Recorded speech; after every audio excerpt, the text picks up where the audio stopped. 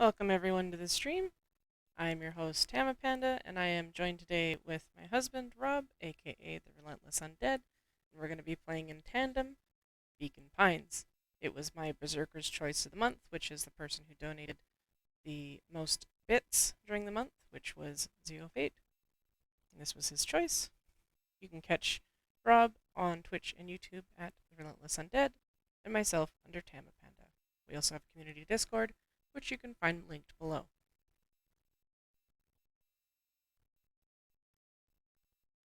Good thing that you're the host. Jeez. Nah. Mostly because every time I do it, I always say I'm your host. Which theoretically, when we're playing with a group of people, I'm not the only host, but I was just like, I'm your host. It is Okay. I. Continue.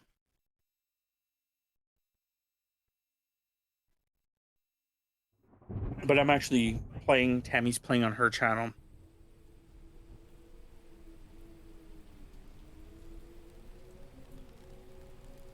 Okay, so Dear reader, first things first, make sure you sign in. Note, Beacon Pines can be cloud played.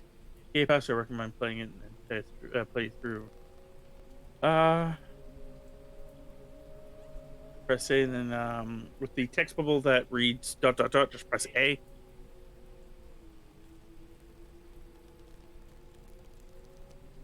Hey, that's me. I'm reader. Other continue with her book. Press A to skip through the text or simply enjoy the story. No pressure. allow me to introduce you to my book. Though it might at first appear like many books you've come across, it is far from ordinary. You may, therefore, have some misunderstandings about its nature. The story that awaits you has not been fully told. In fact, its conclusion is not yet known, even to myself. It is in that way that my book is special. It is in that way that you are special. Without you, there is no story. Chapter 1. Normal isn't what it used to be. This is a story about change. Nestled in a shallow valley is the town of Beacon Pines. Far from the town square, across the river, past the neglected welcome sign, a young boy walks alone at dawn. His name is Luca Van Horn, and like you, dear reader, he's here for a reason. The scene will play when you regain control, head south into the meadow. Just wait. Oh, yeah, you have to walk up to the grave first. Hey, Dad! Actually, hold on. Hey, Dad. How are things going? Today's the first day of summer vacation. I start middle school next year, I guess. I was 6 years old when you died. And it's been 6 years now. From here on out, you have been gone longer than you were here. It feels like that should mean something. Mama always said that this tree was your favorite spot in the world. Me too. You want me to do this other voice? Yes.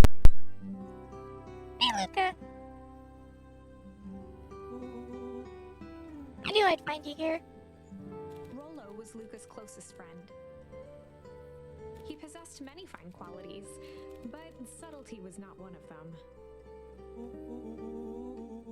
Well, after I banged on your door till your gran answered. And after I checked the pond. And climbed up to the treehouse. Then I knew I'd find you here. finally noticed the tears swelling in his friend's eyes and the flowers on the grave. Oh, yeah. Right. You and your mom always did this on your dad's birthday. Yeah. I didn't know if you were going to keep doing it now that your mom's gone too. She's not gone. She's just missing. Sorry, I meant to say since she went missing. She's gonna come back, Rollo. Of course she is. Hey, Dad. See you next time. I think I'm ready to get out of here. Sure, lead the way. I'm the main fucking character. Okay, so the scene will play out. You'll gain control. Head down south into the world. Walk around in all the dandelions until you sneeze. This will unlock a tickle charm and bag you your first achievement. I got it.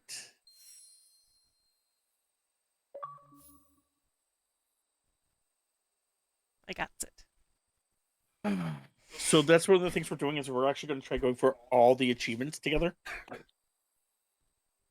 You are forced to press B to use the charm.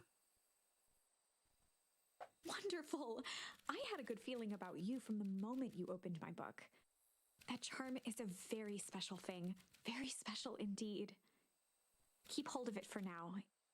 Its purpose will reveal itself soon enough. Okay. You should see Tickle. They're looking kind of lonely. What? A small explosion will play. Then you'll gain control heading south. Okay. Another cinematic will play. Okay. Oh yeah, I almost forgot. The whole reason I was looking for you. I was wondering if you'd ever get to that. I found the perfect way to start our summer. How's that? Rollo looked to the side suspiciously. Not here. Hey, might be watching. Hey? Ooh. Shh, not so loud. We need to do this in a secure location. Mission control. Alright. I just have to tell Gran, and then we can head out. What are you gonna tell her? I don't know. I'll think of something. If it's all the same to you, I'll meet you at the welcome sign. Your Gran still kind of wigs me out. I don't know. I don't do well with new people. You moved in like half a year ago. Just meet me at the sign when you're done. Suit yourself. I won't be long. Tell Graham before heading out with Rollo.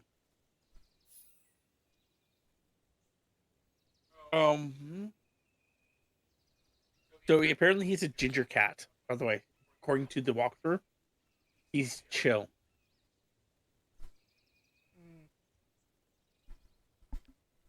And the game does tell you, or the walkthrough does tell you that he will be referring to them by their names. So please try remembering people's names. When you gain control, press B to view your objectives.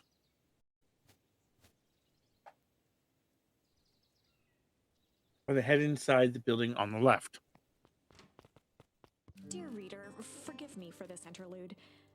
remember that charm you found in the dandelion patch? There are more of those special charms to discover throughout Beacon Pines. They've been known to reveal themselves to those who are willing. Some of them can be found in this very house.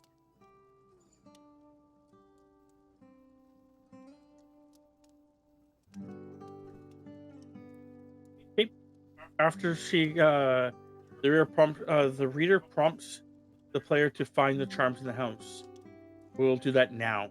Head upstairs and see 3 rooms. Interact with the middle room. Gran had commandeered the upstairs This closet door when is she Graham's moved in. bedroom. She'll receive a high charm. Some things need shelter from a young boy's mischief, she said.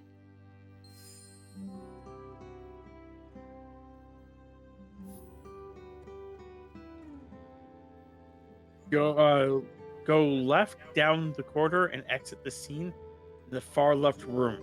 This is your bedroom. Walk over to the top bed and interact with the chest at the foot of the bed. Luca tossed on his favorite old sweater. Even though it was the first day of summer, a chill still hung in the air. Chill.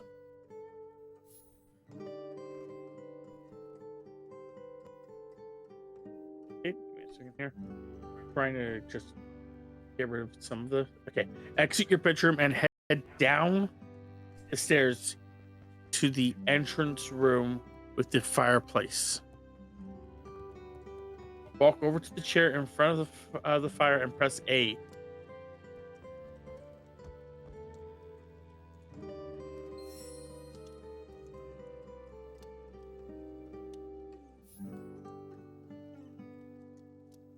You get the Ponderous charm. Go to the top left. Okay, exit to the top left room. Is next to the bottom of the stairs. This room is the kitchen. In the kitchen, open the fridge door. Follow the row of cabinets until you reach the corner counter and search the. Open the fridge door. An array of Okay. prepared meals crowded the refrigerator, each labeled with the day of the week.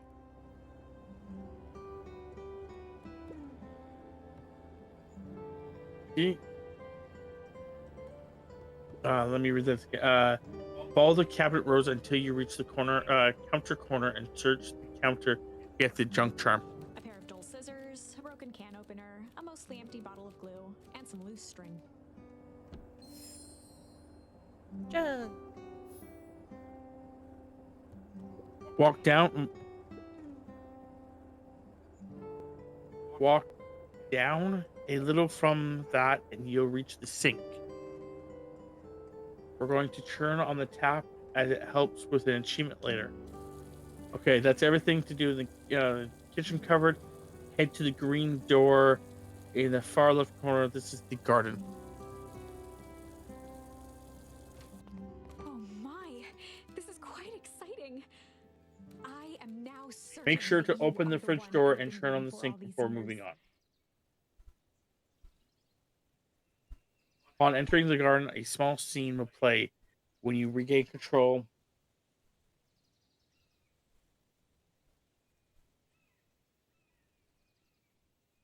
You'll recall I was a bit coy regarding the use of charms earlier. Excuse me, I tend to have a flair for the dramatic. You are about to encounter your first turning point. There are certain times in this tale when everything hinges on a single word. Step forth, dear reader. when you regain control, walk over to the old lady. This is Gran, and talk to her.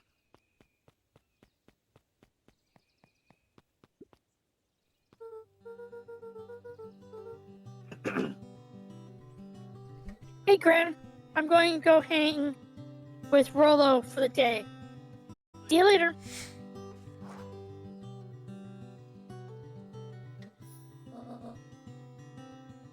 I choice to use for her.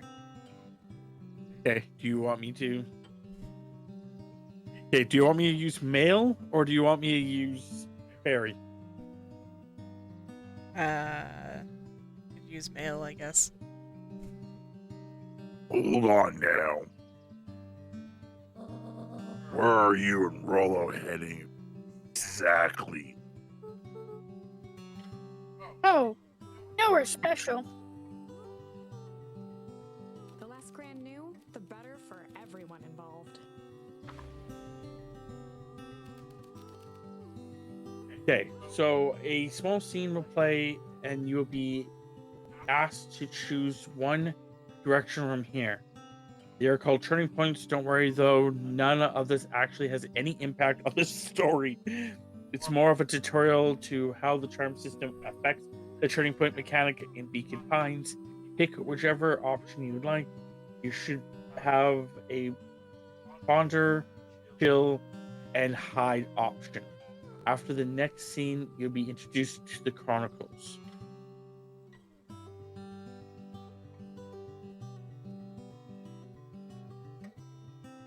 Okay. Which one do you want to do? Hide? Oh, where are you gonna go hide for? What? We're just gonna go hide for the day, Chill, chill for the day, or ponder for the day. chill for the day? Yeah. We were just gonna go chill for the day.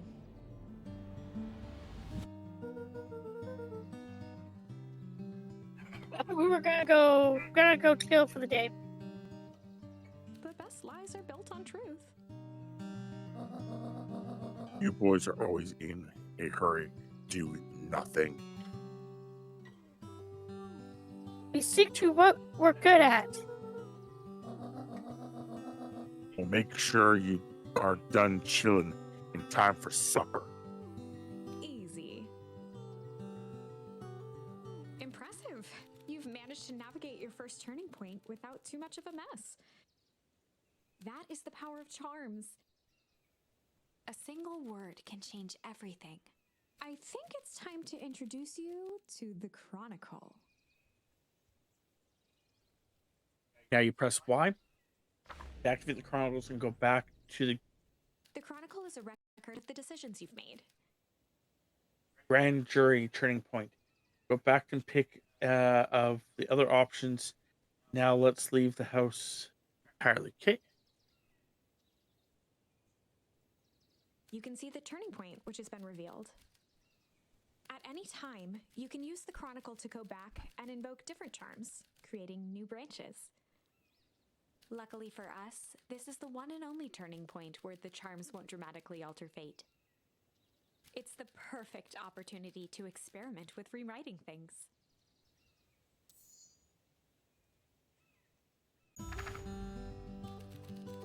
Okay, so let's go with hide. We were just gonna go hide for the day. We were just gonna go hide for the day. Hide. Traditionally, when one is trying to hide something, they avoid literally using the word hide. Yeah, I guess we'll beat some other kids that we could beat. Bet some other kids that we could beat them in hide and seek. You're a little old for that. It's not like there's much else to do around here. Well, make sure you boys are done playing your little game in time for supper. All's well that ends well.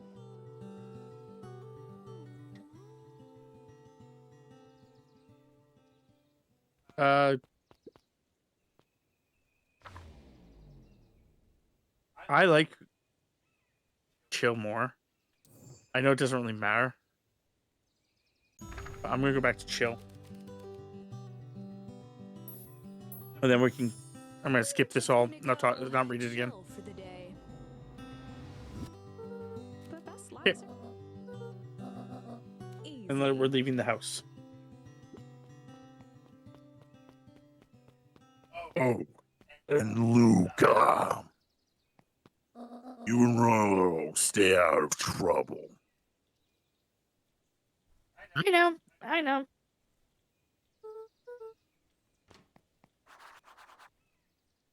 Get into trouble with Rollo.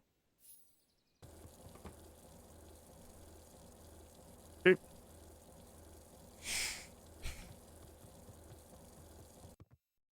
Exit through the green door, and then Graham will tell you to stay out of trouble. Gain control, living room, kitchen, then pass the stairs and out back outside. Exit the area. Follow the path.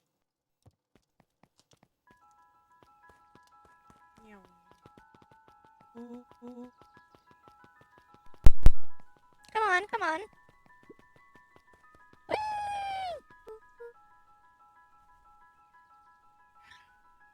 Dang it, Rollo. Okay, hold on. Afterwards, follow up the path to the right side area, and in the next area, a small scene play in the fish chapter. Okay, yep.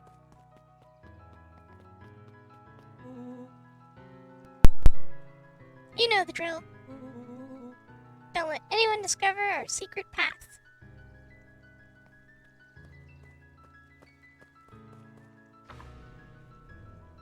Chapter 2. Welcome to Beacon Pines. For many years, this valley had been a small mining outpost. It wasn't until Sharper Valentine built his fertilizer company that Beacon Pines was established. Over the next 30 years, the town had grown and prospered. Until the foul harvest and his sudden death. In the 6 years since, everyone was simply trying to get by.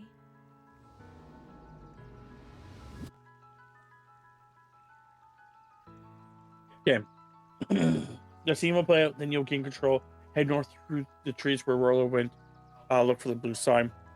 You are now at the fishing pond. There is an achievement you'll get here once you beat the game. Simply keep heading north through the next set of trees. Look for the wooden signs with tin cans on them.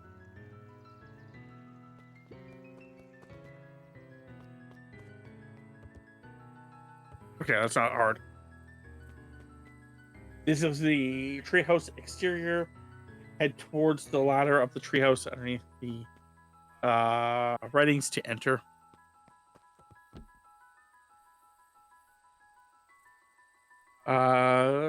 This is the treehouse interior.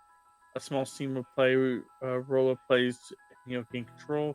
There's nothing useful. Oop, hey! Whoa! Nothing useful in the treehouse interior, but on the left room is a blue coat next to an orange hammock. We're going to exit through the door here.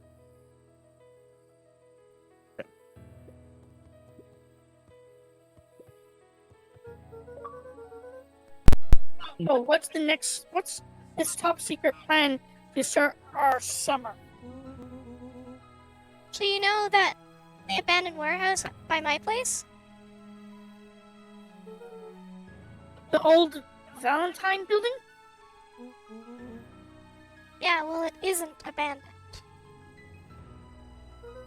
What makes you think that? Get this. Last night, it was glowing. Glowing? Are you sure? Kinda.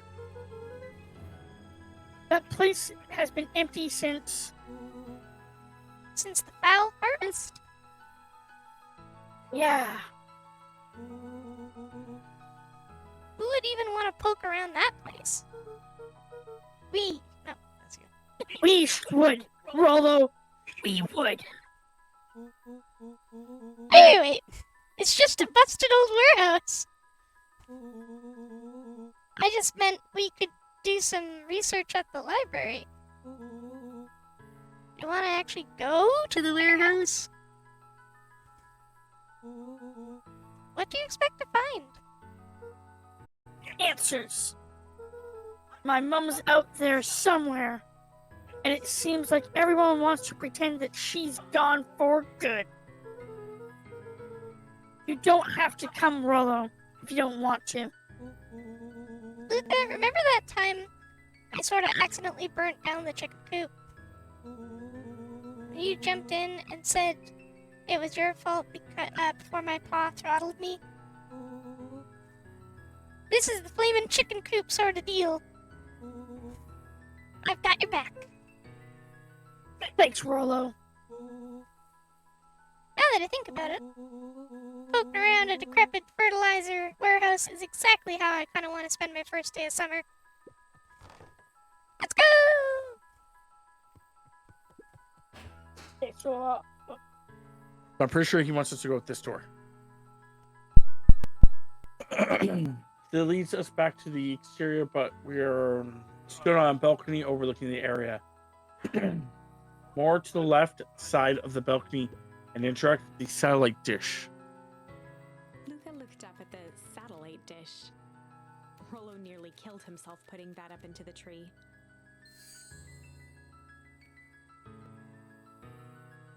While it didn't turn the radio into an interstellar communicator, as he'd hoped, it did at least boost the signal enough to overhear truckers one town over.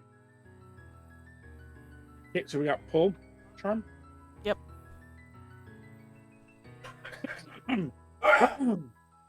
Apologies there. Okay, now let's go get out of this area. Okay, so we need to go back through the door behind the exterior, head through the floor, press A on the open door, walk into him from the treehouse exterior, head over to the bottom left and back into the fishing pond.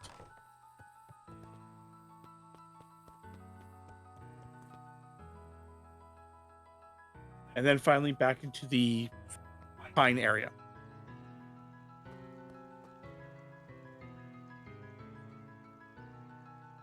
From the Beacon Pines strip, go right all the way over the bridge and past all the buildings. You'll see Rollo out of breath. Just exit to the right of him, and this will bring you to the town center. Oh, hey, buddy. Hey, man, let's go. First things first, walk over to the building called Beacon. The Beacon.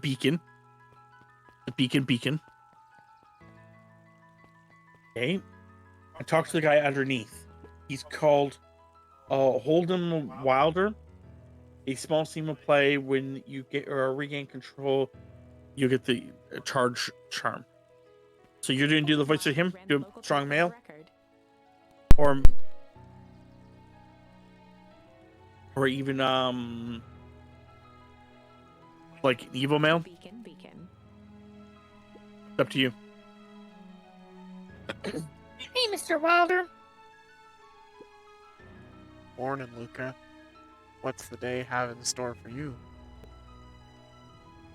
I was wondering if you heard any news about... News?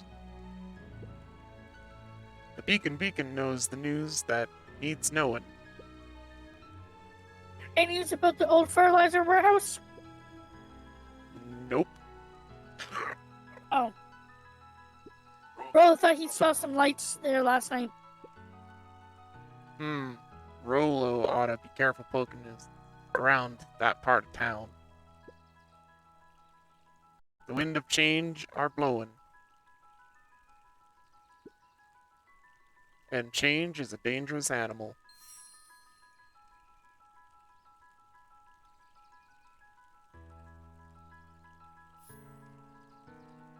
Now we unlock the change charm.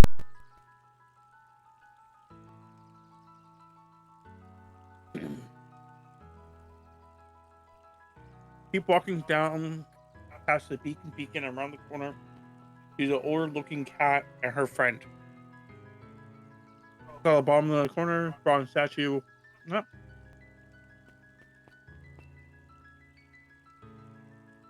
Hold on.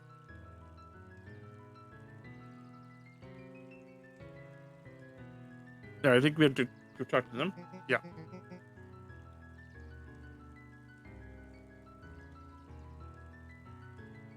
You want me to do her voice? Sure, you can do her voice.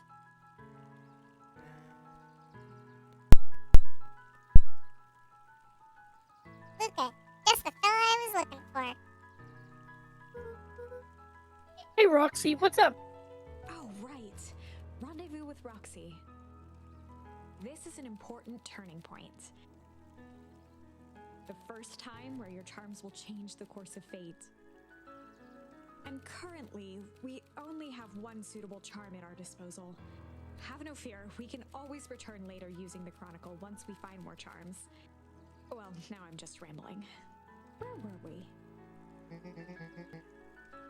Have you seen my blockhead brother today? He skipped out before breakfast. Oh. Not really, no. Did I have? Can't say or won't say. Roxy, would I lie to you?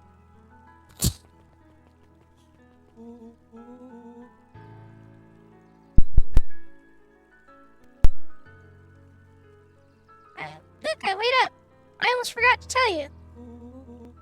Roxy might be lurking around here. This is one of her favorite places to stand around and be useless.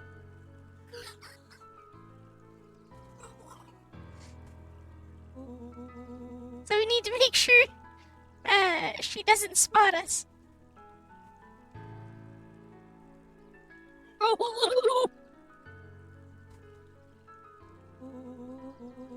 Why are you doing that? Turning thing with your body. What, you're not scared of, are you? She's harmless. And a chump. And she's right around that corner, isn't she?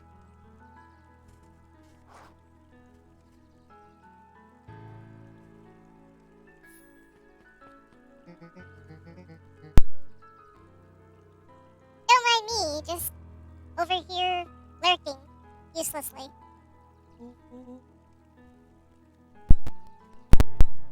Oh, hey, sis! Nice weather we're having, eh? I couldn't help but notice you snuck out this morning before breakfast. I wasn't hungry. Also, couldn't help but notice your morning chores were left unchored. Roxy, I'm gonna level with you. I'm sick and tired of digging up carrots. Well, we all gotta pick up the slack since the foul harvest.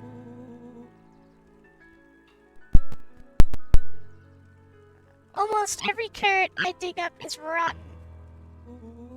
And the rest look like they were hit with Hank Atomic's shrink array.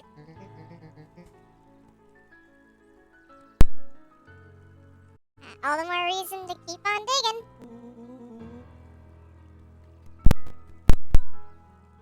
There's gonna be more to life than puny carrots. Look, Roxy, Luca and I have places to be, so if you don't mind. Oh, I do mind. I'm not gonna catch hell again because of you. So, either you march yourself home and harvest those carrots, or I haul you home myself. Rolo froze as Roxy took a step toward him, cracking her knuckles. Luca knew he had one chance to save his friend from being dragged home.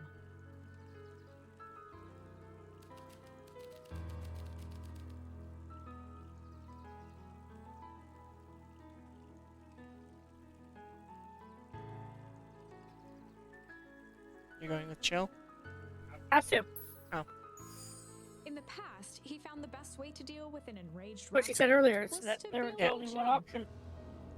Later on, we get more options. Come on, Roxy!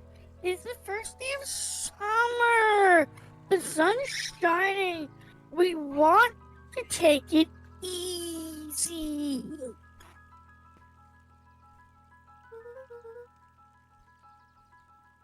Let's leave tomorrow's problems Or tomorrow. That's great and all, but Rolo's problems have a way of becoming my problems. And Pa always says, tomorrow's work is best left for yesterday. March, you big oaf. Ah, rats. I expect a full report about the Valentine place. A full report!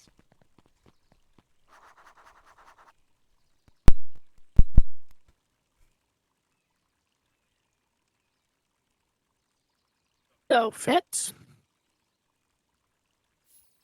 what are you up to this lovely day?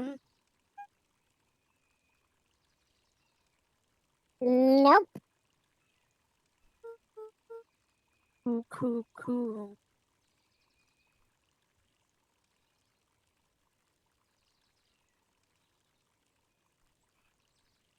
We now have a turning point again. This time, it matters. Even though we can only select one option, pick the chill option. After the scene, head to the statue on the right, interact with it, get a charm. Sharper Valentine, founder of Beacon Pines. Never underestimate what a great man can do given time. Sharper Valentine. A bit much, if you ask me.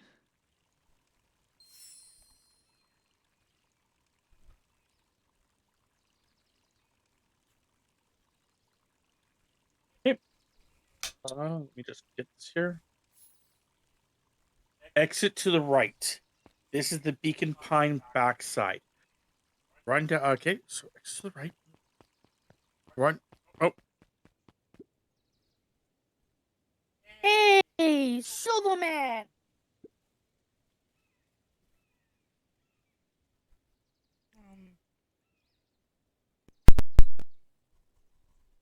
Apologies. No time for chit chat.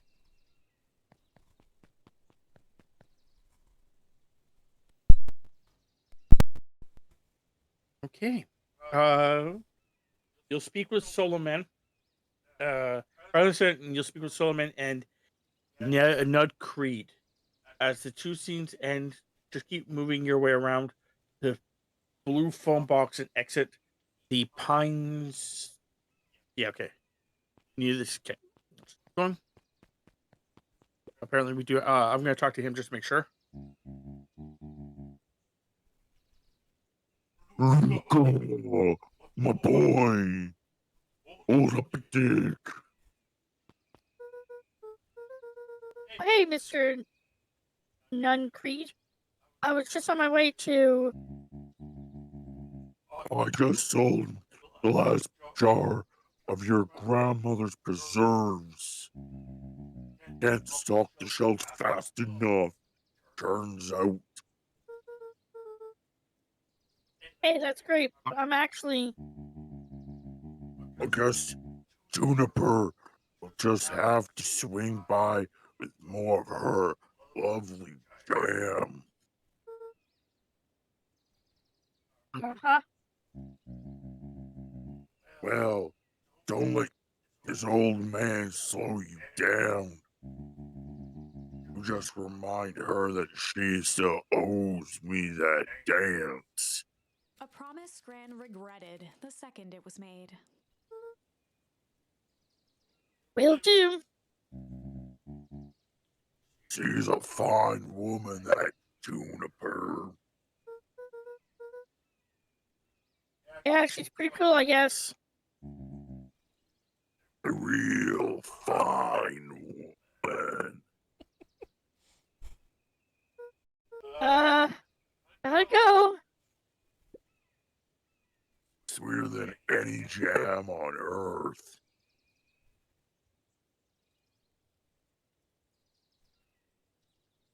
Is that good? That was, yeah. I was going to use monster voice if I had to deal with it. Okay, so access to these You'll come across to a crossroads. Head north in the next area. The path led into a small hollow at the edge of Weepwood.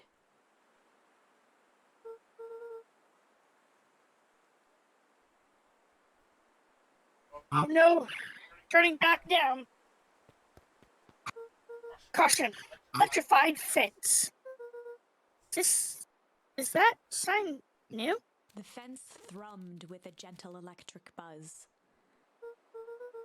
Oh, so what Rolla did? So what would Rolla do if he was here? Luca often asked himself what Rolla would do, so that he could rule out that option. I'm definitely not touching that thing.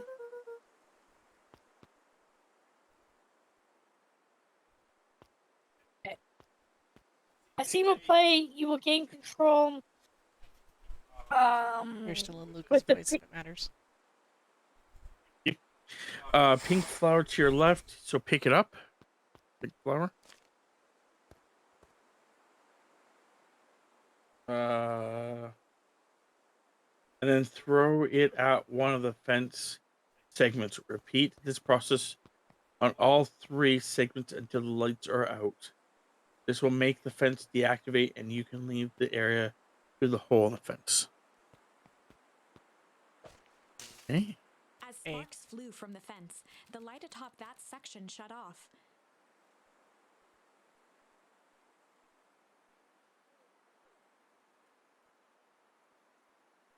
Two bulbs remained.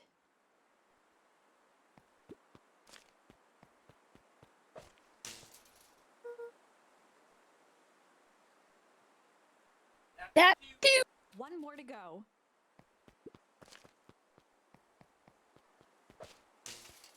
The fence's buzzing gave way to silence. okay. Moment truth. Every kid in town knew the old Valentine fertilizer building. Long abandoned, the warehouse once served as the industrial heart of Beacon Pines. Now, it stood only as a reminder of things left behind. The dormant building showed strange signs of life. So, for once, what's going on here? There was only one way to find out. Okay. This is the Weepwood warehouse. Run over and interact with the metal door that seems to be leading inside the building. A scene will play out, and upon leaving the scene, you'll get a charm.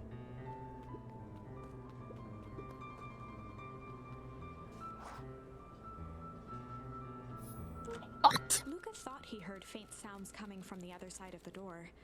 He pressed his ear against the cold metal to hear better.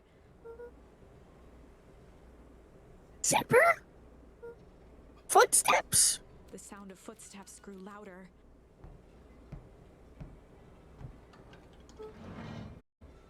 Hello? Robot voice.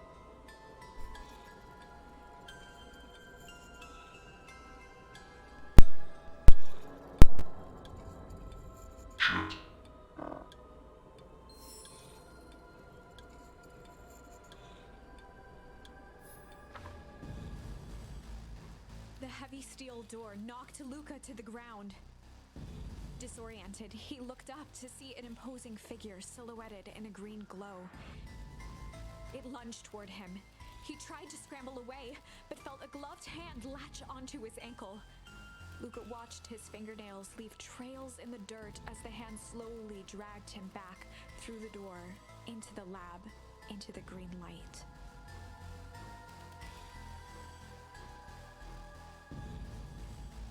Okay. I think I'm telling Luca. I was still on. When next scene plays, simply select the change charm. You'll be returned to the Chronicles. Okay, so the story about change. Okay, so it has to be the only one. This is a story about change. It was far from the sort of change Luca imagined for himself. But change is, after all, A dangerous animal. The end? I probably should have warned you about this. There are many paths that our story can take. Most will end in tragedy, but don't let that discourage you. We will find the ending that this story deserves. I just know it. From here on out, a charm will have a check mark when it's been used to its full potential at a given turning point.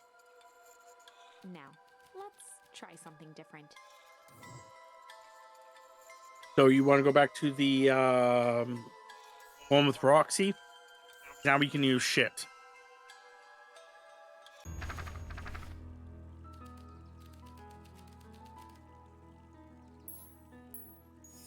In the past, he found the best way to deal with an enraged Roxy was to be a little shit. Kicked her. Make a break for it. What have you done? Ah! Did that little shit just kick me? Run all you want, twerps. You gotta come home eventually.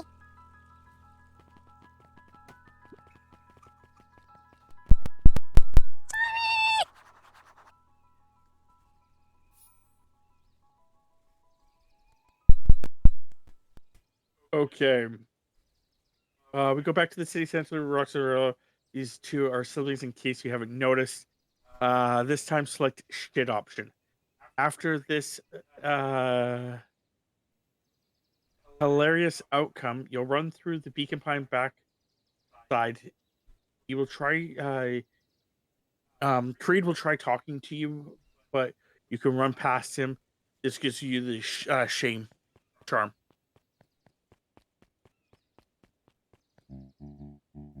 Look up, my boy. Come up a tick. Hold up a tick. Sorry, Mr. Young Creed. Kind of in a hurry right now. Oh. Boy, got too much of his father in him.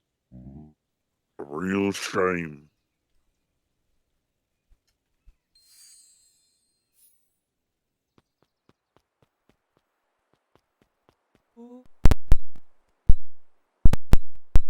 I win.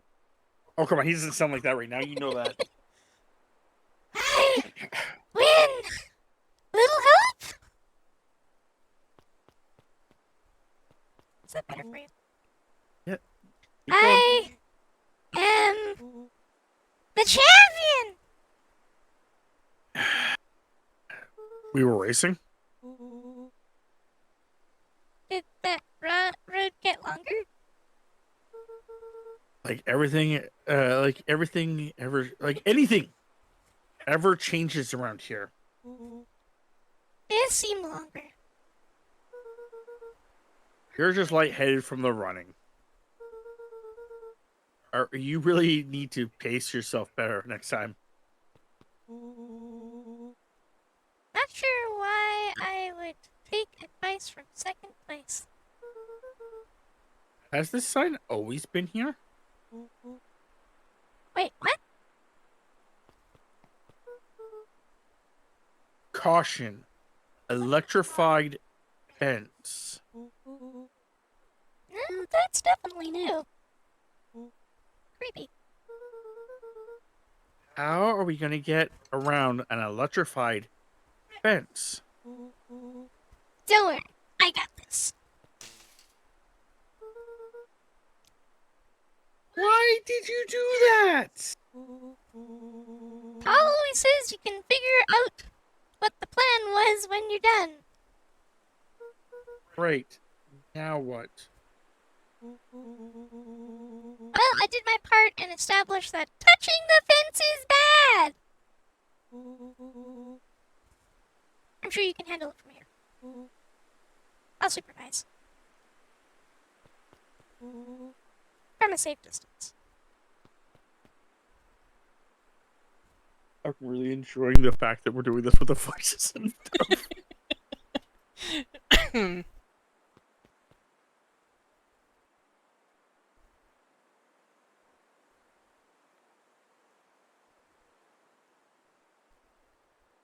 Oh.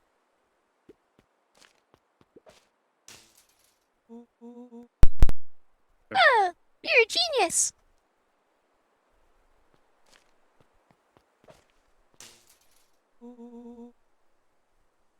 I think that did it. Luca, you never failed to impress. As the glowing windows of the old warehouse came into view, Rollo began to bounce excitedly. Check it out. Dang. Oh, well, am I? No.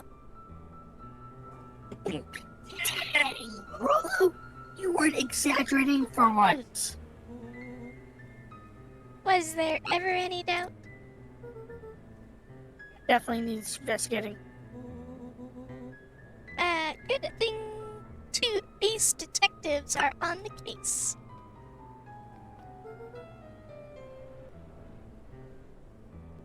This is bizarre. This is awesome. Rollo! You feel that? What, the excitement in the air? You bet your butt I did. Check out this button.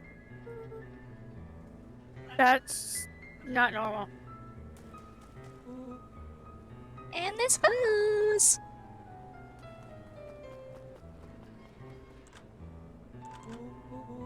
Ah, man, the door's locked.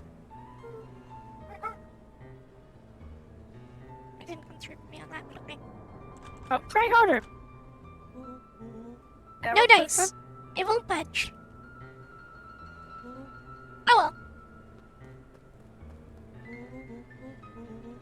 This dumpster is new, right? I bet it's got stuff in it. I can't really see what's in here. Did all of this. My nose is itching. I think I smell some treasure. Are you sure that isn't the hazardous waste? Help me get in. Just help me get in. Rollo? It would be my honor to throw you in the trash.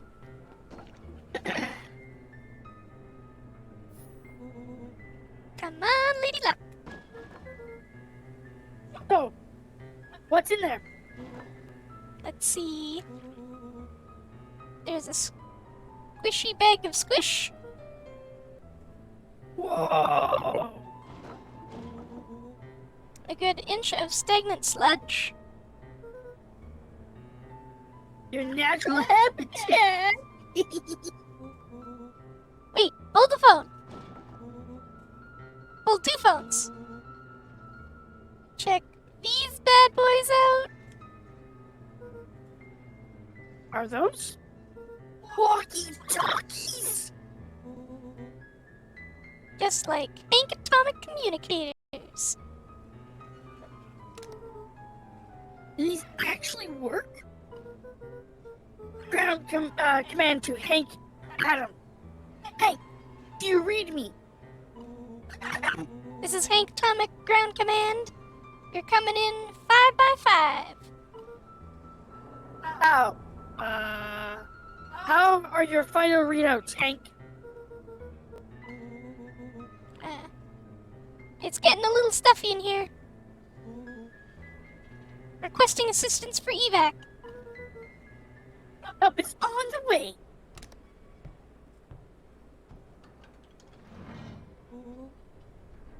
What was that? Someone's coming. Give me your hand. I'm trying. My hands are all covered in squish. Scoot over. I'm coming in.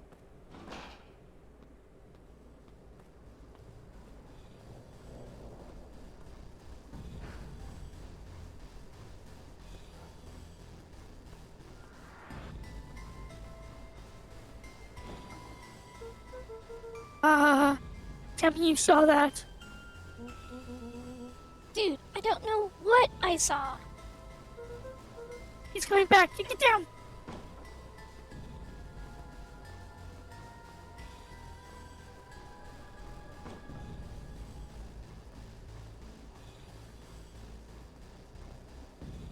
The boy sat petrified under the weight of the bag. Oh God. Tell me that's not what I think that is.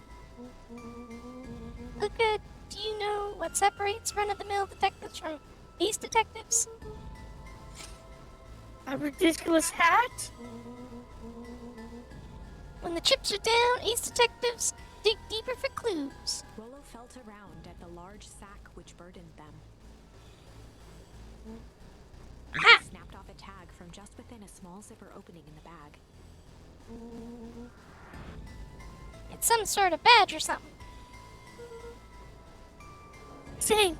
Rollo held the badge up to a faint shaft of light within the dumpster. Dr. Prescott. Deep engineering?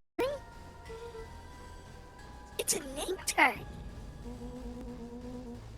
Who would throw away a bag full of slimy old name tags? I think it's just one name tag in a bag full of something else. Okay. I think we should make a break for it. Stay calm. There's no time to panic. I am not panicking. Yeah. You're panicking. Rollo, calm down. You don't have to squeeze my hand so hard. Dude, I'm not holding your hand. Quit messing around, man. What other slime-covered hand would be in here?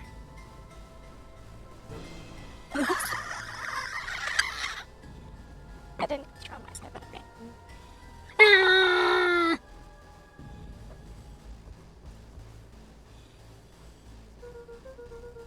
I am beginning to see the benefits of your run for your life plan. Right, we've clearly established that I'm faster than you, so I'll go first. Why not go together? Flaming chicken coop, Luca! I'll make sure the coast is clear. After I go count to 100. If you hear me yell, run! If you don't hear me yell, run! Actually, either way, haul ass. Rollo, I'll give you credit. You sure found an eventful way to start our summer. It's what I do. Well, there goes nothing. Lucas sat in the dark, tracking the sound of Rollo's footsteps as he ran. 1, 2, 3. He pressed his ear to the dumpster wall, straining to hear Rollo's footsteps as they faded away. 15, 16, 17. He tried not to think about the contents of the dumpster as he counted. 35, 36, 37. The thick stench made it hard to breathe. Screw it, that's long enough. Luca carefully lifted the lid and peered out. Nothing. No sign of Rollo. No sign of the man in the yellow suit. Time to haul ass. Luca clambered from the dumpster, stumbling to his knees.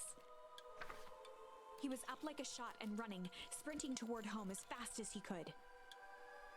Beacon Pines flew by, blurred by the tears that welled up in his eyes. He wouldn't remember getting home at all that night. Throwing his front door open, storming up the stairs to his room and surrendering to sleep almost as abruptly as he hit his pillow.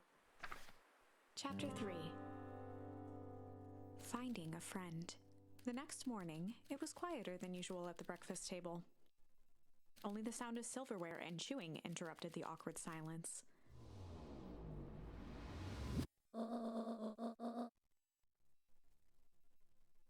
I finished jarring a mass of jam last night. Uh-huh. So They'll need to get delivered into town today. Okay. So, what did you and Rilla get up to yesterday? Oh, nothing interesting.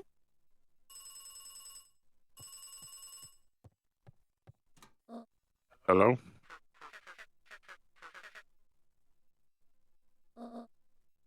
Calm down. No, of course it was the right thing to do.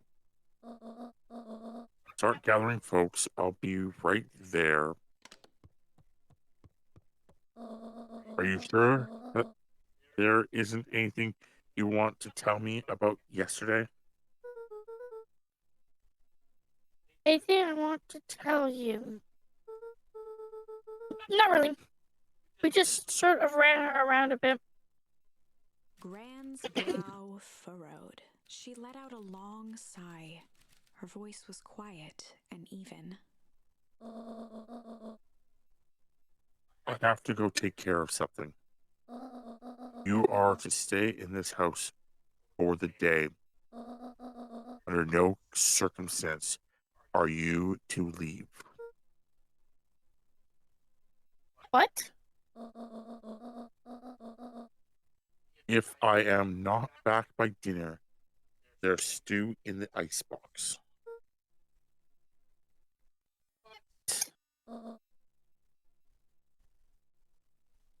But nothing. You are to stay here. Understood? Yeah. Say it. I'll stay here till you get back. Good.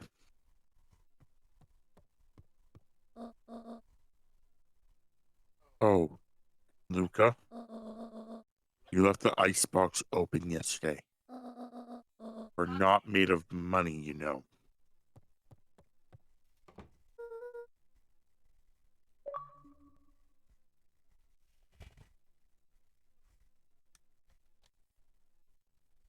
Well, that was strange.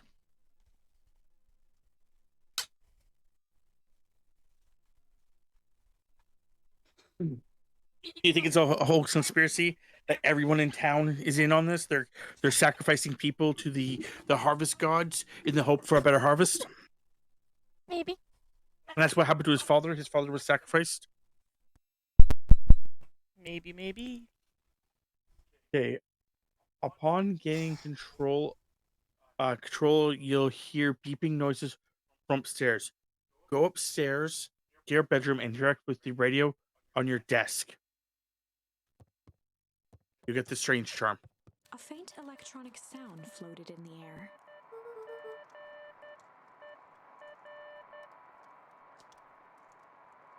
Coming from upstairs.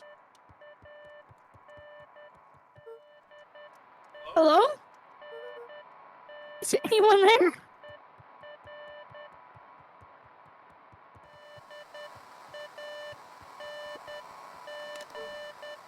Hello? Rollo, is that you?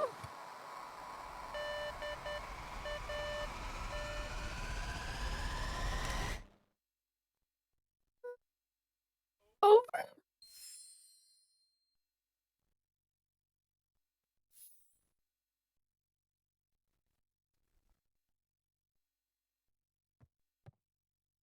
You'll hear a knocking at the front door. Go downstairs and answer it. Wander to the front door. Scene will play.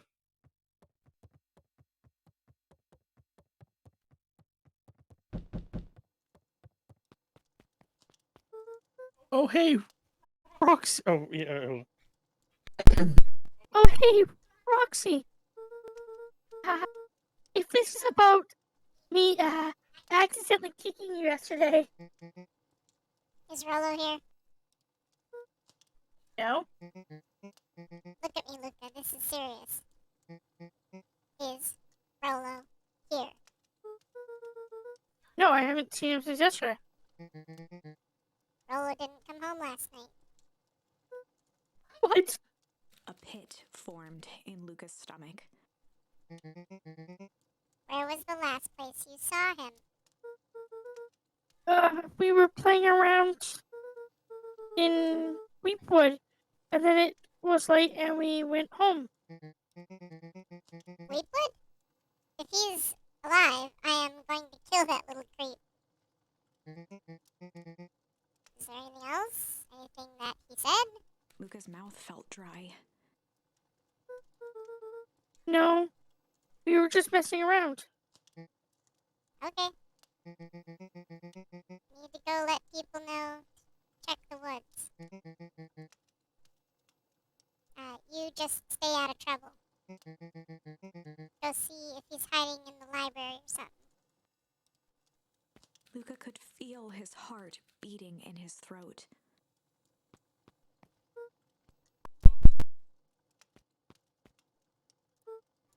You.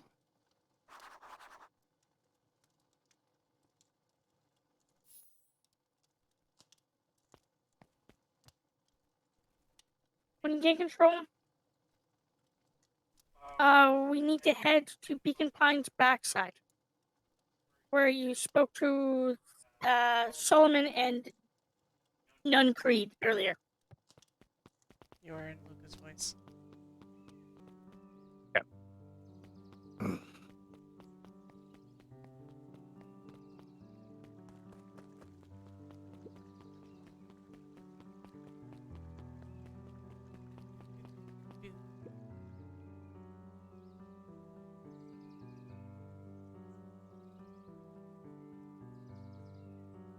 Um, I guess we really need to get back to work. Just a couple more minutes. If Roxy says she will be here, then she will be here. I just don't see why I'm standing around, doing nothing, and waiting for Roxy.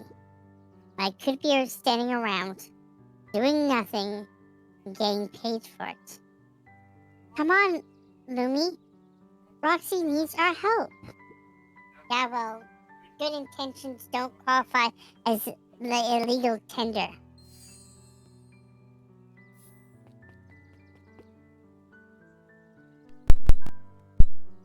My parents wouldn't listen.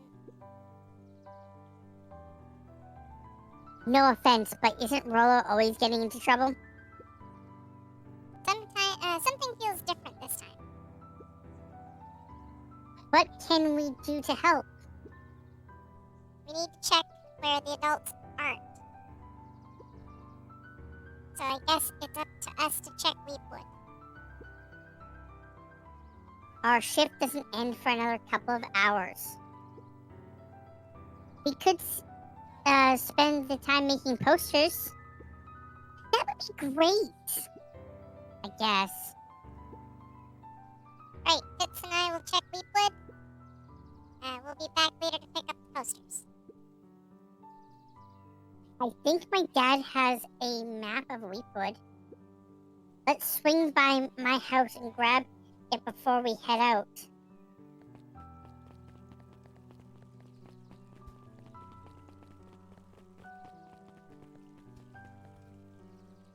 okay.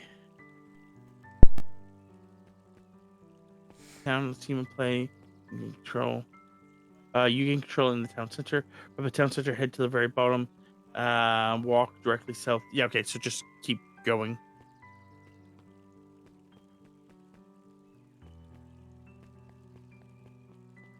Oh, hold on.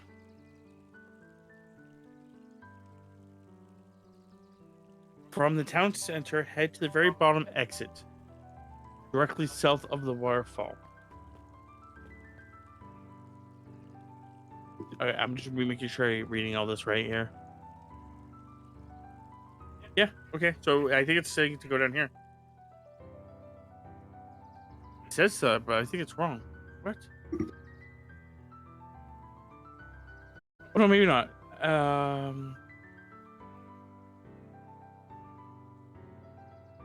Yeah, Where's because it it say goes walk? on Oh, about. because It's not a waterfall, but It's a okay, fountain. okay. Yeah. It's a waterfall, but it's a fountain. Walk up to the. Dog in a suit. Yep. Hey,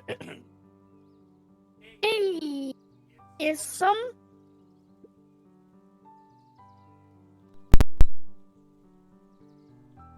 History museum.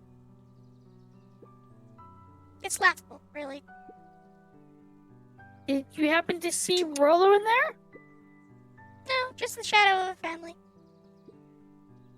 Clinging onto a town clinging to the past. Feel free to check it out, check for yourself. Don't expect to have your mind blown.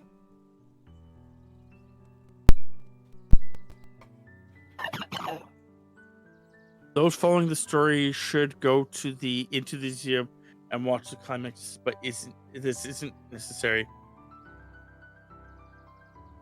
Now we're going to walk over to the giant watermelon in the left corner and keep spamming A until you get a smack charm and another achievement.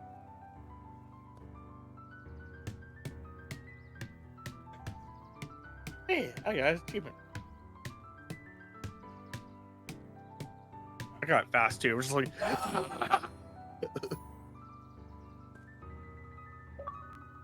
Yep. Okay, now that's done with, head back to the town center and then exit right.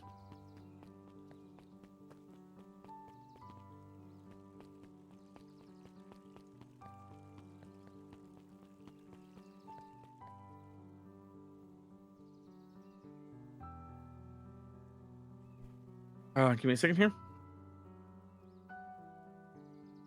Past the statue of the Beacon Pines backside, here you'll find the library. Oh yeah, okay. Here where you spoke to Solomon first time. You come here. Go inside the library. Walk over to the corner and talk to the penguin. A scene will play and you'll get a charm. Kato volunteered at the library during the summers. He wasn't very social, so he'd dedicate each summer to becoming an expert in a single subject, making him a reliable source of very particular knowledge. If you were to ask Kato something he didn't know, he'd escape into the dusty old bookshelves and return with just the right thing.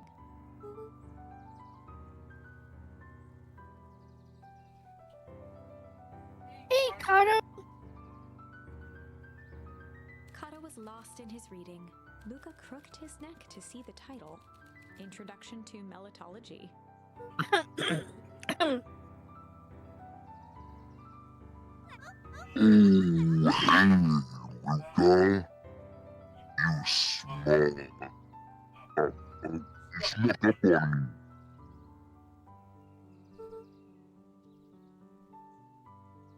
A good book?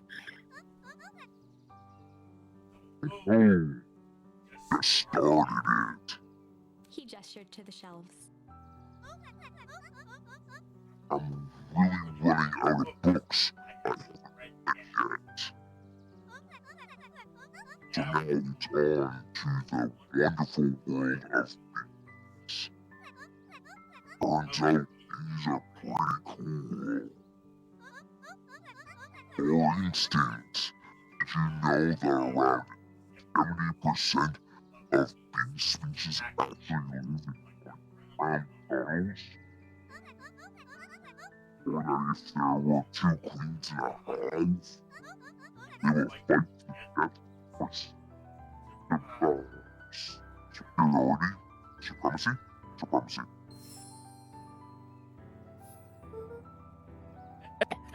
That's interesting, but you haven't seen Rollo around recently, have you? Not since yesterday. Keep an eye out for him, okay? Sure thing. If I see him, you'll be the first to know.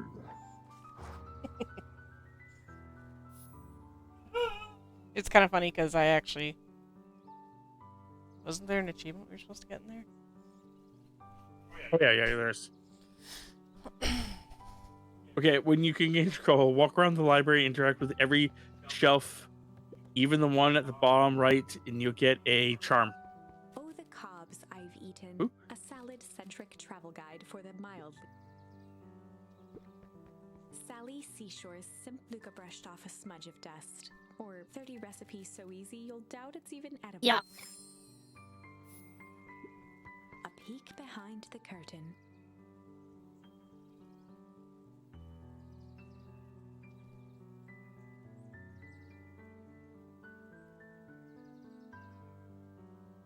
Succulent. The Methods and Ruminations of Patrick C. Montesquieu. One of the greatest acting lines of our time by Patrick C. Montesquieu.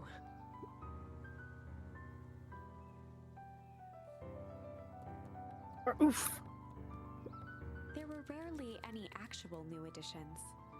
Simply a variety of existing content rotated into the front display each week.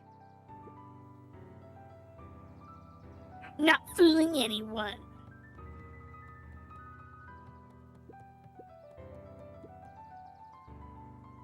The bottom corner shelf was a dusty array of thick science books. Only one binding was clean enough to read. Cellular Biology and the Chemistry of Mitosis. Ring. Mycological Phosphorescence. Ugh. More like micro complete loss of interest.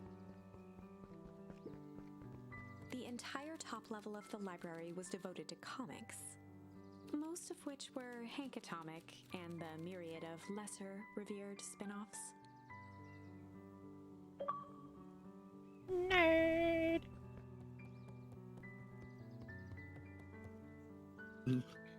Music.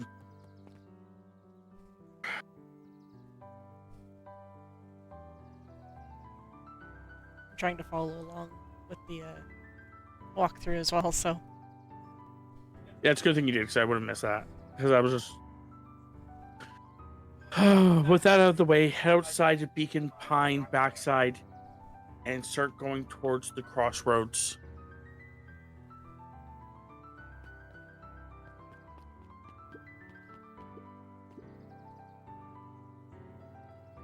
You want this to be you? Sure. Oh. I just walked past the person. What sort of monster puts candy behind a locked door?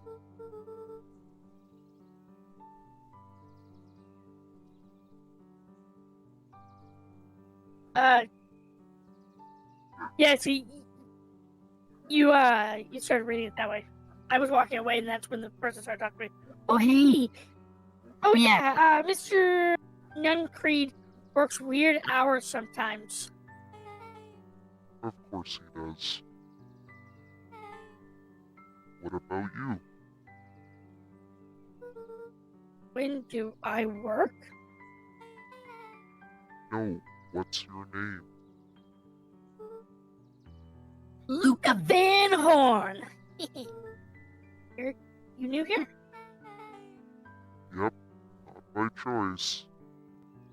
Beck's family moved often, giving her little time to establish any real connections. She would tell you she prefers it that way. I'm looking for my friend Rollo. He didn't come home last night. So he's missing? I guess so. Missing. Does that sort of thing happen a lot around here? Luca shifted his feet uncomfortably. Well, that sucks. So I should probably get going.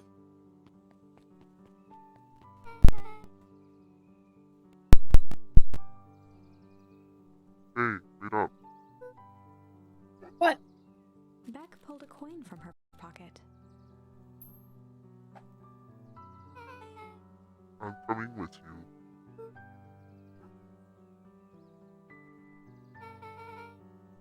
So says the unlucky penny. Unlucky. Yep, well, technically it landed on heads. Leave this kid to find his friend alone. But I always do the opposite.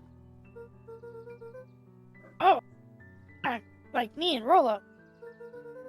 I guess Rollo is my unlucky penny.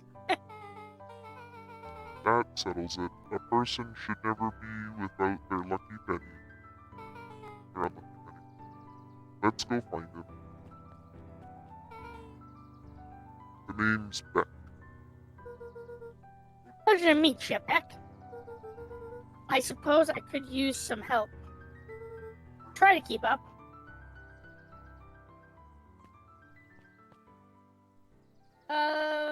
Hold on here.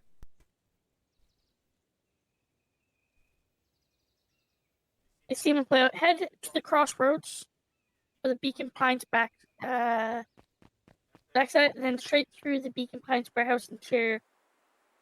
Follow the left path. Past the fence into the Weeping Wood Hollow.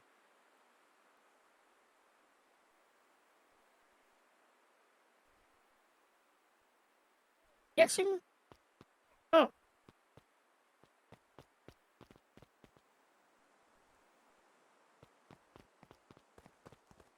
Catching up here. As my people start talking.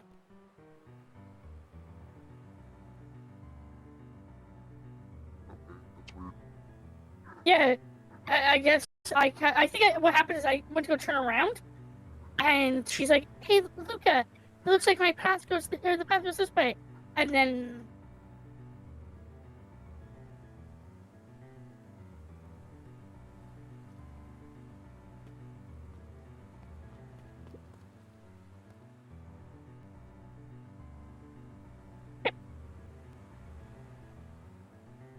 Luca felt a chill as he approached Beck. Her eyes were locked on the strange green liquid. The nearby grass was coated in a fine layer of frost. Is this sort of thing normal around here?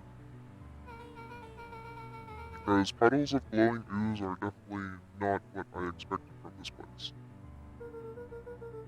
I have no idea what that stuff is. Well, the next obvious step is science. And what does science suggest? Fuck around and find out. Poke it with the stick! Luca watched as Beck dipped a broken tree branch into the goo. Beck's eyes widened as flowers grew from the dead wood. First small buds, which quickly bloomed into vibrant petals. What?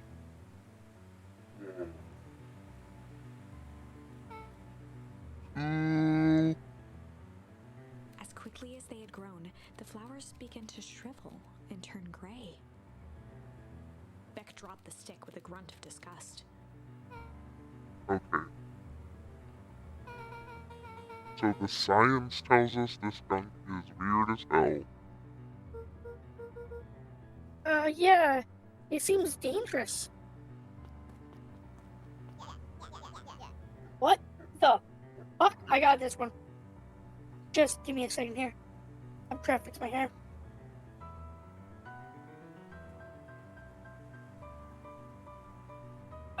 Because it was all like loose and shit.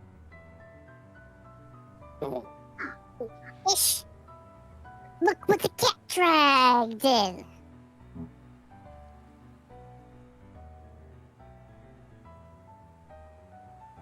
Yup, You got.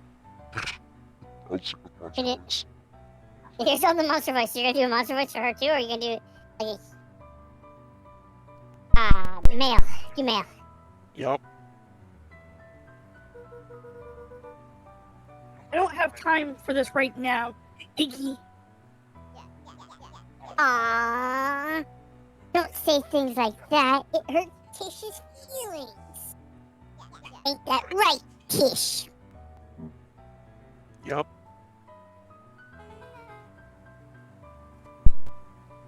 She looks fine to me. Why, hello. I don't think we have been properly introduced. Iggy's the name. This is my counter. Um, Compatriot. compatriot, fine. Compatriot Trish. Yep. Probably heard of us. Can't say that I have. I'll forgive you just this once. On account of you being new around here. Why would you hang out with this dude? This dud?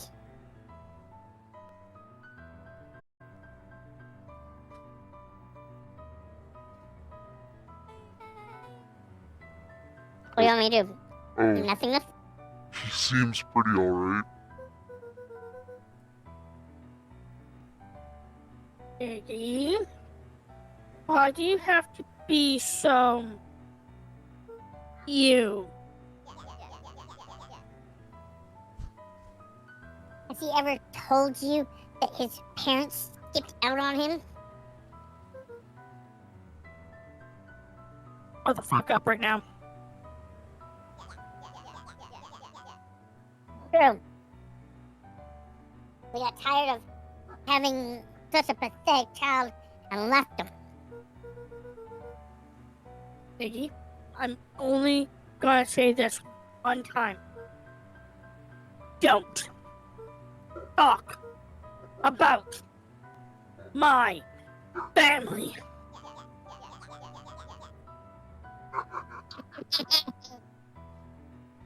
Growing a backbone now. Like girls around. First, he pops. His pops croaks. Then, his mom finally couldn't take it anymore and bounced. Iggy took a step towards Luca, his sneer lit by the glowing puddle. Beck could see tears welling in Luca's eyes, his fists clenched. Some things about Beacon Pines were very different from the city, but a bully from a hayseed town is really no different from a city bully. Beck took a deep breath and thought.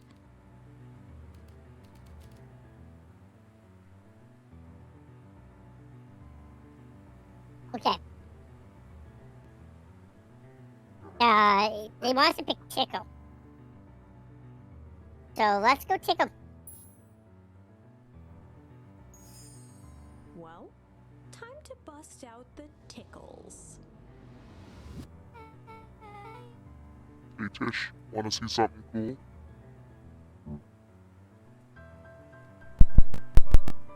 Yep.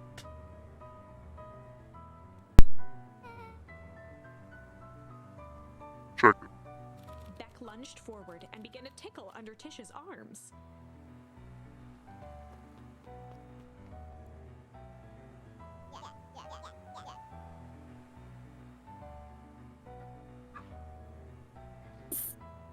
Tish, is she tickling you? Yep.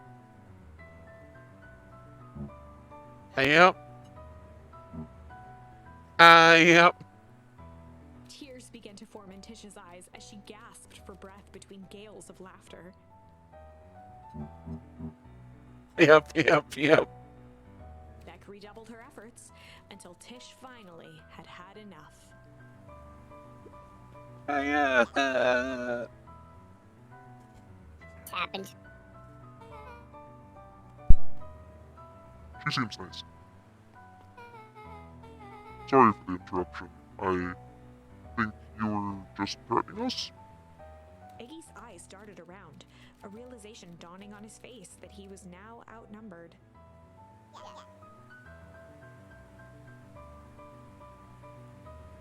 I just remembered. I have somewhere to be. Mm-hmm. Be around, new kid. Iggy kicked at the puddle before making his escape.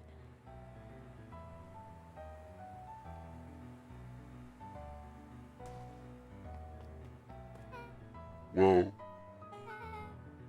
What a little creep. Beck, I think you got a little ooze in your hair. Beck shook the ooze out of her hair as best as she could. Is it bad? It depends. Or are your feelings about having a more mature, refined look? Oh God. Chapter 4.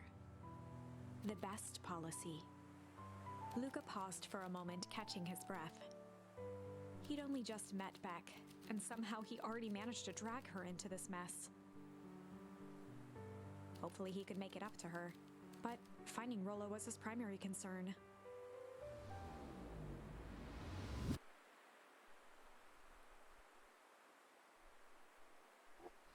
In control, leave the Weeping Hollow and find your way through the Weeping Wood house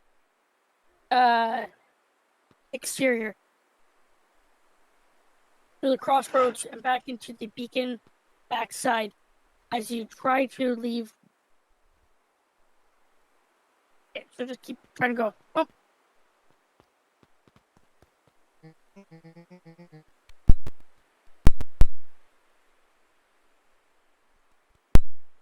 I think I had her on this one. Luca, what the hell are you doing here? And why did that kid with gray hair just run past us in a panic? Roxy and Fitz looked drained. It was clear they'd spent all day searching.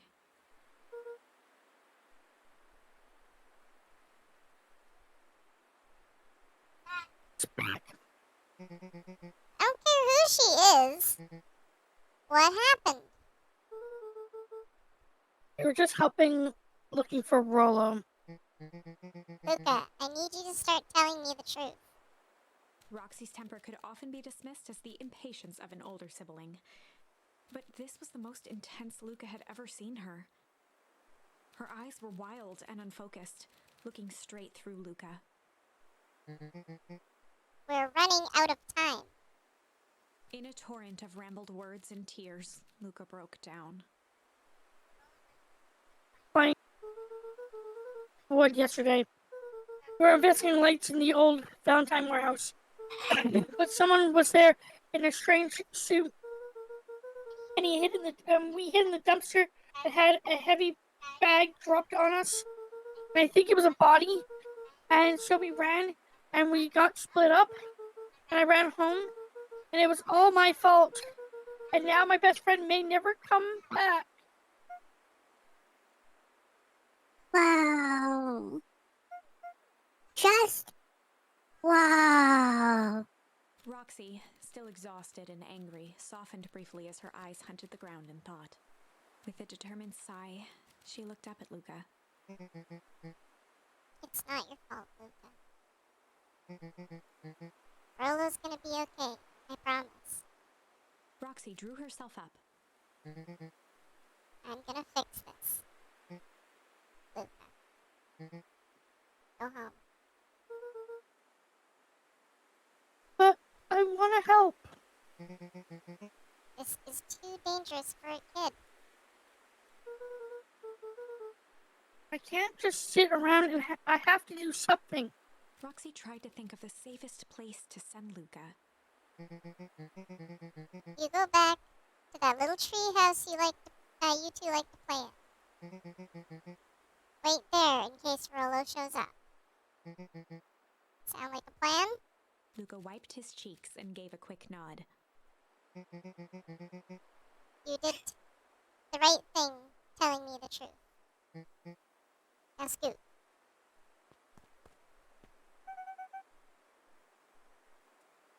You really believe his story? What other option do we have? Things have been strange around here leading up to the festival. My dad has been acting weird lately. Well, weirder than normal. Looking into the puddle, Roxy rubbed her arms to warm up. Why is it so cold here? That gives me the willies.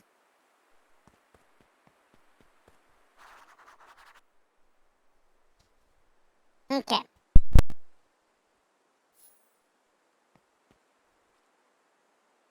As we enter Beacon Pines, the scene, blah blah blah blah. Okay, hold on.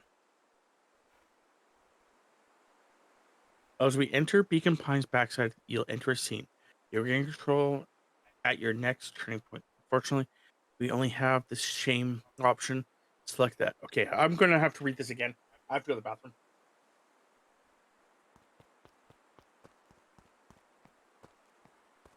So Tammy, you could just talk to everyone. Okay. Okay. Me, myself, and I. Just kidding. This is definitely a weird game, but it's interesting so far. I like the fact that you can go back through the chronicle and like when you have different options. That's pretty interesting. I enjoy the fact that Rob and I are playing it in tandem and we're doing the voices for it. I think that's kind of funny. But yeah. I'm curious to see where this leads. I honestly think that the town is trying to do experiments in which they use that goop. Okay, so what were we supposed to be doing? It sounds like we're supposed to head back till we get to where the corner store and the library and stuff is.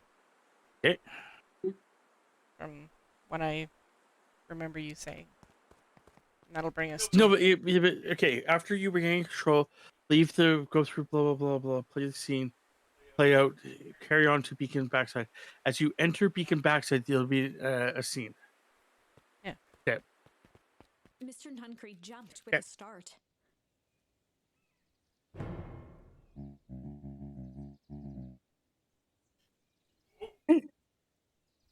Don't sneak up on me, on an old fellow like that.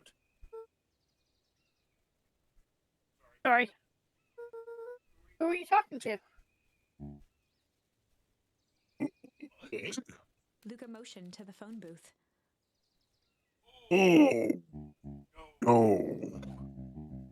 I was just checking because I thought I heard it ring. But the thing never does, of course. Yeah? I've never seen anyone use it, really. Whole thing's a waste of money, if you ask me. Any word from Rolo yet? Not yet. Long time for a boy to lose his way. Roland knows these woods too well. Get lost. I suppose you're right. Silly boy's antics have this whole town worried sick. Antics? We all know Rolo likes to play his little pranks.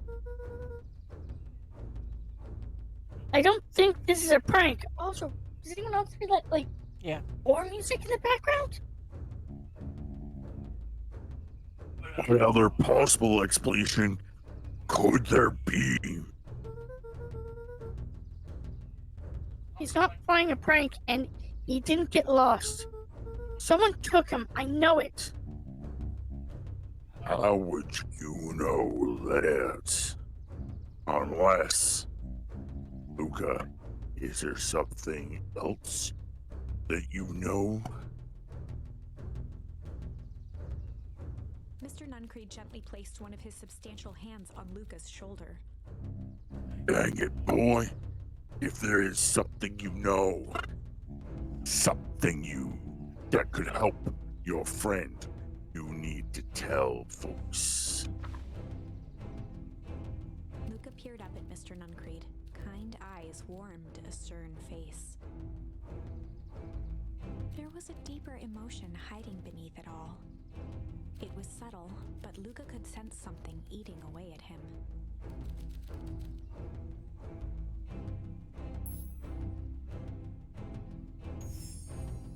a shame lurking behind those eyes.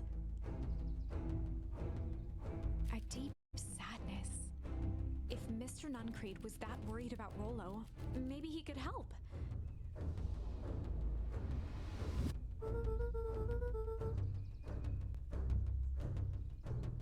They were sitting around the old Victorian warehouse. Mr. Nuncreed raised an eyebrow. Both of you? You were with Rollo when he went missing?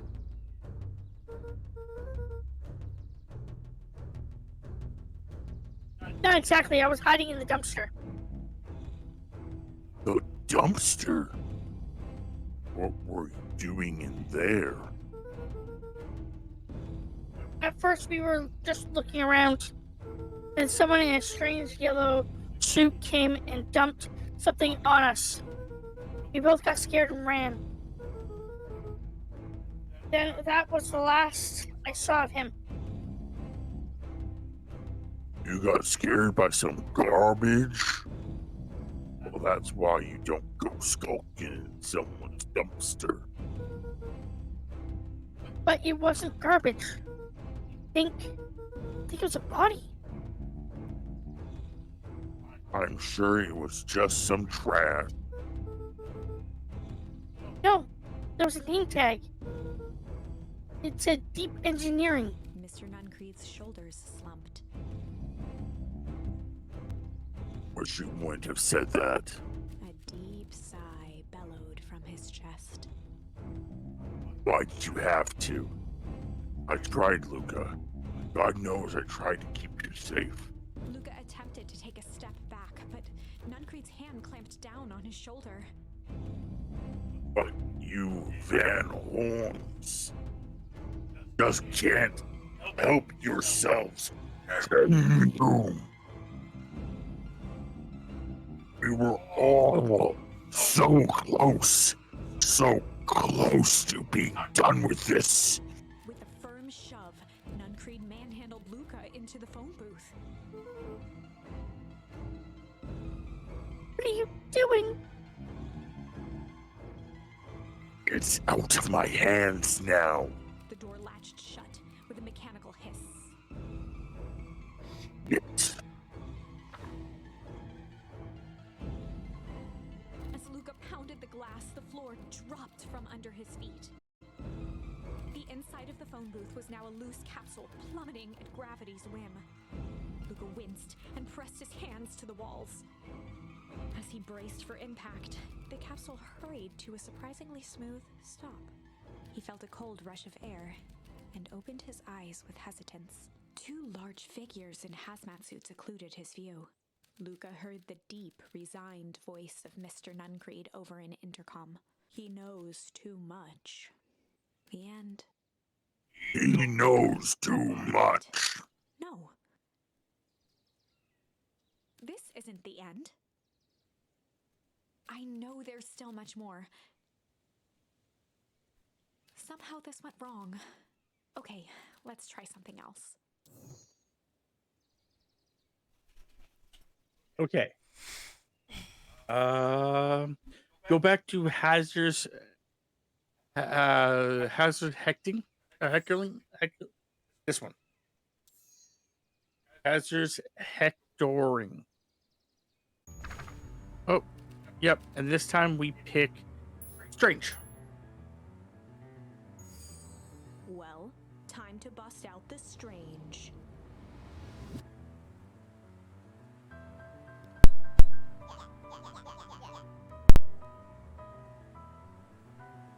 All right, Luca. Looks like you need a little mud bath.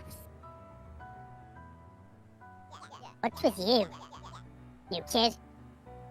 We're about to pound your friends. Beck stared in silence, the only sign of life being the twitch of an eye. It's weird when people don't talk.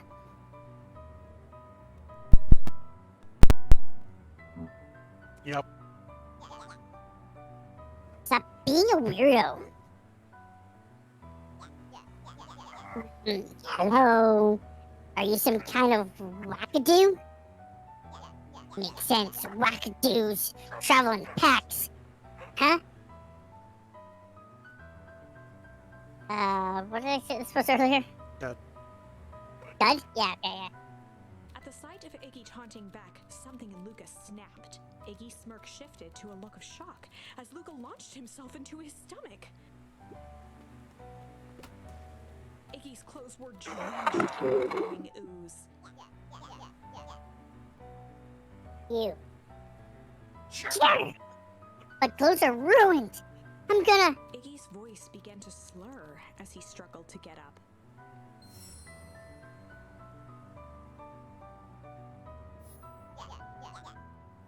Don't feel so good.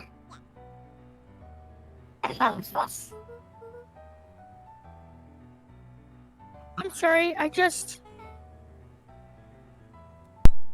Oh shit.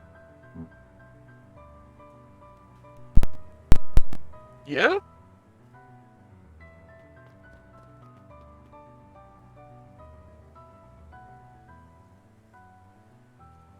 Hey, when you get control, talk to Beck and exit the area. That was intense. That was intense. Iggy's gonna be okay, right? Nothing about this seems okay. The person at the warehouse.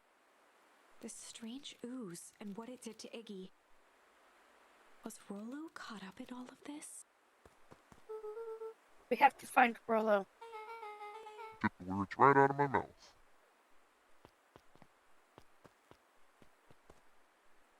And exit to the warehouse here. That's this way, right? Oh, yeah. Jesus. Fuck. Wow. Little buddy. You startled me. What in the dickens are you two in these parts of town? We were just helping look for Rollo. Oh. You haven't heard the good news? Rollo showed up safe and sound a bit ago. Really? So, where was he? It's funny, really. He just got a little turned around in the woods. Hey, how they can be disorienting, you know? I'm starting to get that impression. Rollo's at his house now, getting some well-deserved rest. Wow, that's a relief. You should, scurry around along before you get lost yourselves. Yeah, come on, Beck. I can't wait to introduce you to Rollo. Oh, that reminds me. Luca, your grandmother was looking for you. She was? She was worried sick. You should march straight home. I guess. Beck, your folks might be getting worried too. I'll walk you home. I need to talk with Nellie about work anyway. Beck glanced toward Luca. I guess all's well that ends well. I'll introduce you to Rollo tomorrow. Sure. Glad he's okay. Nothing's fishy about that. The reason I say that, okay, once this is okay. The reason I say that in the original one that we did, quickly replaced by a sense of dread. his sister went up there. So what changed between this one and the other one that his sister didn't go up there? Like, did she see the guy come down with like his like freakness and like, or maybe those guys saw that? Like the Mr. Nunn, whatever. Uncreed? Yeah, maybe he saw the guy and like, threw them both in the telephone booth, and when it went down, basically he didn't let the girl pass, Maybe. and then the sister pass, and then the guy, that's one of his cohorts that was down in the suit. I would only think that makes sense so far. Gran is going to kill me. If he hurried, he might just make it home before sundown. Kill me.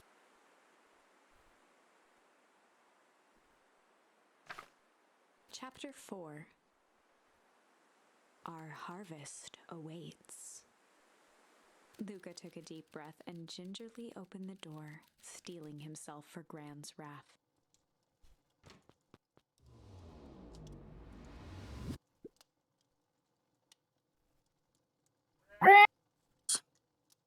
I'm home.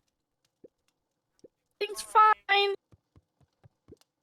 Friends? Hey, You're in Luca's voice. We're in an alternate chapter 4. Go upstairs to your bedroom and sleep. When you regain control, you'll be at the house exterior. Follow the path to the bottom right. Okay. Go upstairs and go to sleep. friends? I know I wasn't supposed to go anywhere. I was just helping look for Rolo. Luca was alone. The house was empty. The Grand's not back yet. Yes, that's a good thing. Nothing to do now but sleep, I guess. Luca was sitting by the pond, listening to small waves lap against a rock. His father sat in a folding chair in front of him. Without turning, he spoke. "Why don't you grab me some nice bait?" "Sure thing, Dad." Luca hopped over to the tackle box and popped open the lid. Inside was a rolling, buzzing mass. "We're fishing with bees?" Luca's father gave a warm chuckle. "Well, you catch more fish with bees than honey. Pick us out a good one." Luca closed his eyes and plucked out a bee. He could feel its wings struggle between his finger and thumb. Holding it at arm's length, he hurried over. His father deftly baited the hook and examined his work. "Interesting choice." With a practiced flick of the wrist, the line buzzed in a graceful arc. The water accepted it without a splash or ripple. The wrong choice, but I respect it. The pond began to freeze over. Sometimes we gotta make the wrong choice before we can make it right. Pallid ice propagated across the still surface with an alarming speed. Luca scrambled back as the ground beneath him turned cold. "Dad, I don't understand." "Sorry, kiddo. Understanding isn't always part of the deal."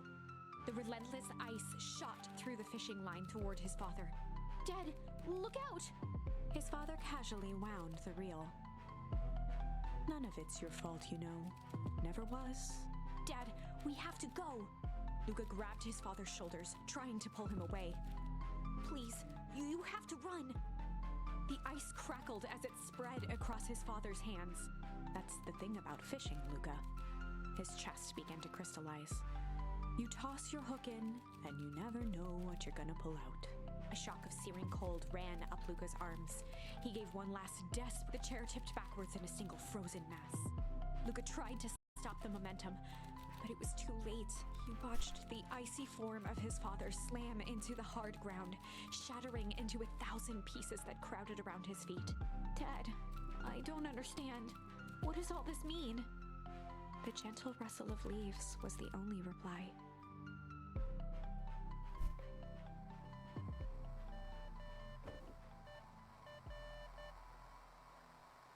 Luca's eyes struggled to focus on the walkie-talkie.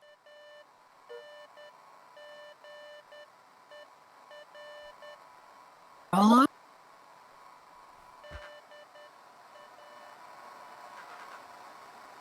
Faintly, he could hear Rollo amongst the noise. Luca! Jesus fuck, Echo. Rollo, is that you?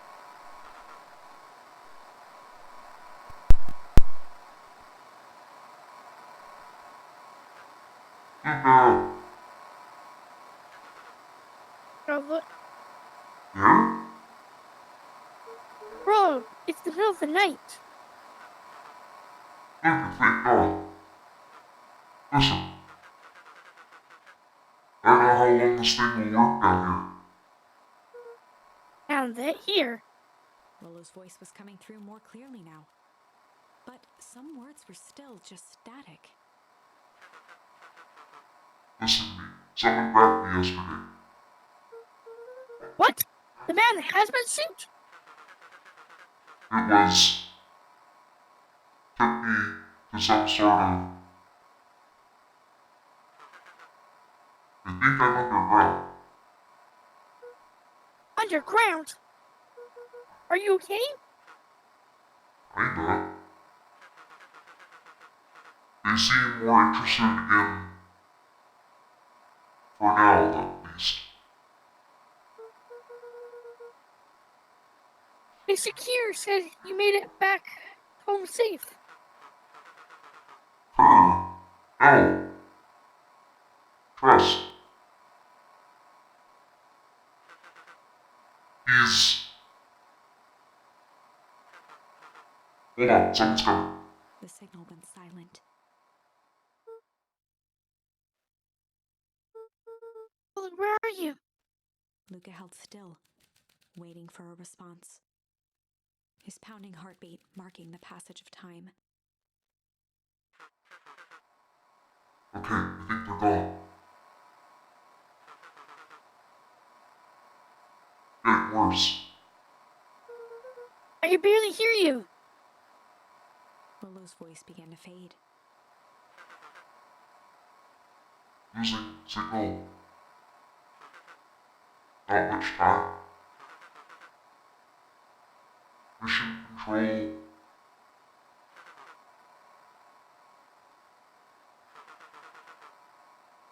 You need to... the treehouse. The treehouse! With that, the signal died for good. What are you trying to say about the treehouse? What's at the treehouse? The antenna! He wants me to use the treehouse and the antenna of the treehouse to get a better signal. Brother, you're a genius. Luca grabbed the walkie-talkie and sprinted to the treehouse.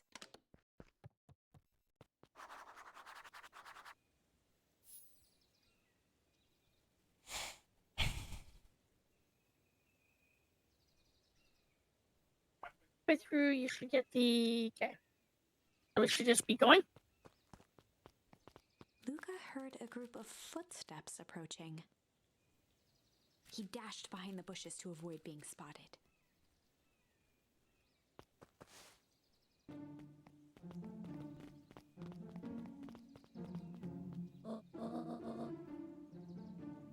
So, we all understand our roles.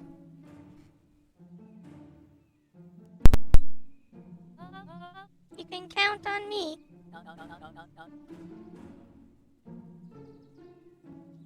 I still think we need more time. This wasn't the original plan. Mr. Tolliver paused, shifting his eyes to one side.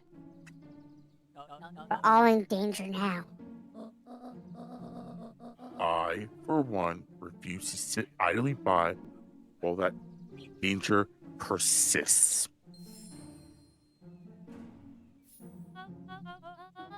Hiram, you just keep your wits about you. Mr. Tolliver took one long, quiet breath. You're right. You can count on me. I just wish we could have made the deal with Persis Valentine. Our sources would have still came in handy. and no time to contact after her call this morning. Plans change. How is Luca holding up? Fine. We shouldn't lose sight of the fact that this is all. Very well, but all of this is for. We have no choice. Operation Sparkplug has a new objective. Are we in agreement? The three shared a determined look.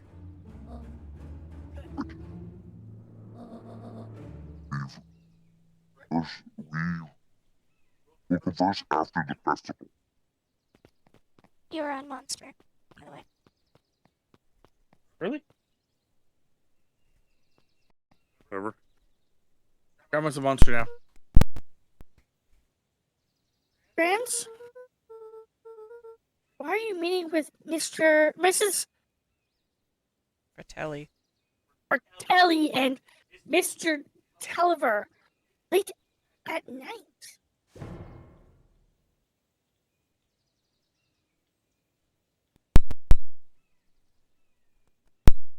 Hey, Luca. Dawn, you scared me. How have you been there? Oh, just a few minutes. Earlier today, I saw Mr. Tolliver and your gran enter the diner together. When my shift at the newsstand was over, they still hadn't left. So I used the greatest tool of any investigative reporter. Time. When they left, I tailed them here. What do you think they're up to? Whatever it is, they seem organized and determined. They mentioned the festival. Yeah, I heard that too. Has your gran been doing anything different recently? Anything strange? Here, phone call this morning. Rushed out to the door. A call from Hiram Tolliver, it seems. He was either furious or terrified. Or both. Luca, be careful out there. I think we might be in the middle of a scoop of a lifetime. A scoop of a lifetime. I will. Aren't you coming out? Nah, I'm gonna stake out here for a bit longer. See ya, Luca. Okay.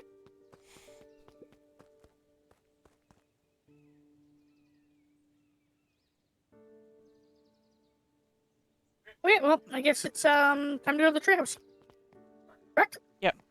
Treehouse time.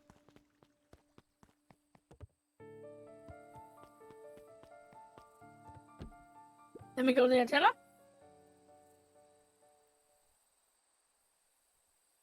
I'm actually asking. I'm And direct to the radio.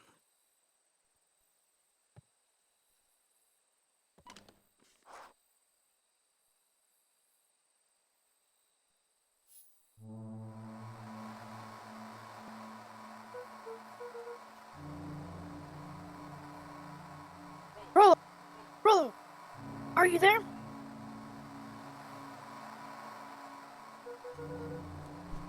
I'm at the treehouse now, Rollo.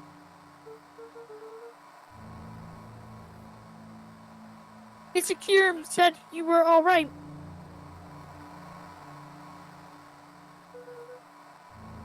What happened out there?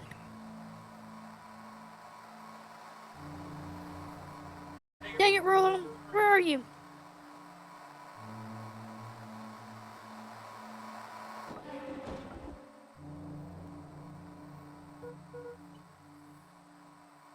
Who's there? Luca could only see a cloaked shape behind the rocket. I've got weapons in here. So you better come out right now. He strained to hear as a muffled voice began.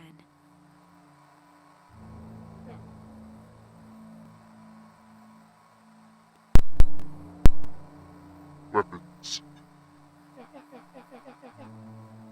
How could you hurt something that's already dead? Fear gripped Luca's throat. Who are you? What? You don't recognize me? I guess I don't even recognize myself anymore. Luca stared at the ground for a moment, trying to place the dampened voice. The figure shifted slowly from behind the rocket, revealing itself to Luca.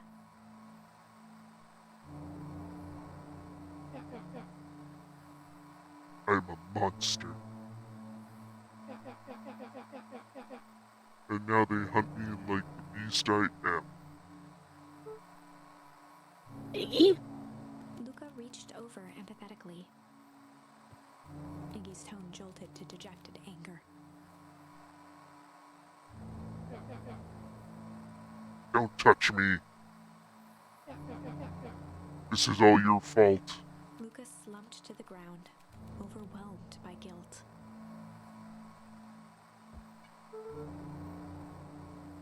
Oh, sorry. I didn't mean to. I lost control. So you couldn't control yourself for a second. And I get to be like this forever? There must be a way to fix this. Oh, you? You gonna be my savior? Perfect little Luca saves the day. With his positive attitude and the power of friendship. None of this matters. There's no time. They're after me. They chased me all through Weepwood. I only came in here to hide. Hide from who? Who's after you?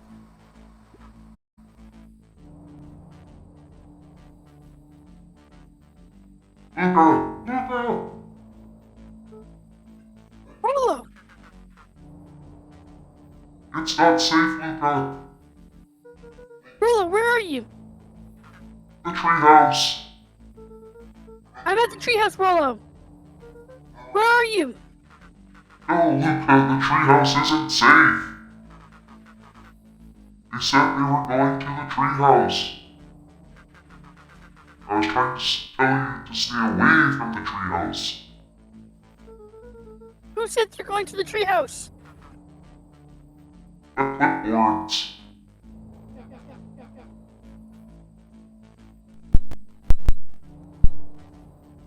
What did I tell you? Those perennial harvest wackadoos are after me. They've been chasing me, yelling questions at me. What sort of questions? They were saying the same stuff that they always do, but it's different now. Less asking, more threatening. We're gonna figure this out, Iggy. Yeah, well, thanks.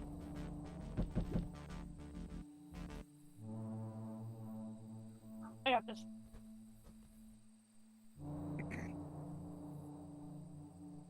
Hello? Is anyone present in this? What the fuck? It's docile.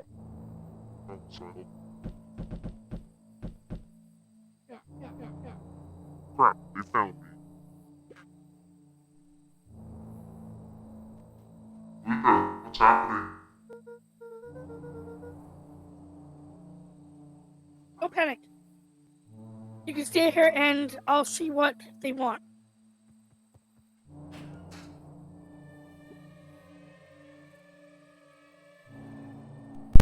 Why is there a bunch of clones outside my house? Hello, Mr. Van Horn. We would love to hear your thoughts. Do you have time for an informal chat? We will be brief. Your time is valuable to us.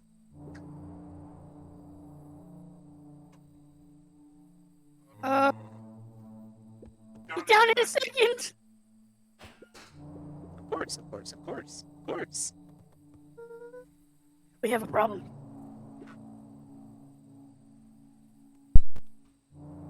You guys gotta get out of there.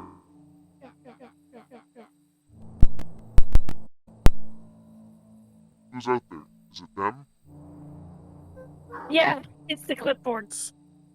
A bunch of them. How many? Maybe all of them? And yeah, you were right. They're saying the same stuff, but a creepy knob cracked to 10.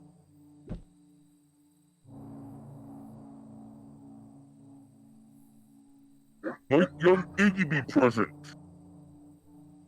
We'd love to hear his thoughts. Iggy slumped to his knees.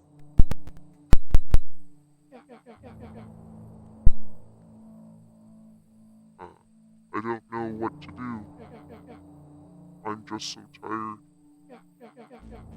Luca, what do we do? Luca grabbed the walkie-talkie and headed for the window. Follow my lead. Luca and Iggy climbed up the back of the treehouse to its roof, where Rollo had constructed his MCDC, the Mission Control Defense Cannon. From behind the crowd of clipboards, William Kerr strode forward, a warm smile on his face.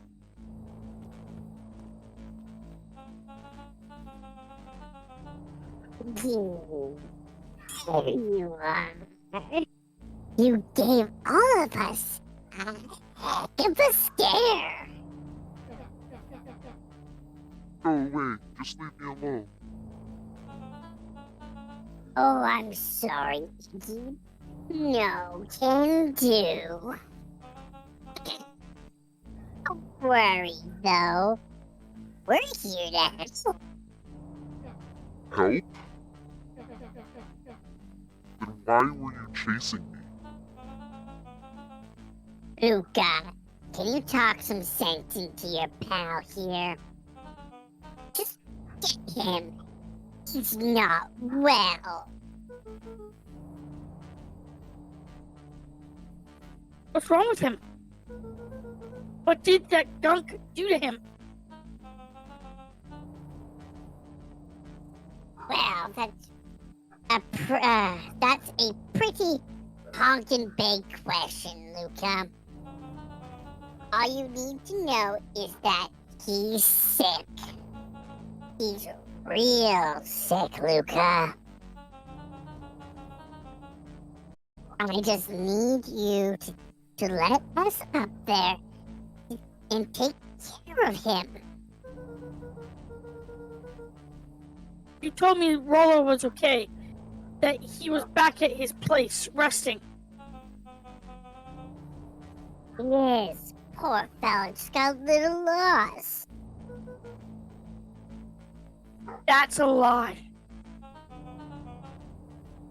That is a hurtful thing to say, Luca. I thought we were buddies. Why? Because he lets you ramble on like a wackadoo? Nobody likes you, you creep. Kerr's smile faltered. Why don't you pop on down here so we can have a face to face? Yelling like this is going to give us all a heck of a sore throat. And who wants that? Luca's grip tightened on the MCDC. What did you do to Rollo, You liar! Well, shucks, Luca. The only teeny tiny fib I told you was that he was at home. He is resting, and he is perfectly safe. For now, at least. What happens to him next is up to you, Luca. Look around. You're in quite a pickle, and I'm the only person in the whole wide world who can help you. You get to decide how this ends.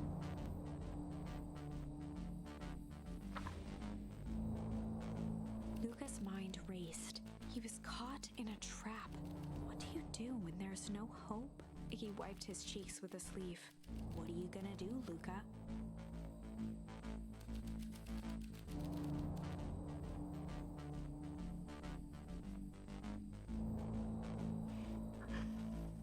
There's only one option. Luca drew himself up and decided to take the only option they had left. Fight. He swung the mission control defense cannon around, aiming it confidently at the smirking face of William Kerr.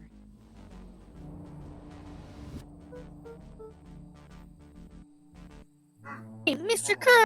Luca summoned his most insolent demeanor. Rollo sends his regards.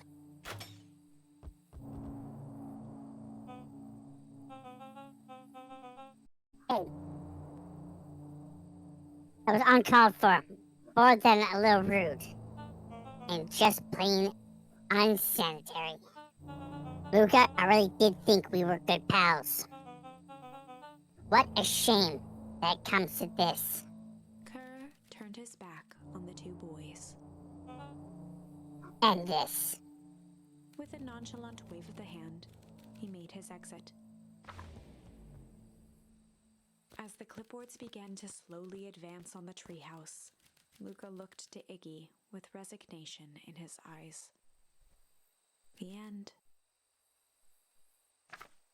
That escalated quickly. Maybe discretion was the better part of valor here. Let's put a pin in this for now. Okay, so we want to go back. I was gonna say, you're We- in this voice. Yep, we want to go back to the Warehouse of Horrors, which is this offshoot here. Yeah. Warehouse of Horrors, and we want to go struggle.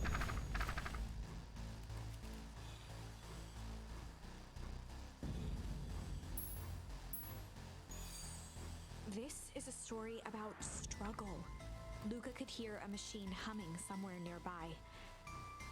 He felt around wildly, searching for something, anything that could help. His hands found a hard object, maybe a tile? He yanked it free, lifting the cold stone. Let me go! Luca swung the tile as hard as he could at the shape that still held fast to his leg.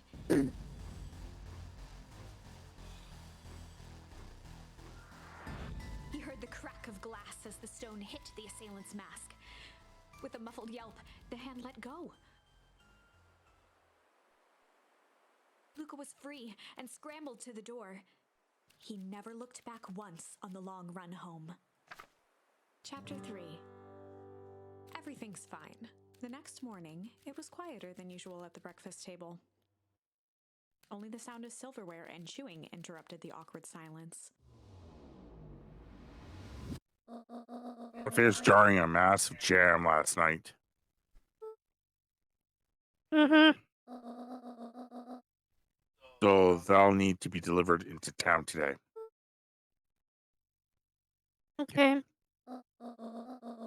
So, what did you and Rollo get up to yesterday? Well, Rollo had things to do, so I just sort of poked around town. I've set the jam down by the front door. There's 2 batches to drop off. Mm-hmm. One for Mr. Tolliver of the Bag and Wig. The other for Mrs. Fretillary at the diner. Fratelli. Oh, and Mr. Nuncreed? He said he wanted some more. I suspected as much.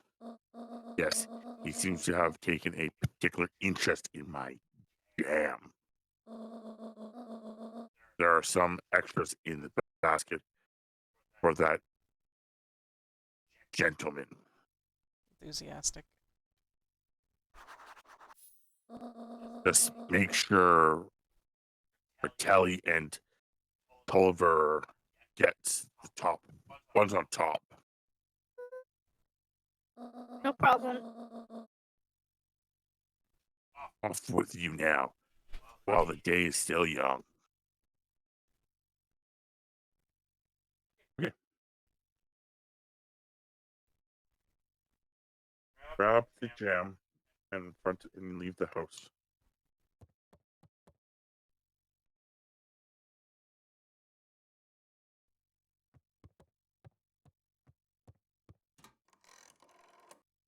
Hello, it's Juniper Hartford. Before you hang up, just hear me out. I have a business proposition. Simple matter is we both have the same problem that needs solving. Very well, we can meet tonight. Okay, let's grab this. Oh, jeez. Leave the front of the house. Interior. The scene will play.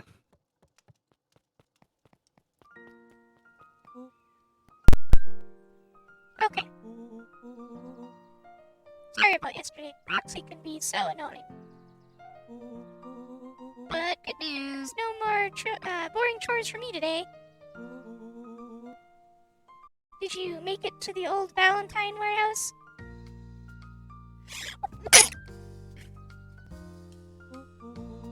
So, what did you find?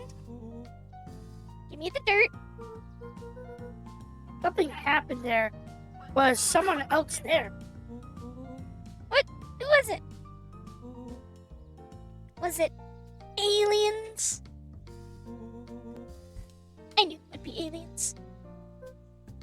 No. Zombies? No. Alien zombies. What else could it possibly be?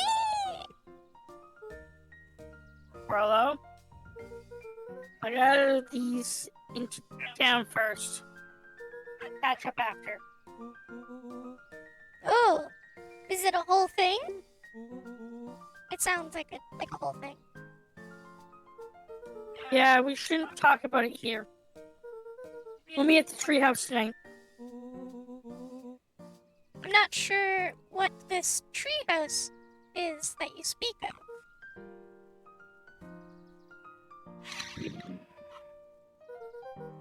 Meet me at Mission Control. Roger that, Space Cadet.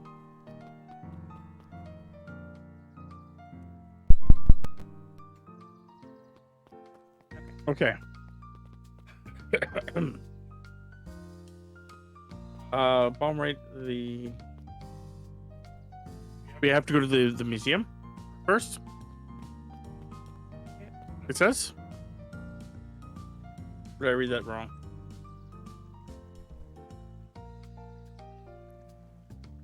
Head to the History Museum, Yeah, so that would be down.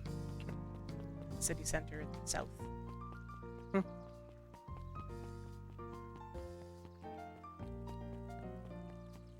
Oh, because that's where this guy is.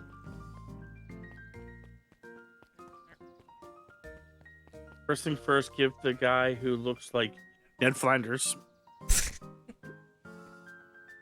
Huddled at his counter, Hiram Tolliver was meticulously shining apples. More accurately, Hiram Tolliver was meticulously shining one apple. Hello? With a yelp, Mr. Tolliver fumbled the apple, flailing at the air as it fell. Oh, sorry. No bother, no bother. He leaned forward and lowered his voice.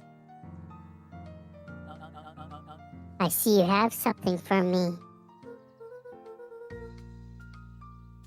Yeah, Graham had some jam I'm supposed to give you. He leaned in a bit further.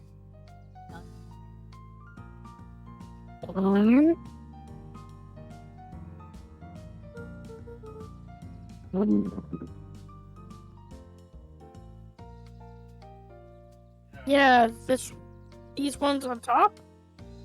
Shrug your name on 'em. Mr. Tolliver leaned back, speaking loud enough for anyone to hear. Oh, Yes. Look Jam! Thank you so much for delivering me this jam to me. He reached forward and snapped up the jars of jam, giving Luca a little wink. I shall put it on my store shelves. Oh, taste!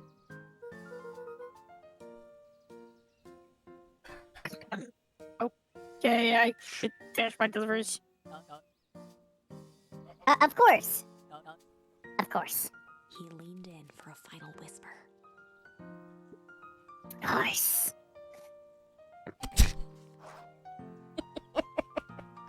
We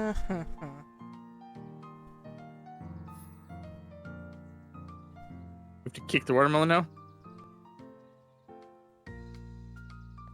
Melon kicker.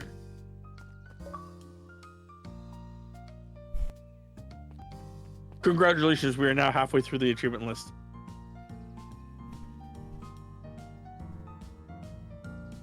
Okay, let's go deliver the jam, the rest of the jam back to the town center. Just up a beacon. There's an exit right. Okay.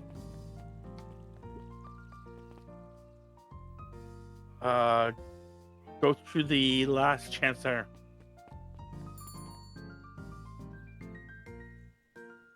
Head inside the diner and talk to the woman, the counter, and the scene we played. Can't remember what voice I used for her. I think it was just... Well, if it isn't my favorite little jam runner. Hey, Miss Bartilli. Look at you. She leaned forward and pinched Luca's cheek. You're all skin and bones. It's your grand not feeding you. It's just... I'm a fucking deer. I understand. I think you're a kid, to be fair. I'm a 12-year-old deer. You know, I taught your mama how to cook back in the day. You may not even remember, but you and her used to help out in the diner. See that picture over there?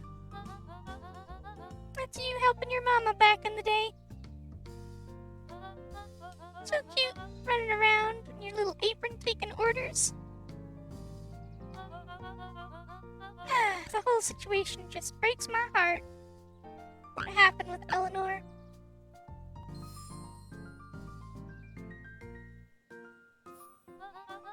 I got a feeling she's out there somewhere, yearning to be with you again.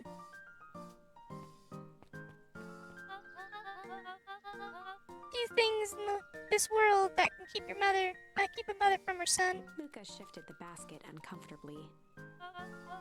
Ah yes, let's see here. Mrs. Fratelli lifted the cloth and inspected the jam. Ah, they even have my name on them. How thoughtful. She carefully lifted out her jars of jam.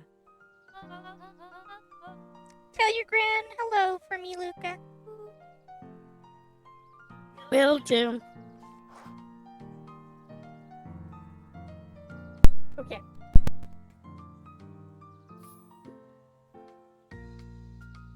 When you gain control, leave the diner and head to the town center. From here, go to the backside where you can the library is and talk to Nuncrete. You're stuck on Luca. You know what?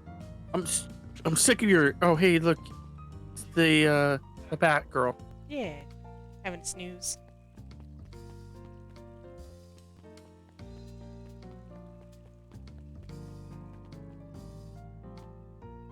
The crazy part is the fact that I'm reading this, and on the thing anyway, it goes from chapter 3, 4, 5, and 6 extremely fast.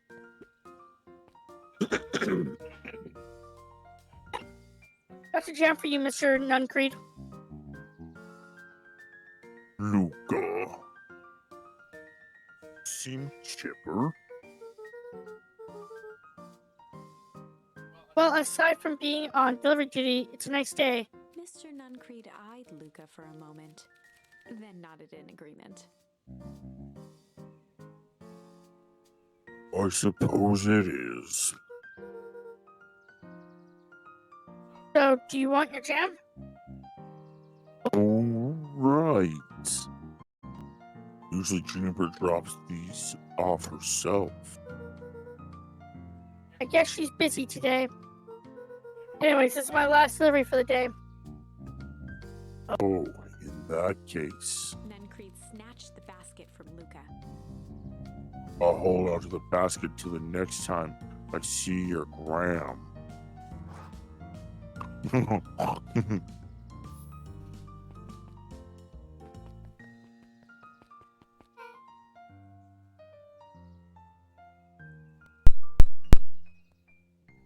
you. Anchovies or pineapple? What, the fucking waffles truck? What? Trap? Don't think. Just answer. Pineapple. Why? How old are you? 12. Perfect. Follow me. Who are you? Anyone ever tell you ask too many questions? Just try to keep up, okay?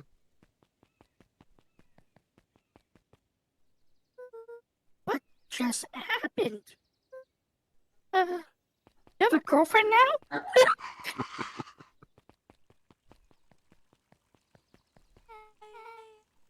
Hey, what a crazy coincidence. This is, here's my new friend I was just telling you about.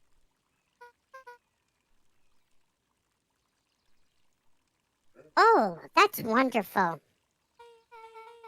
Yep, we just hit it off. Oh, really?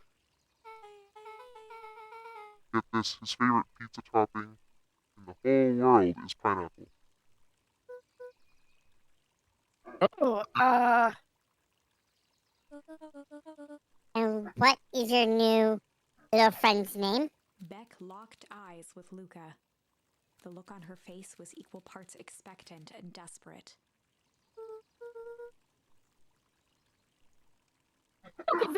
nice to meet you. Nelly. And this is Ilando? Ilona. Ilana. And for all the people in this town, you'd think that he would know everybody, but oh, you're Beck's parents. Never mind. That's why they didn't look like children. They look more like teenagers, not adults. Like like the old teenager kind of thing. Yeah. They look like fucking adults. Beck gave Luca a quick nudge. Oh yeah, Beck told me all about you. It already feels like we've known each other for years. So you can both stop obsessing about me making friends.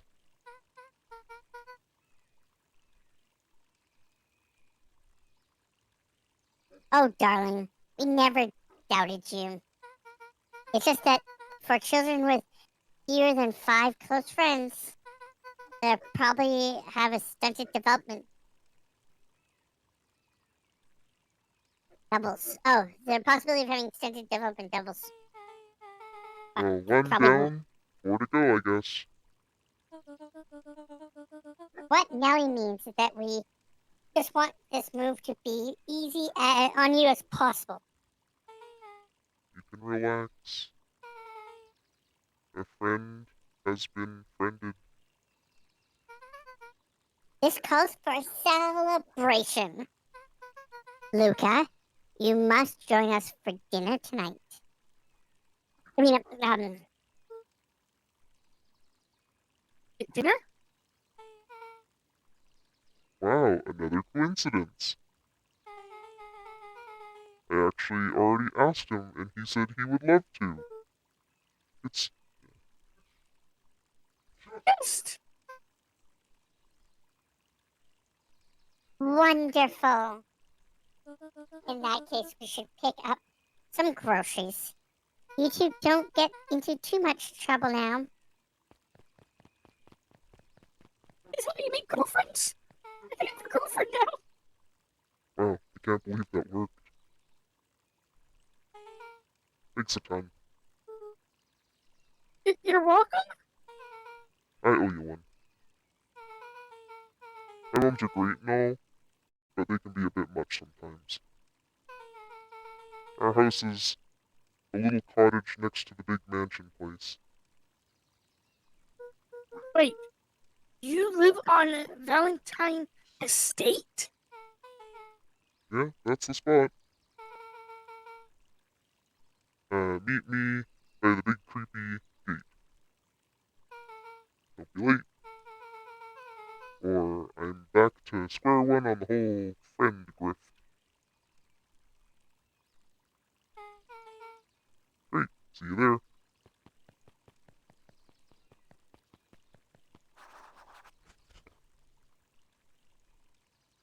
Okay. When you can control, leave the diner. No. Alright, that. When you can control, go to the back side, to the crossroads, instead of going to the. Okay. Okay. Okay, we're just gonna leave. Tammy. Tammy, simmer the fuck down with that. I understand that, I keep pressing not pressing the button, but it's because the concept is that I go from this into trying to figure out where they're going next. No, I was gonna ask that we were just gonna leave our friend at mission control. Yeah, that's what's happening here.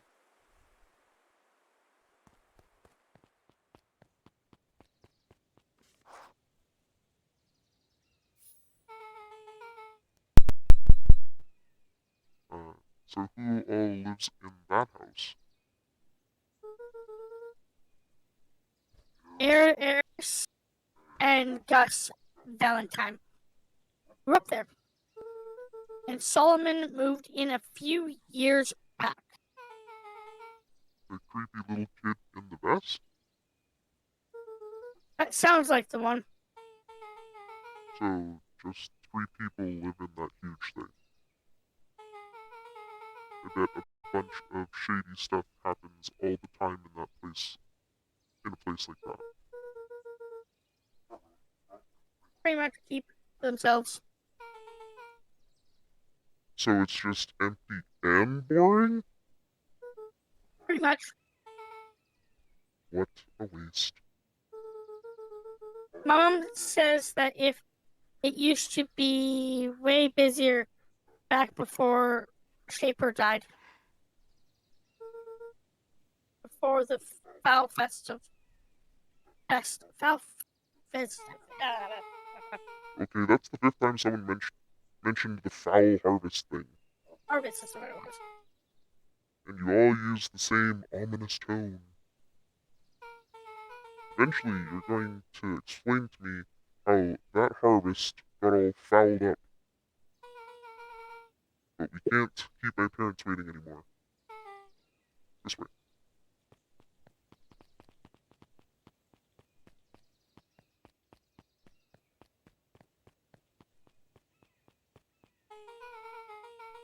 Most kids would just have ditched me at this point. Why are you still here? You look like you could use some help. You know what, Luca? You're not so bad. Let's get through this as simply as possible. Just eat, smile, and nod. Fun. Great. Whatever you do, don't bring up their work. I think I can handle that. Beck took a long breath, then gave a firm nod. Here goes nothing. Chapter 4. Dinner with the Moodwills. Ilona Moodwill was worried about change. A gardener at heart, she understood the necessity of change, relied on it even. But there was a difference between the controlled world of her plants and this cluttered cottage in a strange town. Almost done. Nellie was a blur of activity, digging through boxes.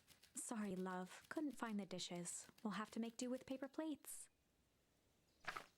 Dinner went by without much conversation. As she watched Beck and Luca finish up their pizza, Ilona let herself relax into the chair. The things she cared about were still here. Nellie finally had the job of her dreams. Beck was beginning to take root. Ilona's task was simply to tend to them. She could do that.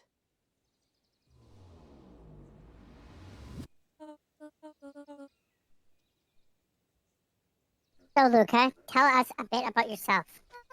Where do you live? Oh, I live with my grandma. Over on the other side of the river. Your grandma? Where are your parents at? Beck. Manners. It's alright.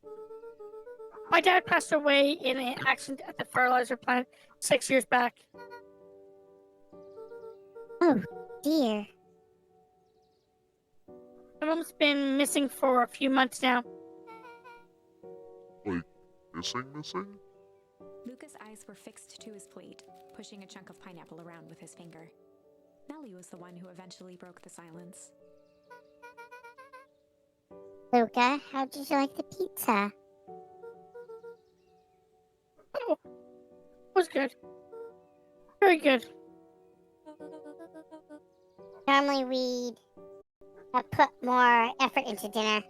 Ilona nervously gestured toward the boxes. We aren't fully settled in, and Beck had mentioned that it's your favorite.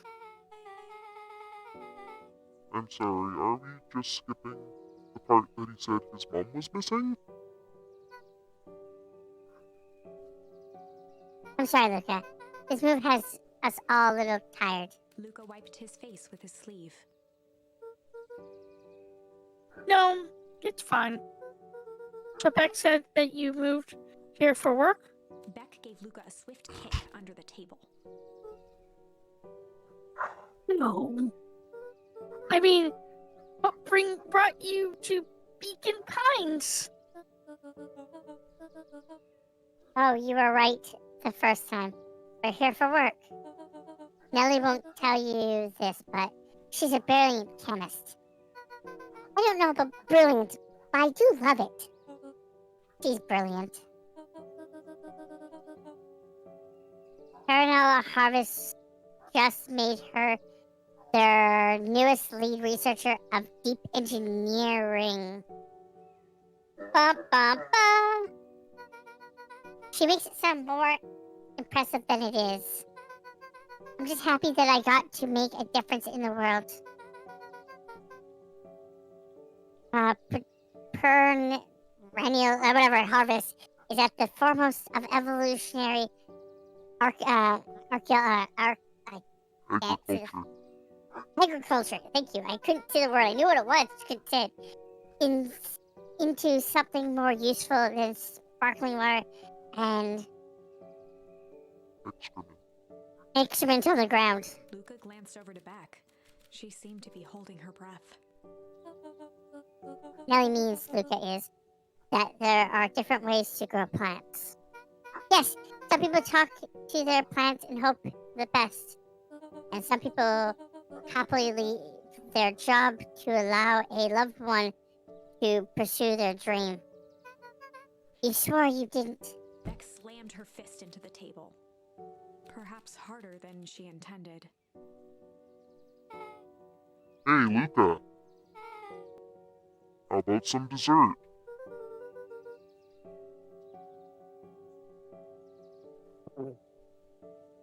I actually have to meet my friend Rollo soon. Luca glanced outside to gauge the time. The sky was darker than he expected, filled with ominous clouds.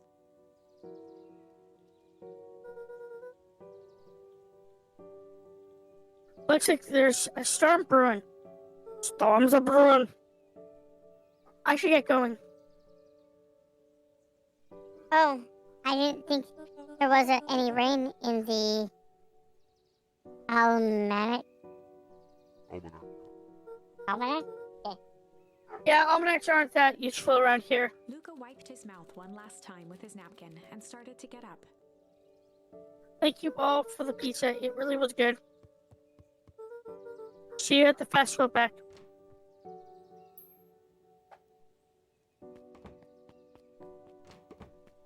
Wait up. I'll walk you home. Surprised, Luca turned around. He knew Rollo could be prickly around new people. But Beck seemed cool. Rollo would warm up to her eventually. Probably.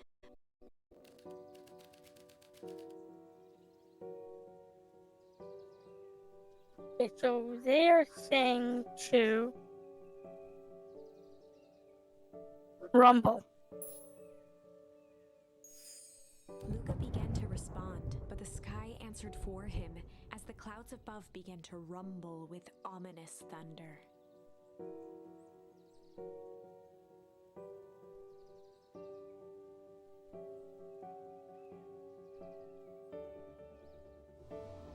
Sorry. You sure we can make it home before the storm kicks off? Luca surveyed the roiling clouds. I'd say the odds are good. Maybe you should stay here. I'll make a break for it. At that moment, the heavens opened up, unleashing torrential rain. Care to recalculate those odds? Hurry inside, you two, before you catch a cold.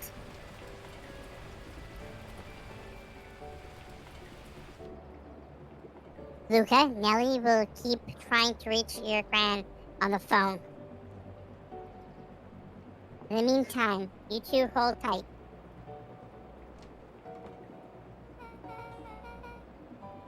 Sorry, not much to do up here. Most of my stuff is still in boxes. Mind if I poke around?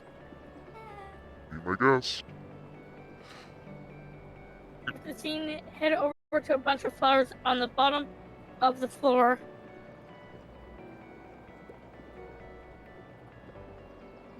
Luca bent down to examine the bouquet of wilting flowers. Judging by the odor, they were well past their prime.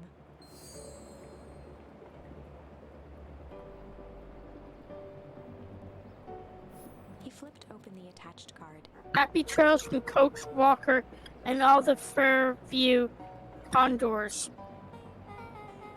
Boy, you weren't kidding about poking around, huh? Oh, sorry. Was this from your old school? The most recent one, yeah. Some schools just gave me going away cards. Some delivered flowers. When they're all really trying to feel good about themselves, they do both. Yeah, you moved a lot. Yeah, that's the thing about having a brilliant parent.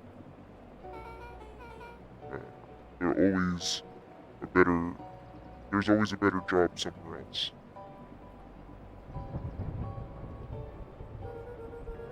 These flowers would last longer if you put them in some water.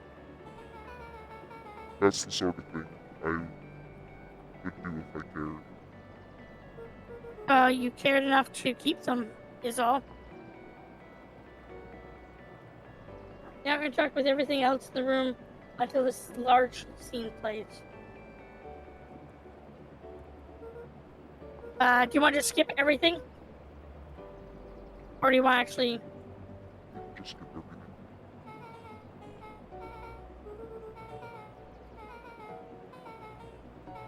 Luca flicked at one of the toggles.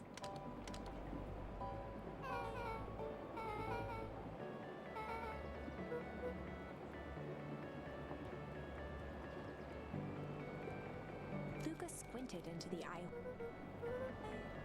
Luca adjusted the Luca wiped.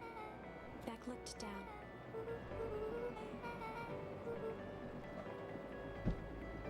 Oh, she's... Dang, didn't that hurt? I'll be honest. It hurt more than I expected. Well, at least you look cool doing it. Beck took a moment to watch the rivulets of water running down the window. Do you ever feel alone?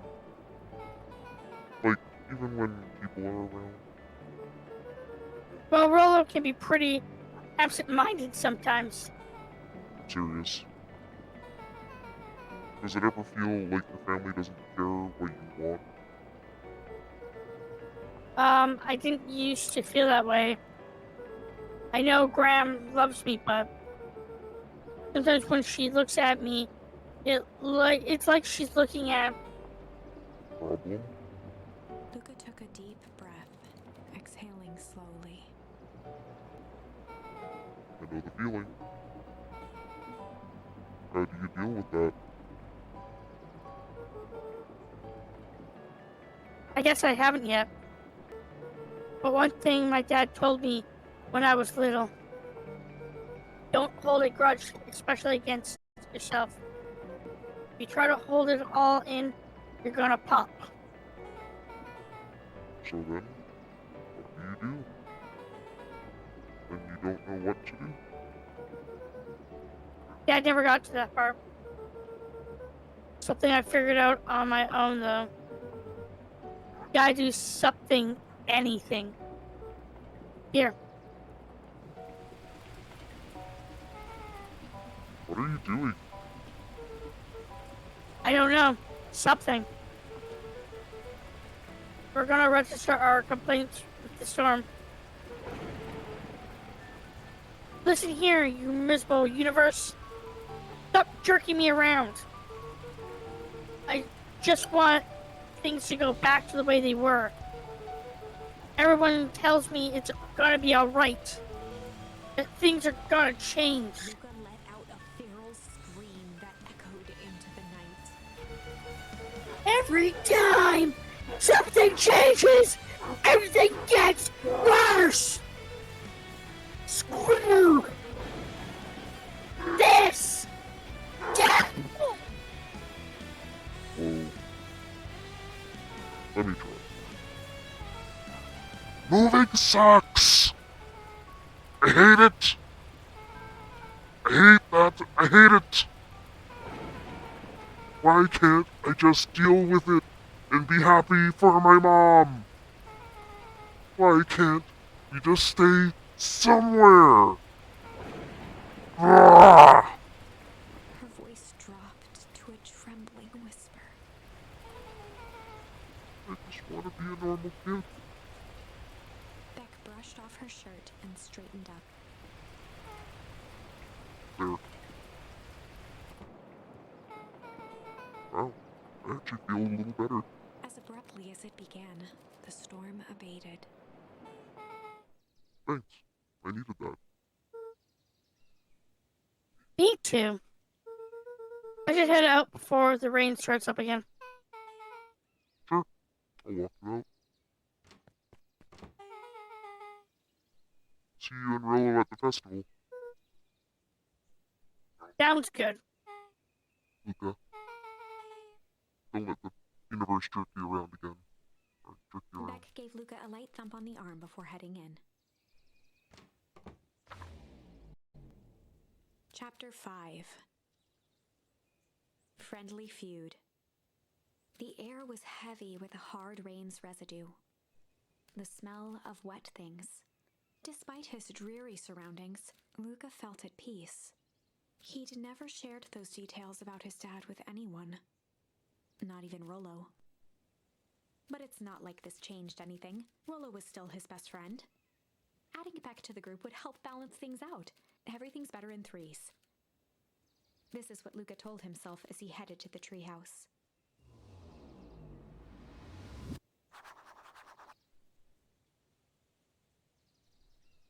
When you get control, run to the treehouse, head left through the estate, keep going until you crossroads, blah blah blah blah blah. I see him play. Oh.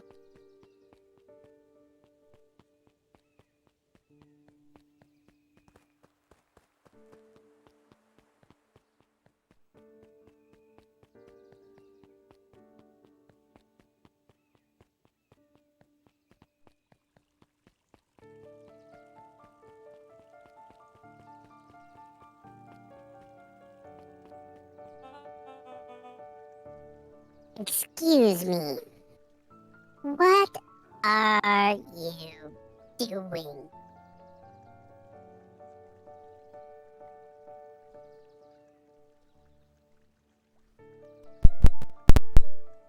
Just locking up for the night, sir.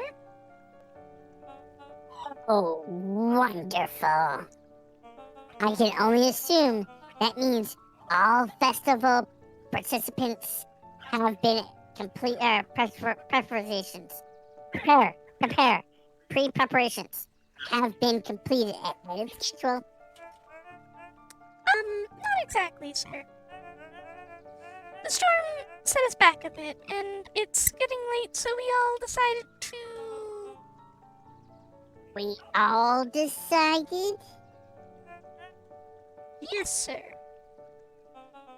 I was unaware that your job involved deciding things.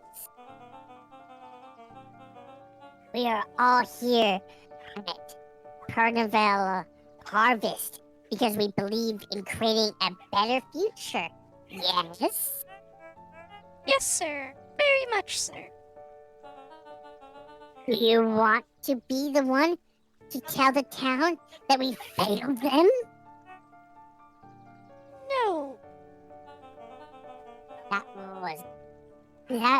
That we gave up because there was a little rainstorm and we all got sleepy. Of course not, sir. Good. Then it's decided. Yes, sir. We'll stay till the task is done. See that we do. Our harvest awaits.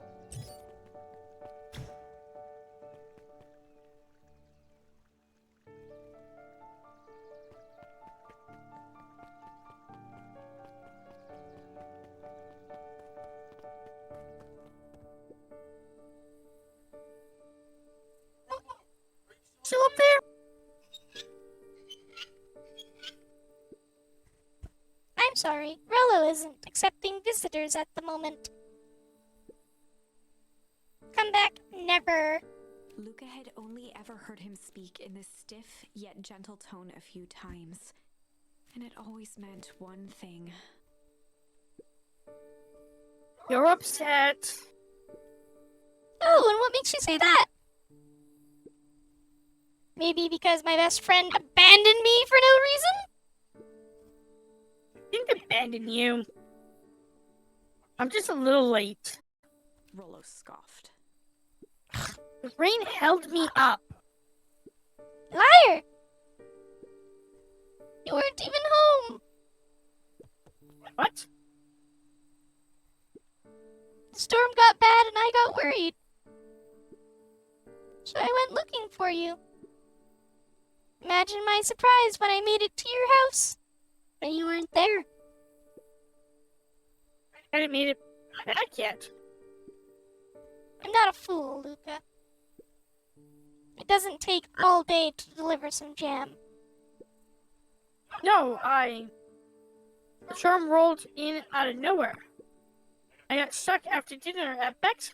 Lucas stumbled on his words, knowing he'd said too much. Beck? Dinner? What the heck is a Beck? He's a new kid in town. She's actually kind of nice, or kind of cool. You'd like her. She needed help convincing her parents that she'd made new friends. New friends? I spent all day waiting for you. And you were off making new friends? To be fair, I did tell you I was going to be here at night. Not like that, Rolo. You know, when I was waiting, I made some upgrades to mission control. It was gonna be a surprise. But it took so long, the storm knocked it all down. Just like you knocked down our friendship. What does that even mean? Luca became instinctively angry in response. Both boys were now shouting across the distance. It means you're a bad friend. You don't care about me. Of course I care, you ass. I knew I'd get in trouble waiting so late for you. But I kept my word. 'Cause that's what friends do. Oh, whoa, what a noble sacrifice you made. Easy for you to say. Your grand doesn't even care. You can stay out as late as you want. And you don't even get in trouble. Seriously? I feel like I chose this. If that's what you think, then maybe you're the bad friend. Rolo's tone changed to a calm, yet more intense anger. Maybe Pa was right. Storms bring more than water. This one brought out the real Luca. Stop putting your paws nonsense like it means anything. Yeah, well, at least my Pa is still around. The words hung in the cold night air. Rolo's stomach dropped, knowing he'd crossed a line. But it was too late. Luca, Good night, Rolo. dang it.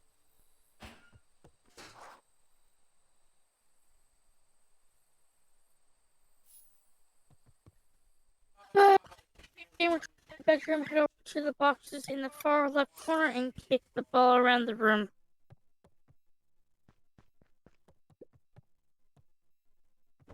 Luca dug through his old stuff, not even sure what he was looking for.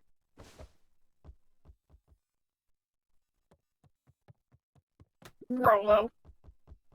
What a jerk. Call me a bad friend?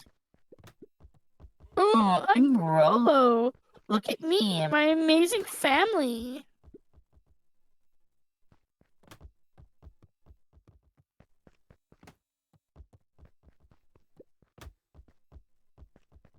Kick the ball around the room a few times. Yeah, sure. I think it's done. I think it's time to go to bed. Is that what it's saying?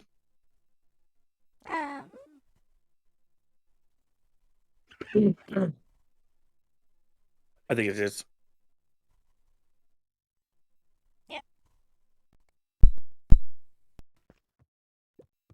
Guess I'm just never supposed to make new friends.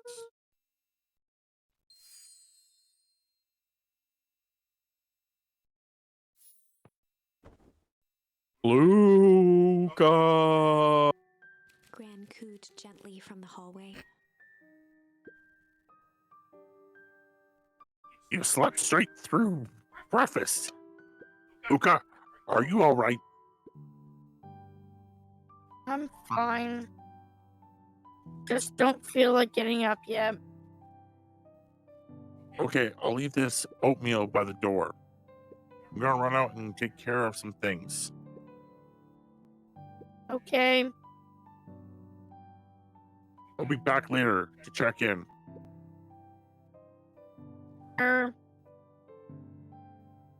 Luca just wanted to be alone. He waited to hear the sound of the front door closing.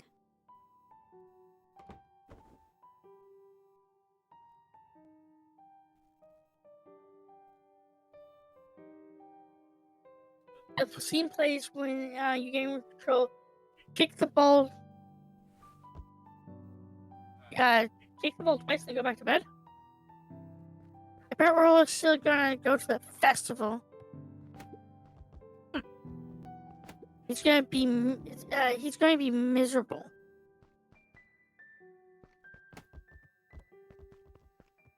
I guess then go back to bed. Luca dozed off again.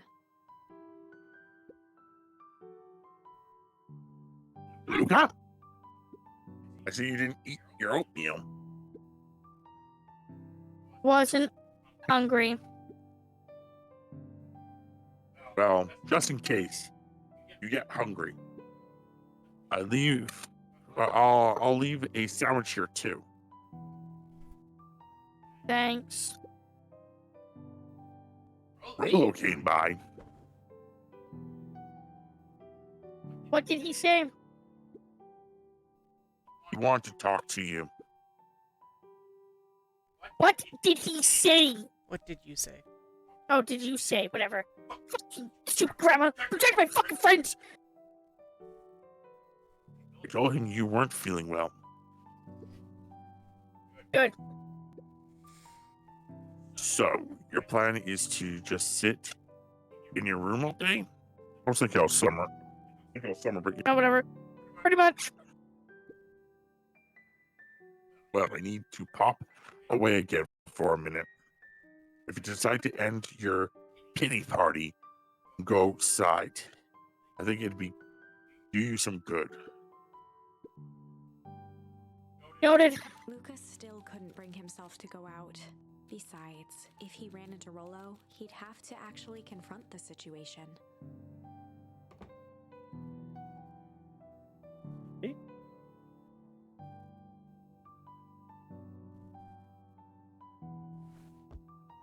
Kick the ball to shelf.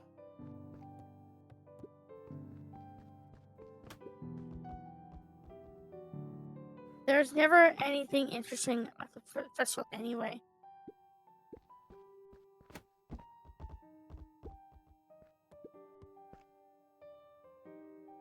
Okay, so retract the book. Adventures of Hank Atomic.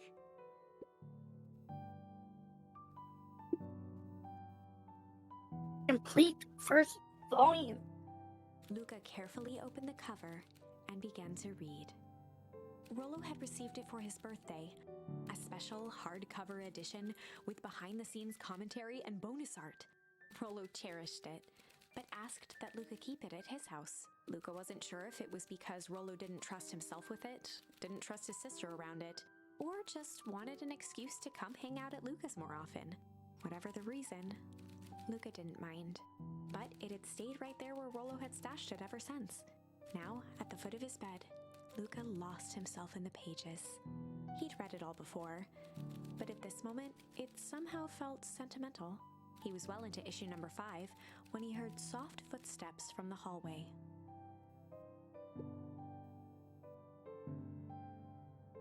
Luca. Another little friend came to see you. A girl named Beck. Mode will. She said you met yesterday? What did she say? Is she here? She was just dropping by. I told her you weren't taking visitors today. Oh,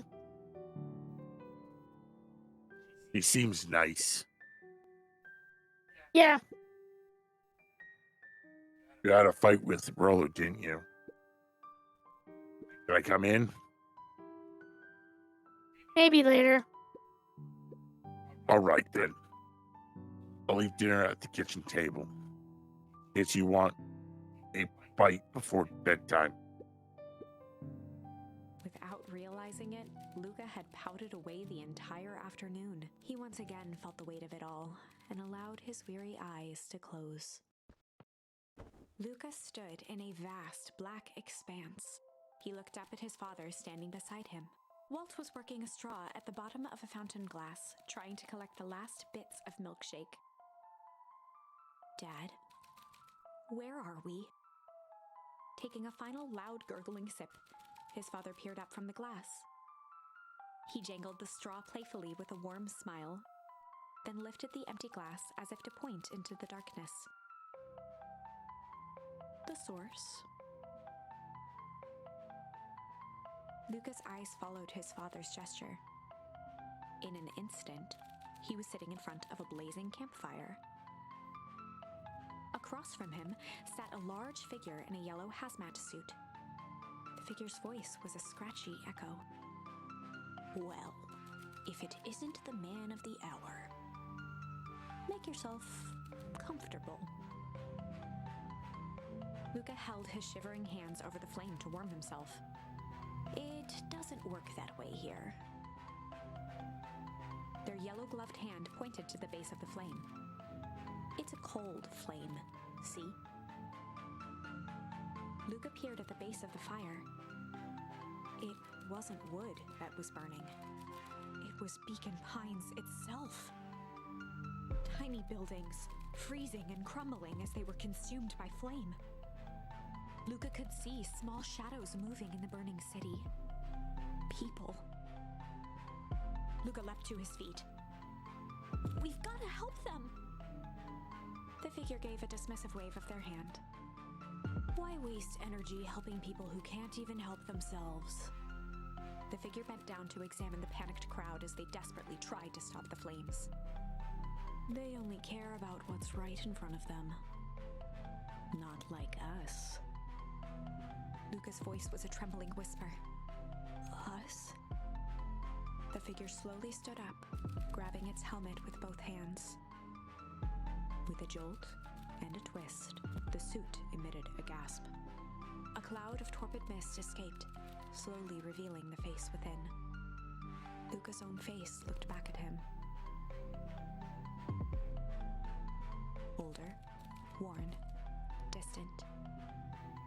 The sensation was oddly familiar, as if he'd caught his own reflection by surprise in the mirror. The doppelganger smiled. I tried to help once. He gestured towards his face. And all it got me was this. Lucas staggered back. You aren't me. Luca felt a hand catch his shoulder. His father was there again, beside him. Every choice sets us on a path. This is the end of one of your paths, son.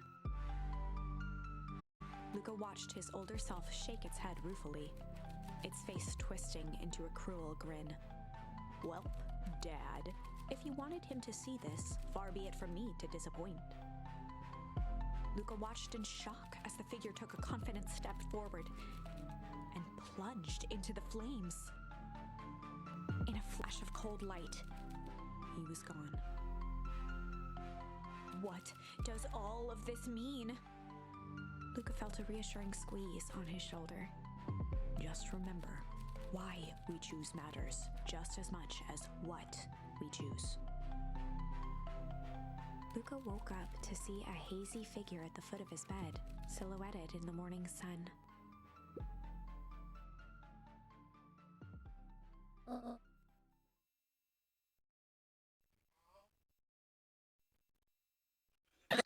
No, dear.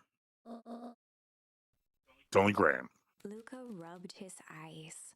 The kind, concerned face of his gran came into focus.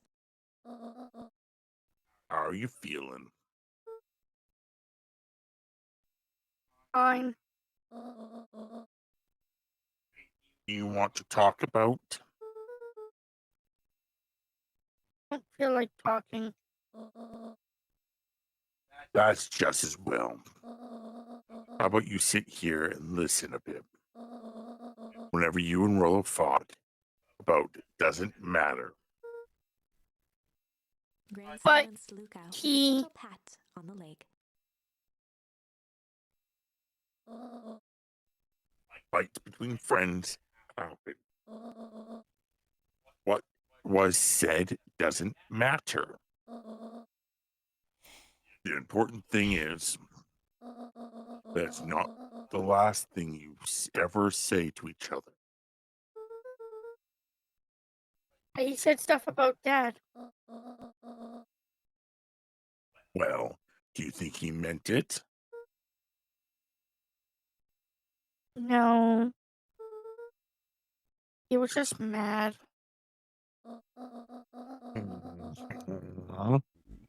And did you mean any of the things you said to him?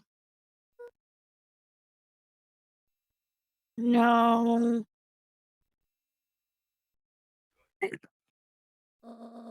One must appreciate friends in their best moments and accept them in their worst. Now get your little butt out of bed.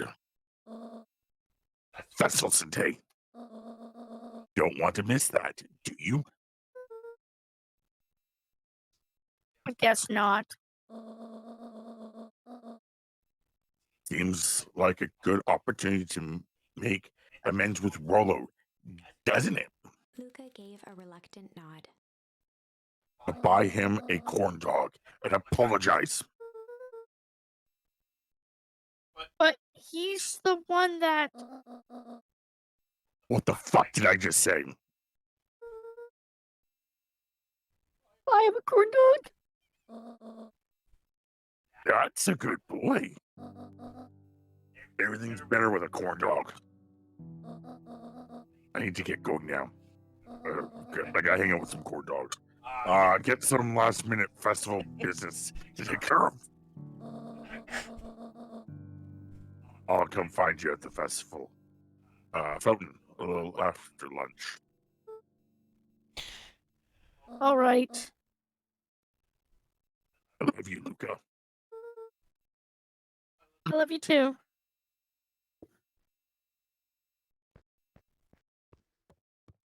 Luca took a Okay. deep breath.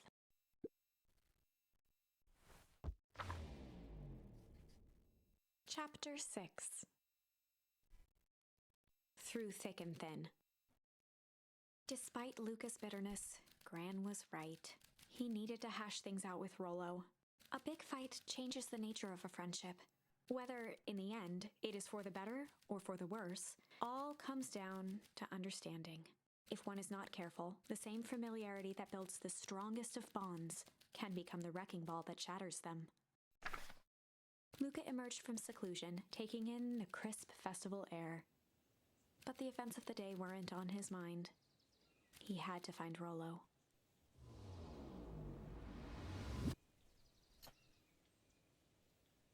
When you gain control, it'll be outside your house. Head down to the sign where a scene will play. Leave this sign to the right.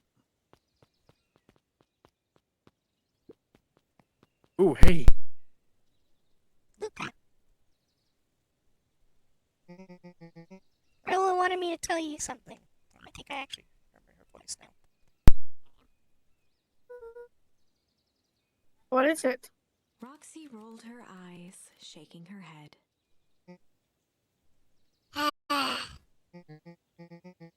A space adventure, though you needn't buy it. If ye be brave, go somewhere quiet. Roxy, I don't. It's a riddle, Luca.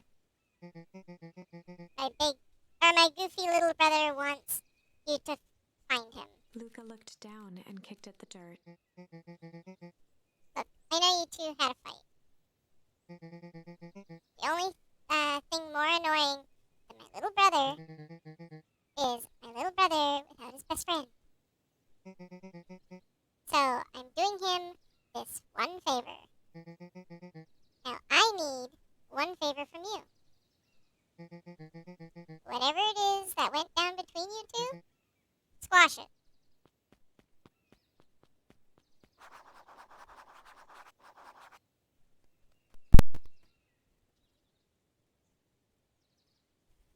Okay, first, so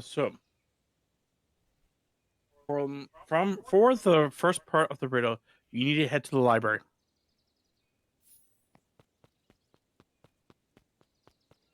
Pretty sure me and Tim both know where the library is. Race him. You're beating me currently, so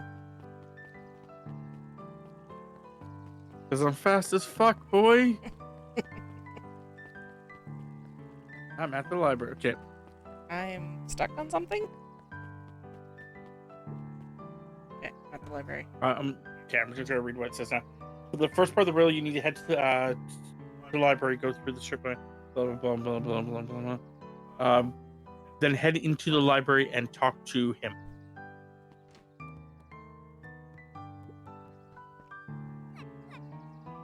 Bingo.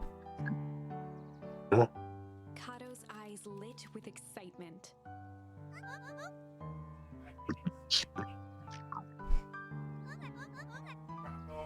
Ciphering the first riddle.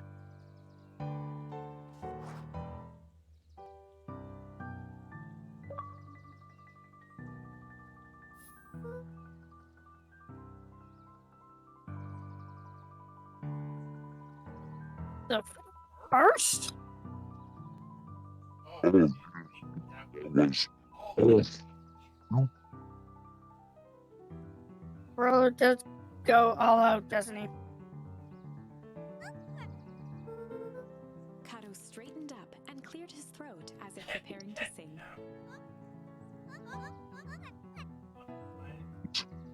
Apple, you may take issue. When the 15 dies, you'll need issue. Kato stared at Luca eagerly. No, it's okay. Let me figure it out.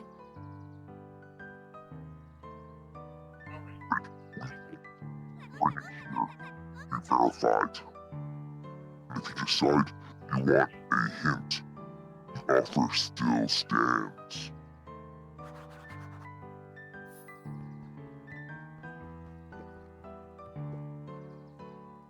Okay. When you gain control, grab a book from every bookshelf in the library, and then go Kanto and talk to him. A scene, please. Luca grabbed The Adventures of Hank Atomic, issue number 5, from the shelf.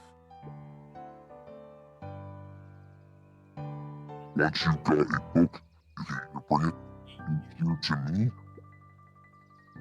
or just grab a different one. Okay. Let me just read what this guy says again. Grab a book from every bookshelf in the library. Bring the scene, place. When you gain control, do I grab every? Luca grabbed the 5 pillars of success. Luca grabbed Like, the... do I just grab a book and then bring it to him, or do I grab a book each? I'm going to every shelf grabbing a book. Luca grabbed the... Luca grabbed... Yeah, that's what I'm working on. Luca grabbed The Adventures of Hank.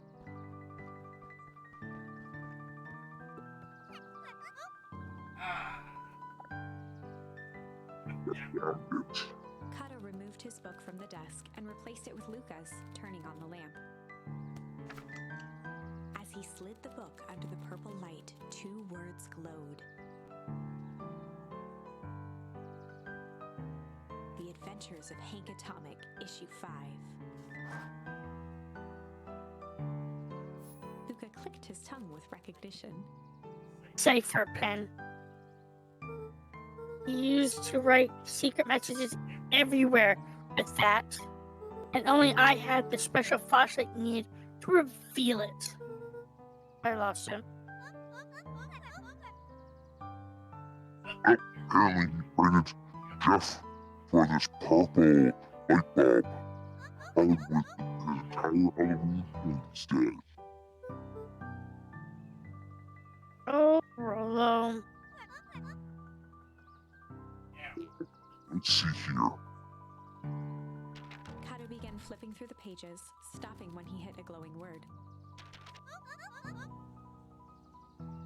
Away with such a griff.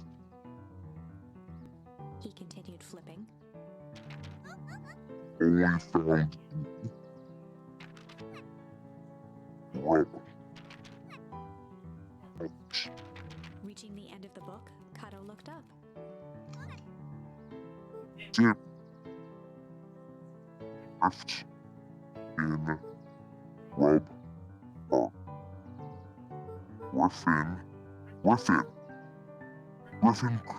Griffin's rub cart. You're You want me to go to Griffin's, right? you're on Monster. Oh, God. Griffin's grub cart! Whatever. It's Griffin's grub cart, guys. I thought I switched to brilliant. I guess we're off then. Good luck on the rest of this scavenger hunt. Thanks, Kanto.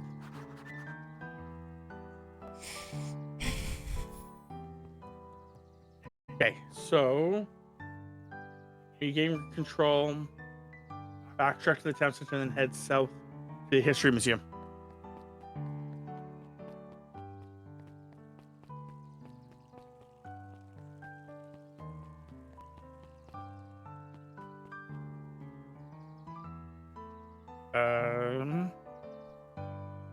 Talk to the lizard.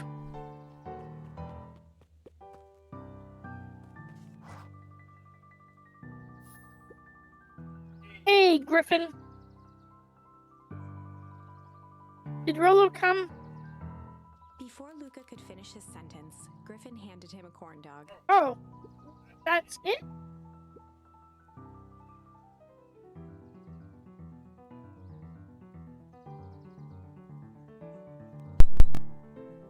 Bought and paid for.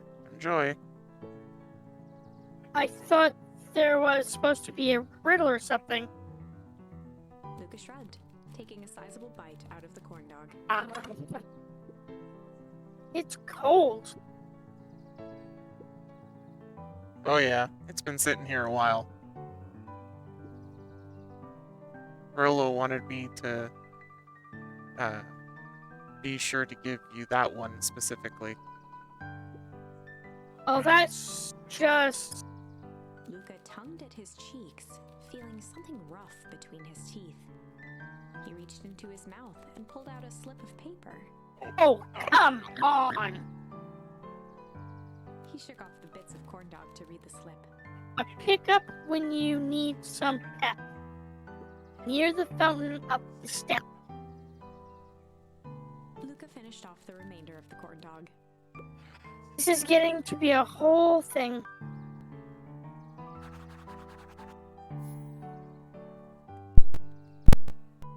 The game control head to the town center, then head left at the staircase. Okay, let's go up. Let's go. That's where I figured it was going to bring us.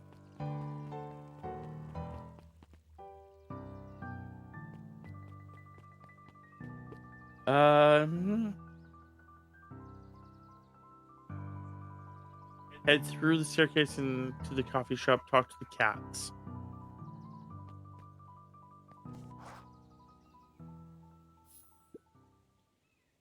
You are Luca. There's no way I'm actually doing this. Way below my pay grade. Oh, come on, you big stiff. Let the kids have some fun. Fine. But Rolo owes me one. Lumi waved his hands around sarcastically as he began.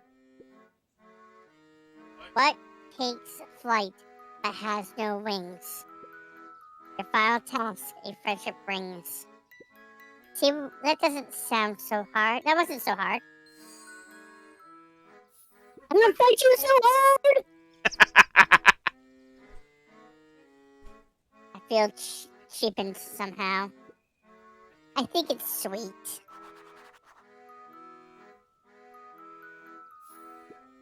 Good luck, Luca.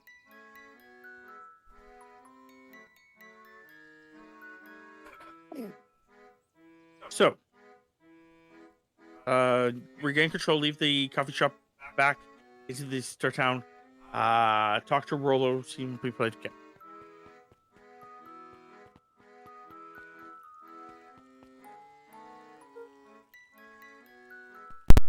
Hey, Hey. Did you find the comic book? yep, And you got the corn dog? yep. Well then. I know it doesn't make up for what I said. But here, you've earned this. Rolo sheepishly handed Luca the balloons.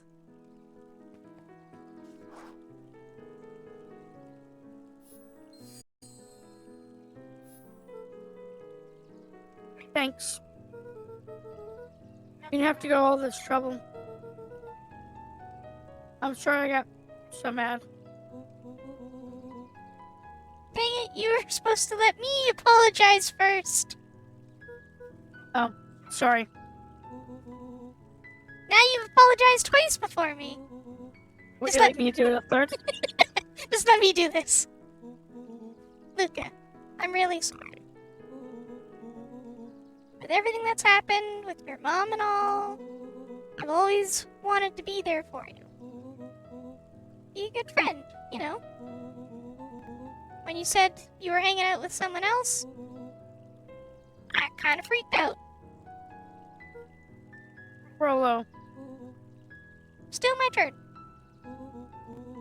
I felt like if you needed some new friend to help you, it meant that I wasn't good enough.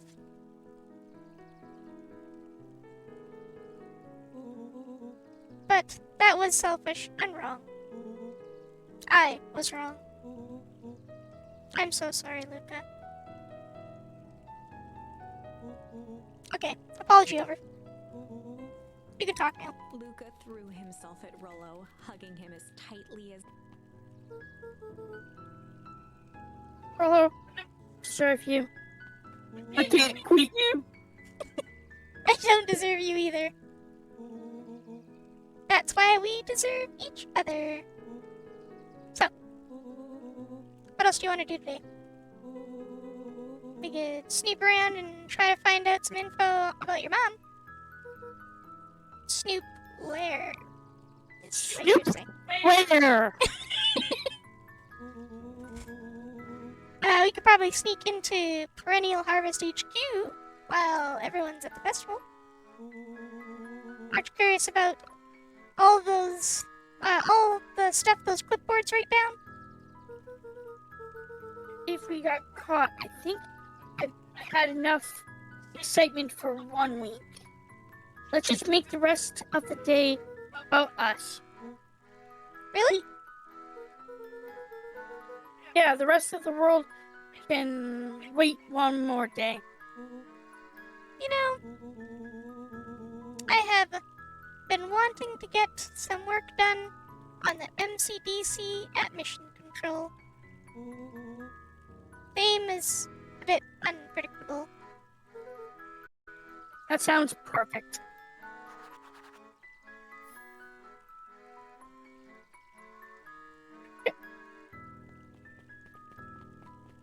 Just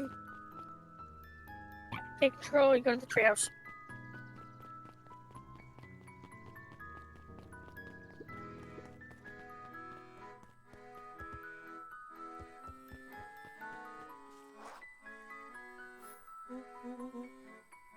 Oh, I almost forgot. I ran into your gran this morning. She asked me to give you this. Rolo handed Luca an unopened letter. wait for you inside if you want to read it now. Luca, some things are going to happen that might be difficult for you to understand. If I am honest, I hardly understand them myself. But whatever happens, I need you to know that I love you. None of this is fair to you. You have already lost so much. We both have. I wish there was a simpler way forward, but if there is, I haven't thought of it. God knows I've tried. Everything I've done, I did for you. I hope someday you can accept that. Love, Gran. True, Gran. Luca folded the paper into his pocket and headed up the ladder.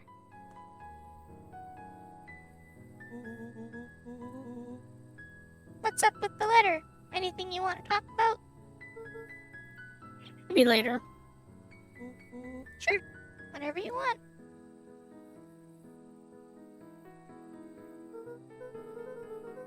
You know, really didn't have to go to all the trouble just to apologize. I know, but we'd been looking forward to the festival for weeks. After I ruined everything with my big mouth, this was the best way to make sure you still had a good time without me. Rolo. Luca was at a loss for words, but that was fine. Words aren't always necessary. The festival seemed nice. Was it nice? We can still go. Nah, this is fine. Well, there's always next year. Sadly, this was untrue. A distant rumble shook the treehouse. Aw, man, we missed the fireworks. It was not fireworks. It was something the boys couldn't possibly comprehend. Something as old and cruel as time itself.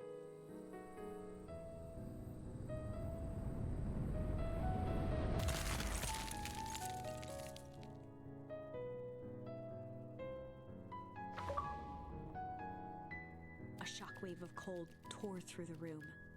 A bitter, before they could react, it encased them in ice. Two boys, reunited by friendship, only to be cruelly separated by a malevolence beyond reason. And so, our story ends on this melancholy scene. In a silent treehouse turned statuary, in a town brought low by its secrets, sits a pair of friends, alone, together, for the rest of time. The end. No, that can't be the ending. It simply can't. I won't accept it, and I hope you won't either. There are more endings, more possibilities. I can feel it. We are just going to have to sort through them all until we find the one that fits. Okay, so we want to go to...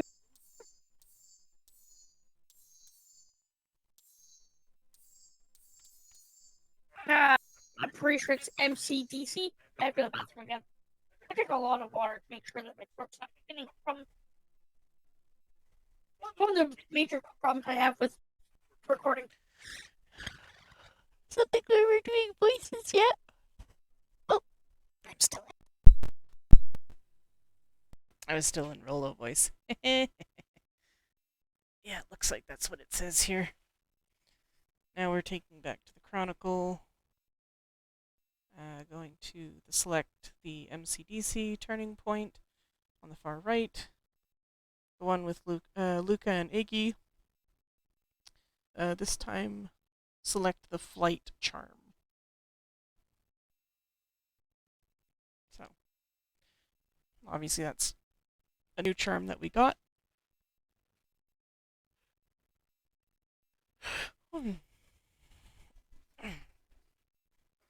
So, let me just... Yeah, it's this one, the MCDC one. Yep. I'm just trying to.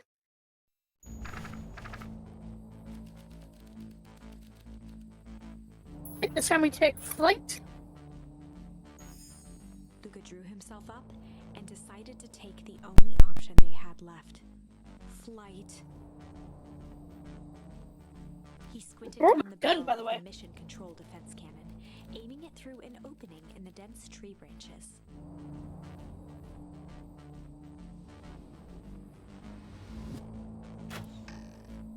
He looked up with surprise as it struck true and taut.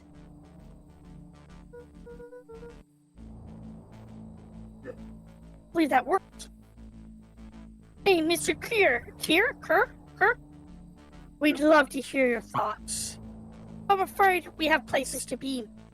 Come on, Iggy.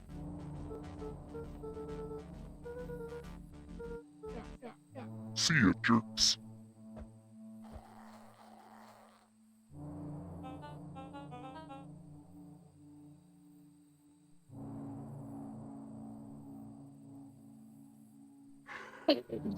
Fine. We know where leads them. This way. We'll take the tunnels. Luca and Iggy winced as they sprinted through the thicket. The branches clawed at them, reluctant to give passage. After what felt like a marathon, Luca stopped in his tracks as they reached the clearing. What the? That was all he was able to say before Iggy slammed into his back. The boys tumbled down a steep decline and crashed with a wheezing thud on a surface as hard as ice. In fact, it was ice. Chapter 5. Signs. They stood silently, catching their breath. The sky was like sapphire. With each breath, a plume of steam escaped from Luca's lungs. Let's keep moving. Luca pulled Iggy to his feet as they gazed across a snowy terrain.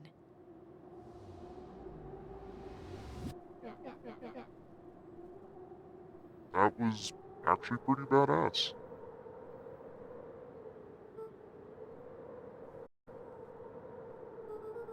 Awesome. Are we up in the mountains? I don't think so. If anything, we went downhill. Then what's up with the Winter Wonderland? All I know is there's no going back the way we came. Let's see if we can get our bearings. Follow me. Okay. Once we gain control, all the scene. After a small scene of plays. After a small scene plays, when you gain control, walk south to the frozen sign. Interact with the giant familiar sign, and a small scene plays.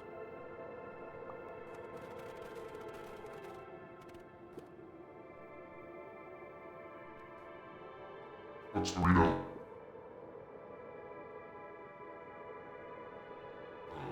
It's just above 158 total. That's down a bit from last time. Should we report this to Mr. Bird? Meh. Still within safe ranges.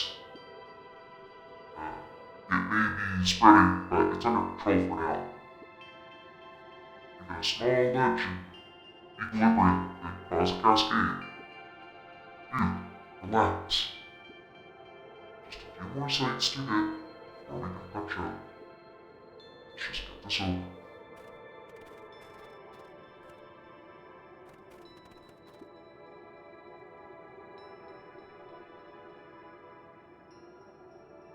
Okay.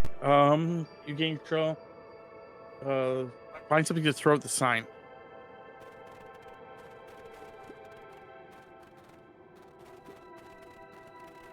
I throw Iggy at the sign.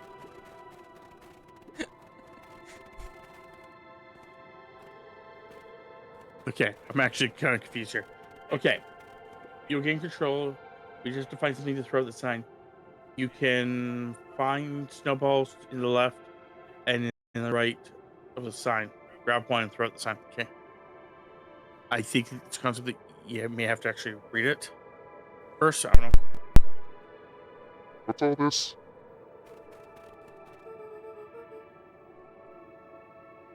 Hard to say with all this snow. I think it's a town sign. I can almost make out letters under there.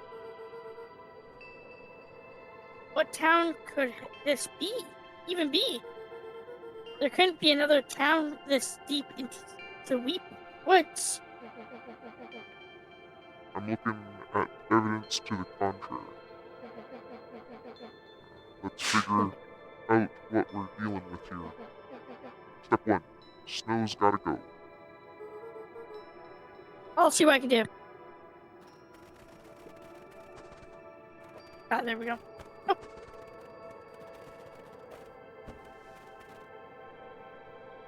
The boys stared in disbelief at the sign that now clearly read, "Welcome to Beacon Pines." This doesn't make any sense. We're in Beacon Pines? How's that possible? We ran away from town. How did we get back here? I guess we got turned around? Where did all the snow come from? Well, it's been colder than normal lately. Yeah, it's a pretty big difference between sweater weather and the Arctic hellscape. The pole we fought at before, it was cold too. Maybe all it leads to one source. You think it's related? What the hell's going on?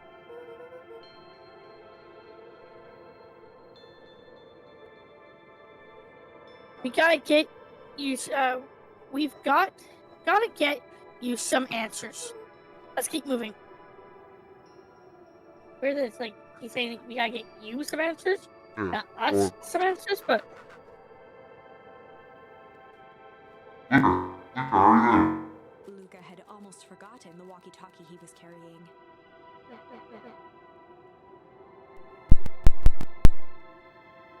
It's that bozo Kerr.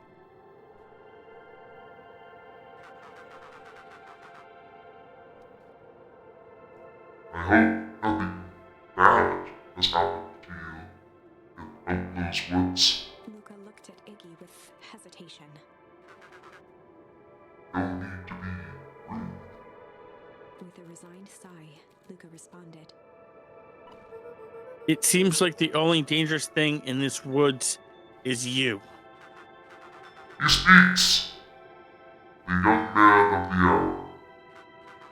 Now, how in tarnation did you end up with one of our radios? Just lucky, I guess.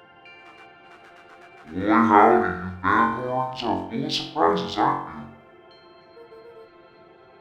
You knew my parents? I never had the honor of meeting your father, but your mom sure was a handful. Luca winced, shoving the walkie-talkie back into his pocket. You gotta keep moving. Okay, there's a part that's coming up here soon that I need to read.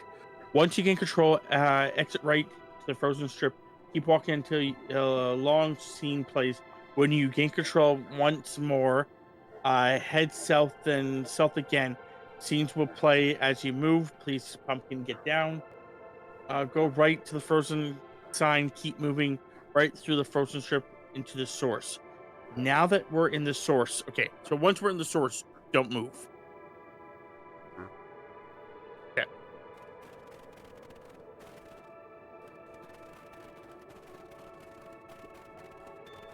But why am I using the bridge?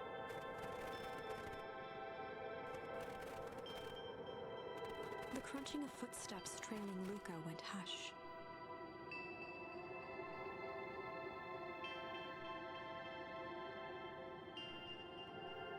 He looked back to see Iggy's face twisted with confusion.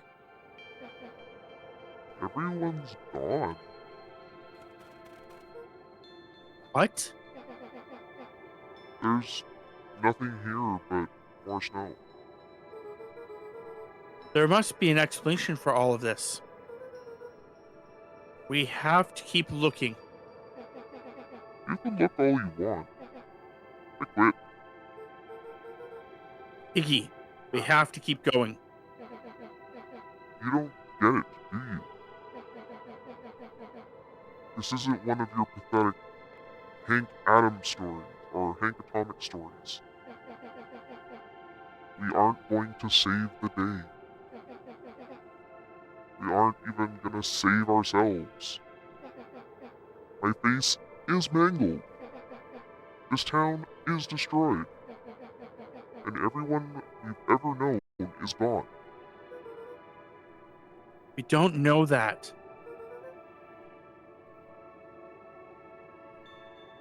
You can't just quit. Do whatever you want. I'm done. Iggy, it's going to be okay. Luca peered upward at the darkening sky. He let out a long, foggy breath. Faintly, Iggy began to cry. Seeing Iggy in such a pathetic state gave Luca a sense of compassion and more than a little guilt. It's getting pretty late, I think. Probably not a great idea to stumble around in the dark anyway. Luca allowed himself to collapse next to Iggy. Let's just rest for a bit. The boys huddled together. That's for rest and hypothermia! comfort. Hypothermia! If not for exhaustion, their minds would be racing, trying to make sense of the events of the day. As it was, Also, wasn't it like something like minus 250 something Kelvin or No, it something? was 258 Kelvin. Oh.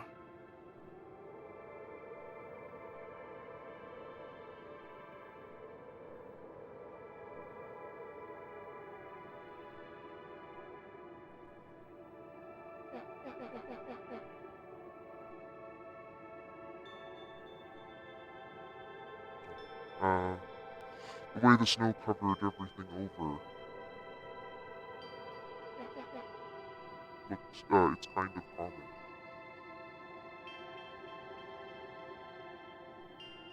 That's minus 15. Yeah. I haven't had time to say it, but thanks. Huh? For getting us away from those creeps. It sort of froze up back there. Icky, I should be the one apologizing. This all happened because I lost my temper. Nah, that's bull hockey. First of all, you didn't know that what the gun could do. You didn't, right? Of course not. Second, stop with this baloney about losing your temper. But I did lose my temper. Iggy motioned sarcastically to his half-deformed face. Obviously. But that's exactly what you should have done. Huh? I was being a horse's ass. You were supposed to be a horse's ass in response. That's how it works. Icky, I'm having a hard time following. You wanted me to fight you? Of course. Jeez, you goody-goodies. Your goody-goody types are never take forever to understand this very basic point. Why would you go around saying cruel things trying to get into fights? Iggy shrugged. Something to do? You're an asshole because you're bored? Sometimes I just feel empty. You wouldn't understand. You and Rolla always having a blast together. Laughing and calling that dinky little treehouse mission control. Iggy now wept openly. Perfect little Luca Van Horn. With its perfect little life. My life is not perfect. I realize that you are not Luca voice. For what? You're not Luca voice. What? Look at voice. I don't know. God damn it. Everyone in town, everyone in town likes you. Not everybody. Hell, that new girl hasn't even unpacked yet, and she already likes you. You have Tish. He wiped his nose with his sleeve. I love Tish. Tish is great, but she ain't exactly world's greatest conversationalist, you know? Luca gave a warm chuckle. Yep. I got that impression. Iggy cleared his throat as he wiped his eyes. Yeah, it might be raining out. It must be raining out here. Definitely. Iggy arched into a wide yawn. I should probably try to get some sleep. Yeah. Let's leave the loaf for now. Tomorrow we'll get to the bottom of all of this. Luca's eyelids began to slowly drift shut. Luca? Yeah. I always did want to see the inside of your dinky little treehouse. You think? Not bad. I'll give you a full tour when we get back. You know what? That's all Luca could whisper before succumbing to sleep. Iggy snuggled in some more. When it comes to worst days of my entire life, this one wasn't half bad.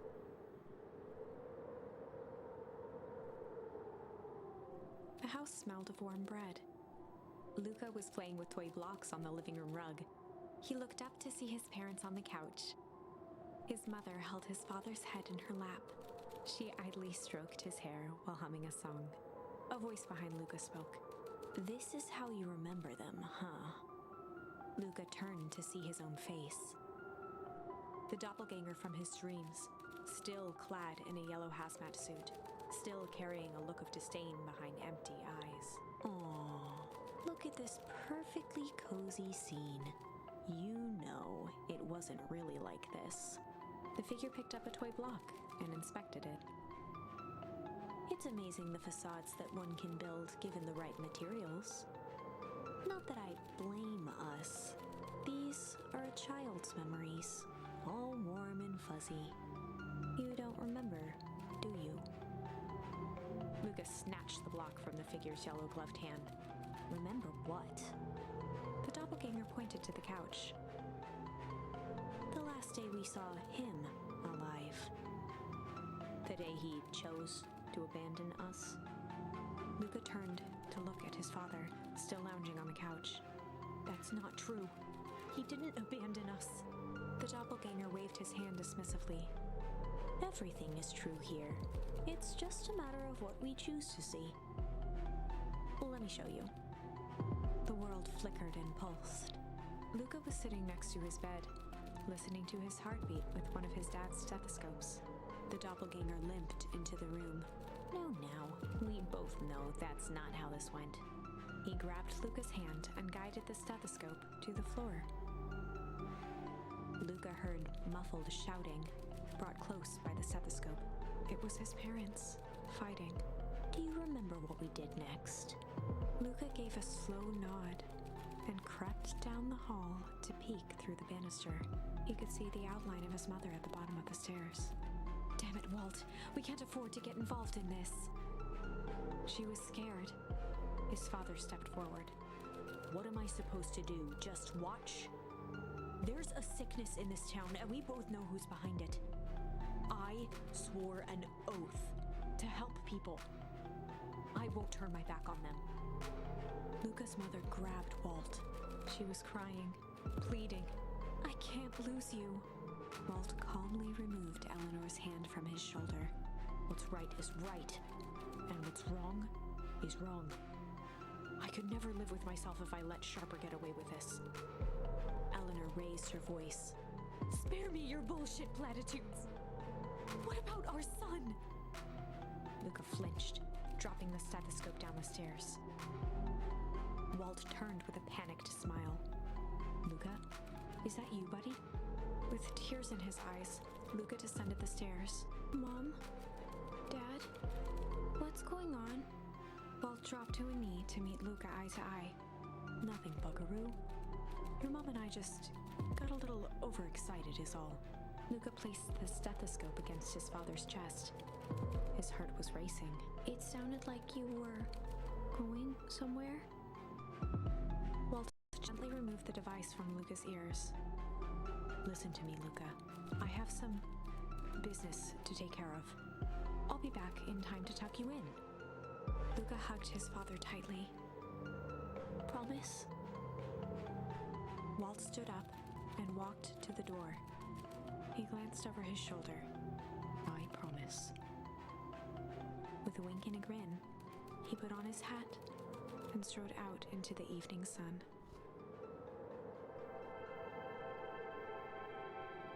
A figure approached soundlessly from the foggy snowfall.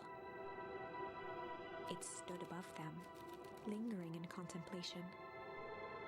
Slowly raising one hand above Iggy, it snapped out 2 brisk raps on his head. From a deep slumber, Iggy sprang up defensively.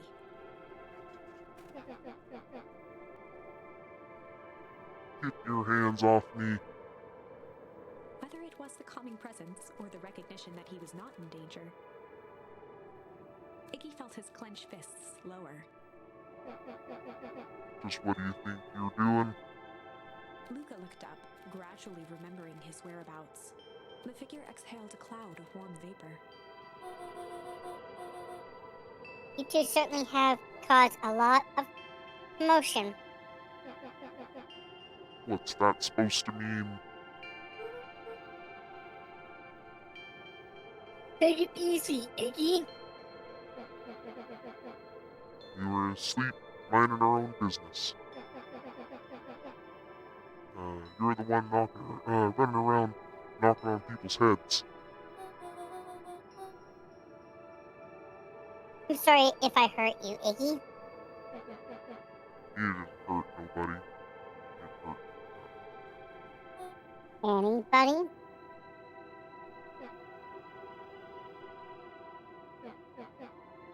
Huh? Oh, I see. You think you're better than me, you. When it came to complete strangers, Iggy had trouble cobbling together an insult. Big-hatted, scarfy-necked, furball.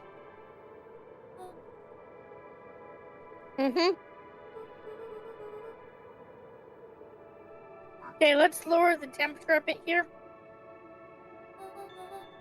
Interesting choice of words. I mean, let's all just calm down. Who are you? A friend. An observer. A hitchhiker on the infinite expanse of possibility. Great. How about a name? If you must call me something, you can call me Nat. Iggy huffed with gratification. How about you make like a gnat buzz off? Very well. Nat began to turn away indifferently.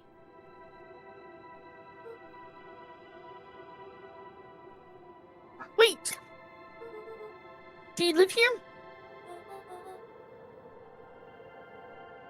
You might say that. Do you know where we are?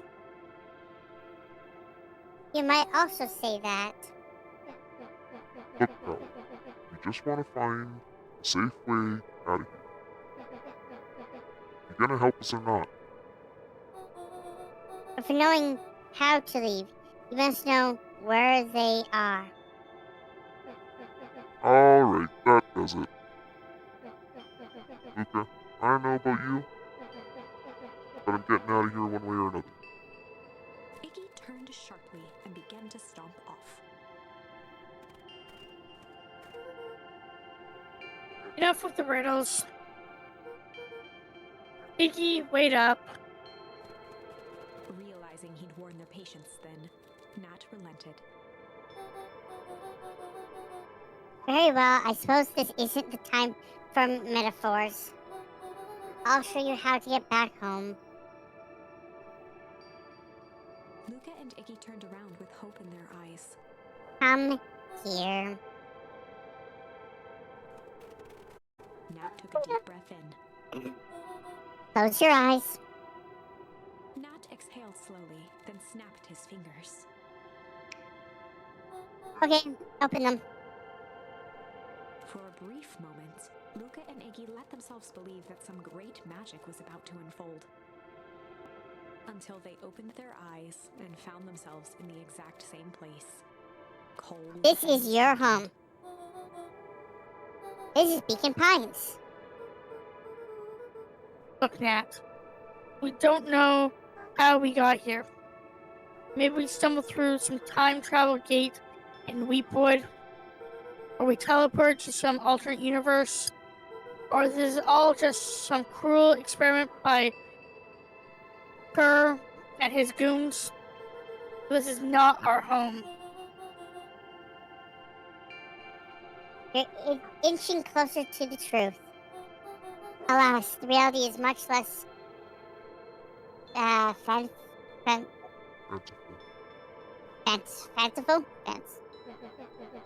Just give it to us straight. So be it. As I said, this is Beacon Pines. The original true Beacon Pines.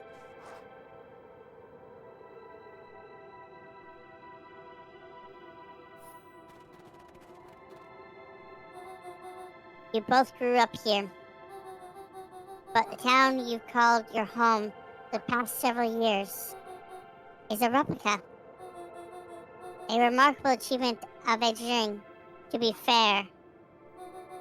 But a replica, nonetheless. That's impossible. It's too much work. You need a whole town to replicate a whole town. Indeed, to pull off such a feat would require immense labor power. That which could be moved would be moved. That which could not would require a precise duplicate. We would have noticed. Someone would have noticed. You'd think so, unless the auditing was impeccable. A mind-numbing attention to detail. As far as the innumerable, words. Numeral or numerable? Innumerable. Trivialities which complete the tapestry. Well, you could leave that to this miraculous thing we call a brain. It was a real aversion to this continually. What? Can you speak English to me? A revolution. Yeah, whatever. The brain has a wonderful way of smoothing out the rough edges, keeping us sane. Wow, she's not even talking to us anymore. So you're saying that someone made an entire new town and moved us all, and no one noticed. Precisely.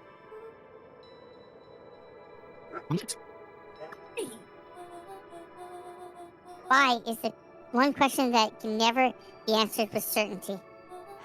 The best one can do is to uncover. Nat narrowed his eyes, furrowed his brow, and uttered, The source. Why did you say the source like that? Why indeed? Luca began to laugh uncomfortably. It's all ridiculous. There's no way they could. He looked down at his feet. His eyes started back and forth in contemplation. With a sudden pain, a thought struck him. If this really is home, He sprinted off into the pale distance. As Iggy turned to follow, Nat called out, Iggy. It's not too late to turn back. Simply head west through the Weeping Wood.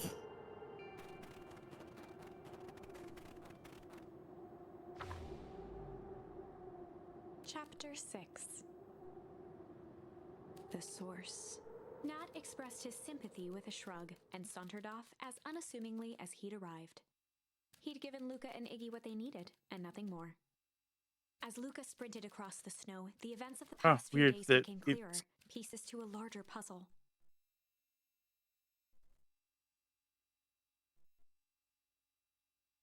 Rollo said he was underground somewhere, captured. Mr. Kerr tried to cover it up with lies. The clipboards were hell-bent on capturing Iggy.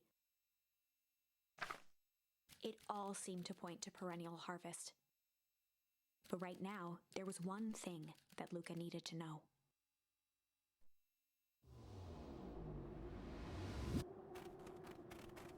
Luca stopped dead in his tracks.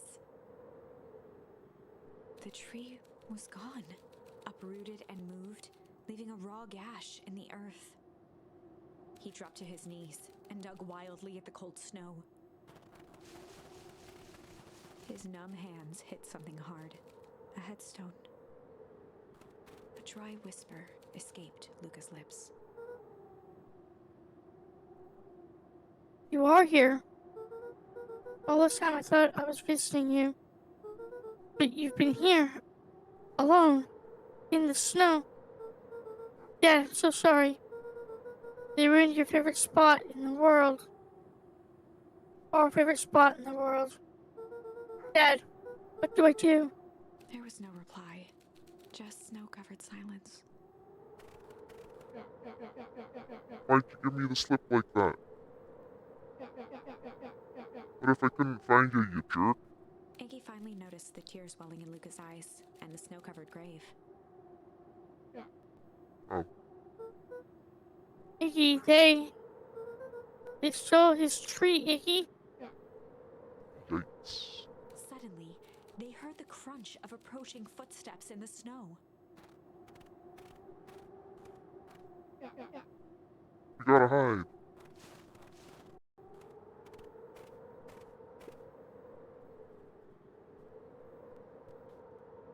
$2.59K.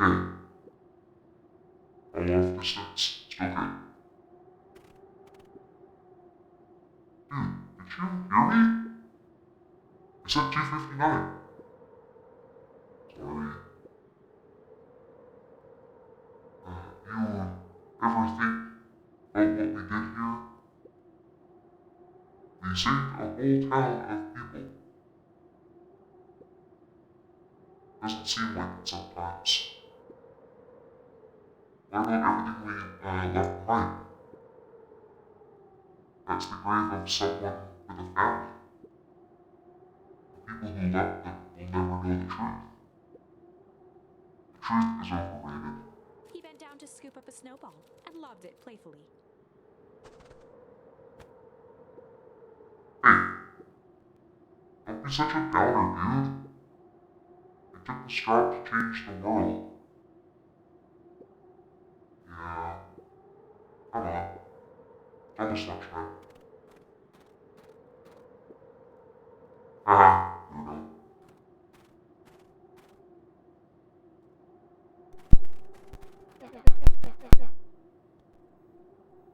Here, I thought I was a jerk. These dinguses are out here literally dancing on graves. Luca stuttered through heaving sobs. But I was thinking.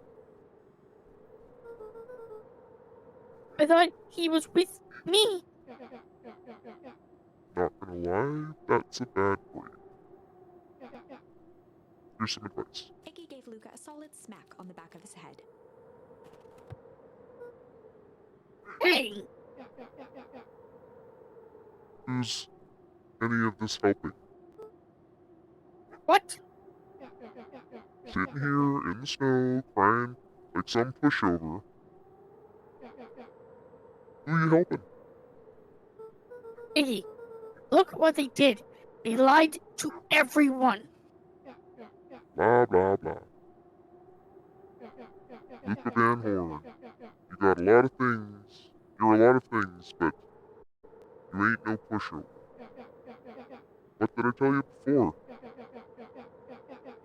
When some jerk comes at you, acting like a horse's ass, I just stand up for myself. hell yeah. Her and his merry little band of clipboards pulled off this switcheroo for a reason, right? Nat mentioned something about a source. Luca wiped his eyes with a sleeve. Whatever's at the source must be awfully valuable to the harvest. The pea harvest. Sure, would be a shame if something unfortunate were to happen to their precious source, wouldn't it? Have in mind. If it's small enough to steal, we'll snatch it. If it's too big to snatch, we smash it. What if it's too big to smash? Iggy flashed a mischievous smile and cracked his knuckles. I'm always up for a challenge. I'm gonna make this right, Dad, I promise. Let's do this.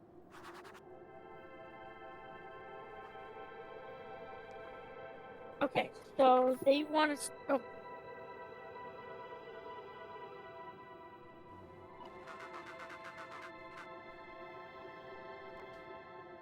It can get awfully cold out there in those woods, Luca. Probably best you two stay put and converse, conserve your energy. Help's on the way. bro, where's my mom? Did you kill her? Oh heavens, no. Do I seem like a killer to you? Iggy and Luca shared a skeptical look. Well, do I? Oh, shucks, now that hurts my feelings. Screw that guy. Okay, I'm gonna have to go to the bathroom again. My stomach is just apparently I started screaming. Probably got to do with it. Yeah. Okay, let's read this here. Once you gain control, exit right to the frozen strip. Keep walking right until long scene plays and you gain control. Head south, south again. Scenes will play as we move. Go right at the frozen strip. Keep moving right through the frozen strip into the source. Now that we are at the source, don't move.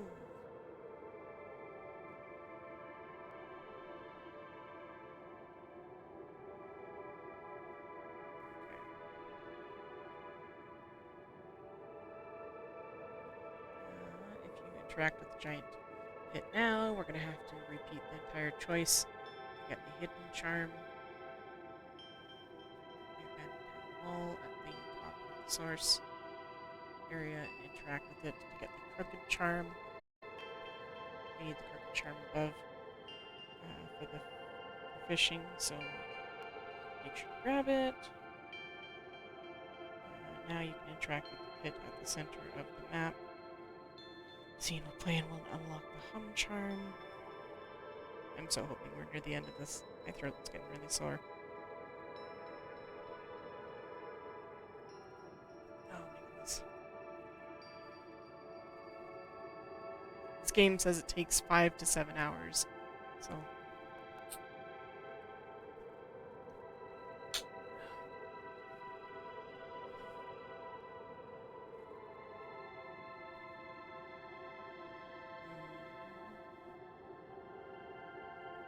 I'm also need to use the bathroom, so I'm now waiting for Rob to get back.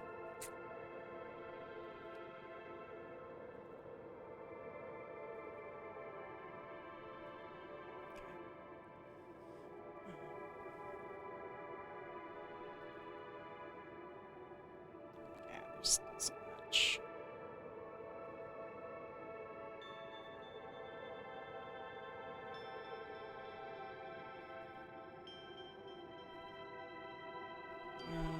Probably not as much as you think, but...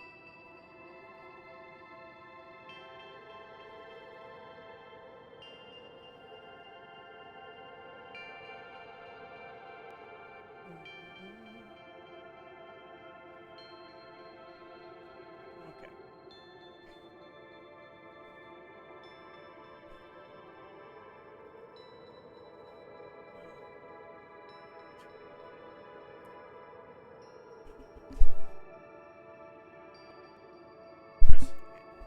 BRB. I have taken Pepto, so that's no longer, that shouldn't be a problem anymore. I also have a thing of cold water. That just helped quite a bit.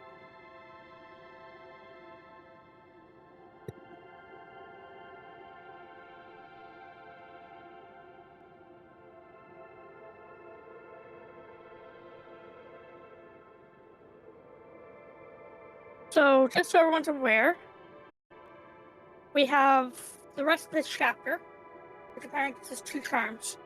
Then we have a quick chapter 5 again, quick chapter 6, 7, 8, 9, 8, 9, which gives achievement. 5, 6, 7, 8, and then the epilogue.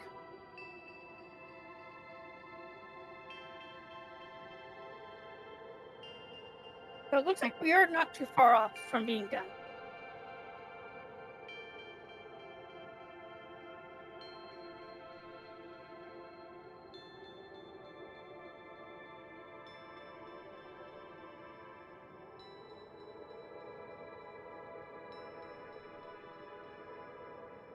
You're breaking control at self again, and then the scene will be played out.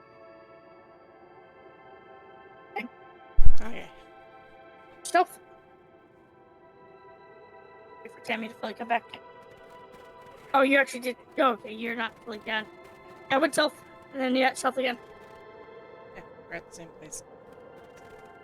Sign. And then self again? Or no?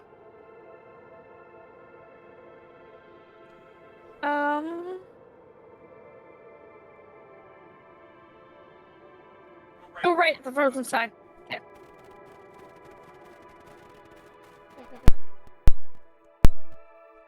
Wait a minute. If this is the original town, then that means... Iggy darted behind a large pine and began digging furiously. He emerged holding a shoebox with a crude skull painted on its lid.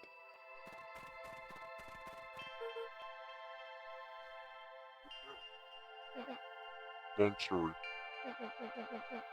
So a few years back, I came into possession of some premium grade fireworks. Not the wimpy firecracker stuff they give kids. The good stuff.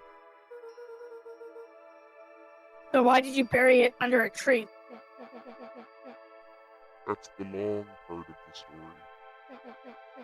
You and Rolo were doing chores at Rolo's chicken coop. You guys pissed me off for some reason or another. Luca rolled his eyes with realization. No. You didn't. Iggy stifled a chuckle. Yup. I just wanted to give you guys a little scare. But, like I said, these were the some primo fireworks. So I might have underestimated things. You blew up the chicken coop. I prefer to think of it as an incendiary redecoration. Sorry, but you should have seen the look on your faces. Rolo got grounded for months. Which is why I needed to stash the evidence and lay low. So I buried them under that tree. But when I came back for them later, they were gone. I figured some grown-up must have found them and tossed them. Iggy triumphantly raised the shoebox. Turns out it wasn't the fireworks that got moved. It was us. Unbelievable.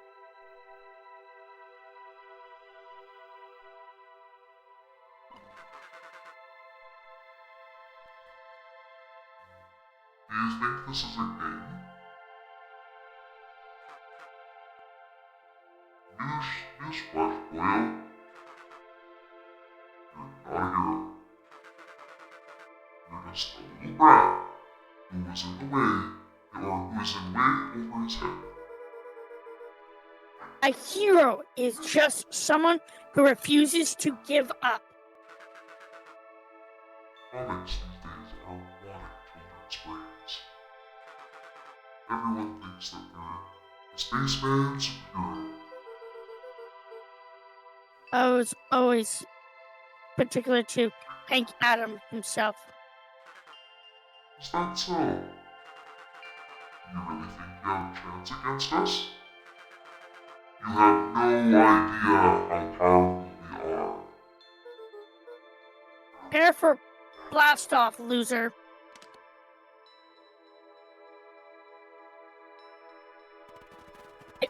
I'm pretty sure we're supposed to be going, right?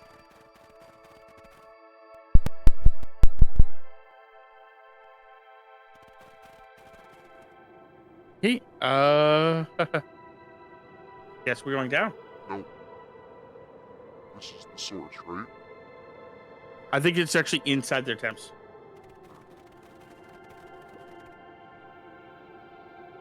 Keep moving right through the frozen strip into the source.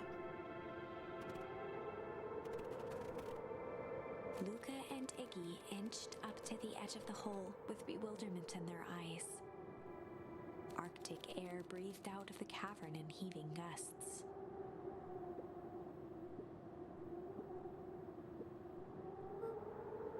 Echo.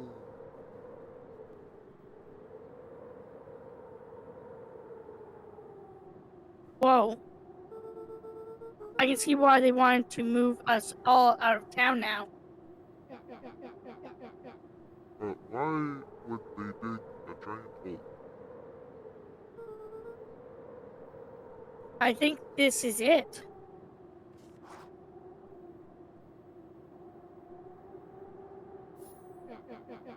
This is the source. It's a dang hole. How do we smash a hole?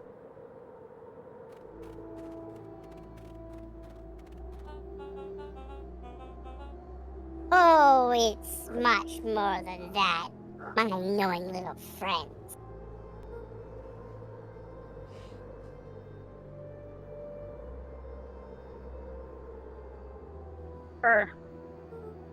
Where's Rolo? I wasn't lying before. He's safe. Well, safer than you two, at least. Right, it's cold. You just had to drag me all the way out here, didn't you? Mr. Kerr gazed down the abyss in contemplation. It really is something, isn't it? What did you do to our town? What is all of this? Oh, that's a doozy of a question. This is the source, where they collect the unrefined, Kerr scratched the back of his head. I suppose I don't understand any of this. Well, enough to explain it. Fact of the matter is, I'm not paid to know. What do you mean? You don't know? Ain't you in charge? Oh, heavens, no. My role is merely to flash a winning smile and manage have Various. what? Various. Manage varies? Sure. Compliments? Oh, complaints. Oh, complaints. Complications. There we go. Complications. Words. Complications like us?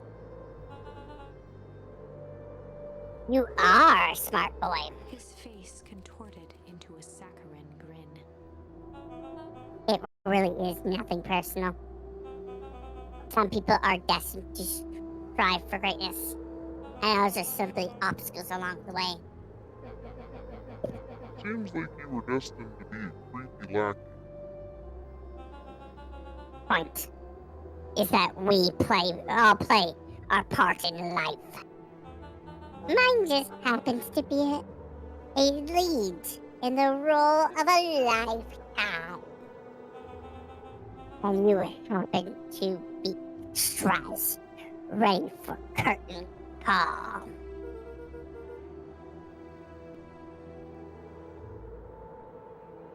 We aren't giving up without a fight.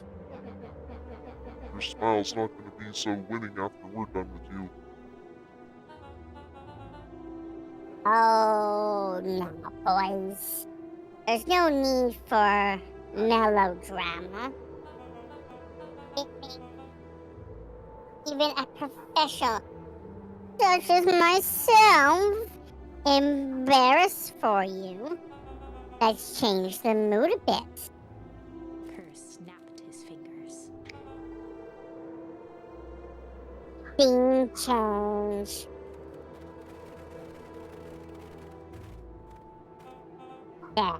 That's better.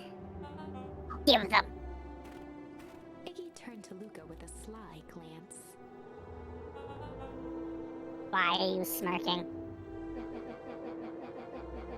Because I have a box full of fireworks and you don't. Iggy waved the box into the air, threatening to drop it down the hole.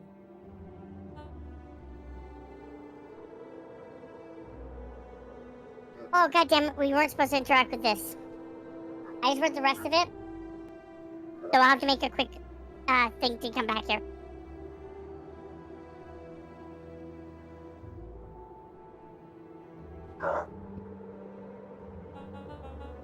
Let's not do something regrettable.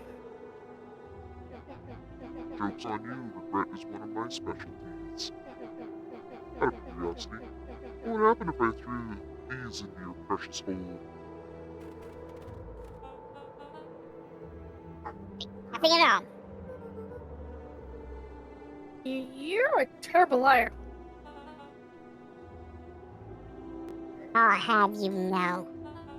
I'm an exceptional liar. That's fair enough. Iggy plucked a single bottle rocket from the box and held it up with reverence. Up, you fool. All up your goons. After a long pause, Mr. Kerr flung up his hand with frustration. Very well. You all can head back for the night. It's been a long day. I'll handle these two from here. Mr. Kerr sighed into the It's just us now, Iggy. You can put that down. What, like this? With a nonchalant flick, Iggy tossed the firework into the hole.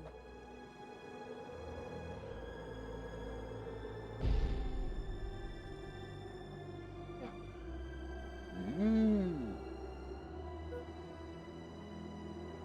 Whoa. With a growl, Kerr leapt at Iggy, crashing through Luca. Iggy tried to twist away, but in the struggle they both tumbled over the side. Luca dove forward, bracing Iggy's hand just before it slipped. His grip was made precarious by the cold, wet snow.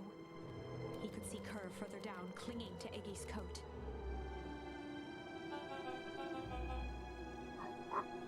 What have you done? Luca, listen to me. Hold on tight. I used the walkie-talkie to call them back. Oh, what channel do I use? It doesn't make a damn difference. Always listening. If you do that, the clipboards will just pull us up and snag us both. The only way you get out of this is if Kerr is out of the picture. Just let go and save yourself. If he lets go, we both die. I don't want to die, but seeing the look on your face makes it almost worth it. Berserker, I've had a long life. You've had a long life. Why don't you actually do something selfless and just let go? Mr. Kerr gasped with Long life. I'll have you know, I can still play 25. You'd have heard me sing the part of Phyllis Young. With a wild look in his eye, Mr. Kerr began to hum a proud melody.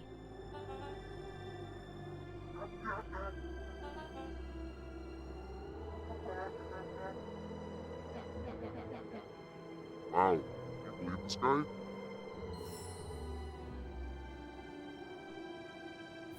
Luca's hand began to cramp. His voice began to crack. Sure. Just let. Oh, wait.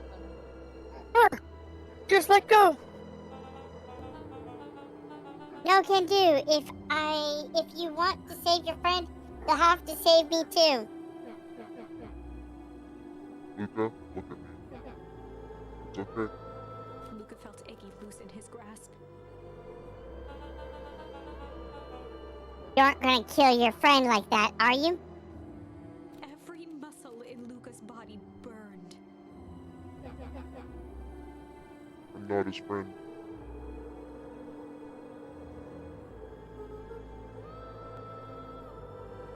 Yes, you are.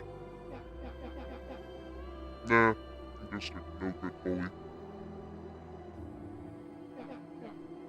Like you, Kerr.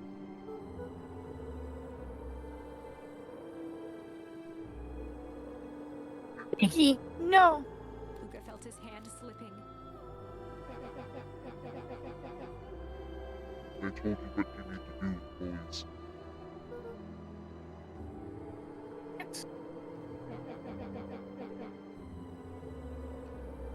It's your only way out of this mess.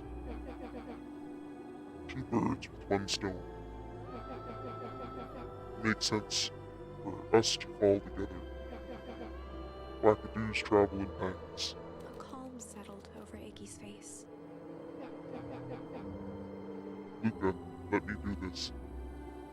Iggy's voice was colder than the bitter air billowing from the chasm. Let me do the right thing for once.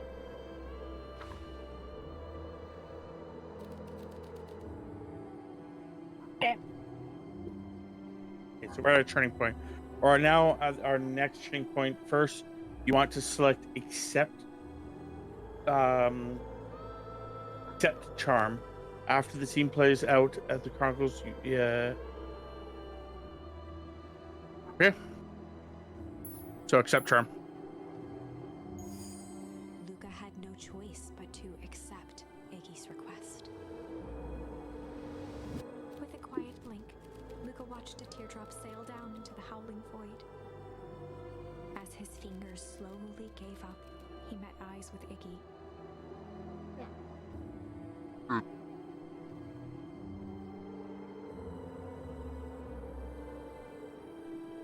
The two silhouettes were swallowed by darkness.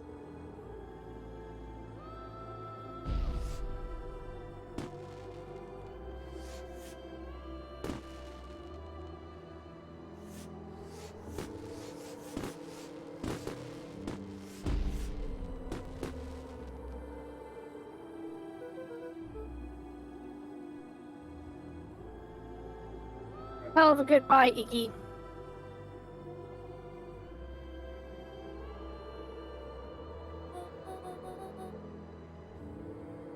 Luca, you should really step back. What? Quickly.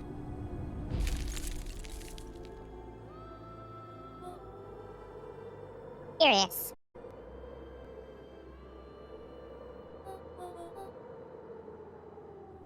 But, of course. Those followers of Iggy's must have been just the right amount of energy. We should get out of here before harvest arrives. Not until you tell me what just happened. Your friend Sakura just saved this town. For a little while, anyway. Ow. Tempest, the Quimera is a really fucked up subject. And just change. It can change the relationship between matter and time itself. But doing so requires unfathomable energy. In a closed system, that energy can only come from its surroundings. A useful side effect of this property being by adding precisely the correct amount of energy to it, one can create a hydrogenic cascade. So the gunk makes things cold and the fire's made the whole freeze over. One way to put it, yes. As dumb luck would have it, fires weren't strong enough to generate a runaway reaction. I shudder to think what would have happened in that case. We have some idea what that would look like. It will take them a good while to safely break through and access the source again. If you know all this stuff, why haven't you been helping? I have been in my way. Each one of us has our role to play. Iggy's role is it turns out was to buy us precious time. Mine has been to observe and wait. Wait for what? You. Me? Why? What's my role? A fierce twinkle flashed in Nat's eyes. Luca Van Horn. You're going to save the world. With a chuckle, Nat turned and walked west. Dumbfounded, Luca followed behind him, trudging through the snow. Every step taking him further away from everyone and everything he knew, and closer to destiny. To be continued in Beacon Pines, Pines Harder. Revenge served cold. Second time's a charm? Wait, that's it? This ends with a crummy cliffhanger just when it was getting good? I was even starting to like Iggy. No way. I refuse to be associated with some never-ending parade of sequels. Let's go back and find something more definitive.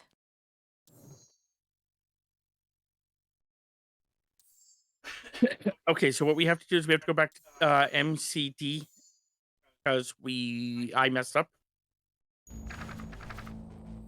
We have to pick flight.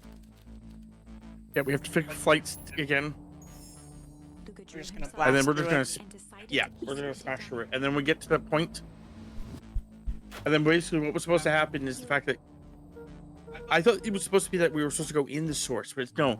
Instead of interacting with the source, we have to interact with the mayor. Luca and Like the town hall? sprinted the branch after what that was all the voice in fact. Okay. Chapter signs. They this with let's keep Luca.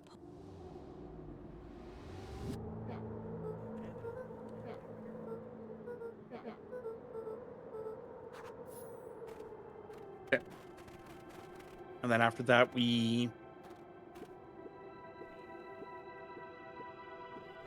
Robins.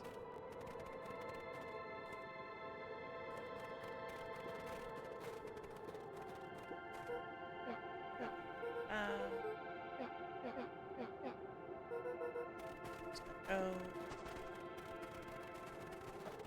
I'm trying to go as fast as I can here. It's a race. You're winning the race if that's the case.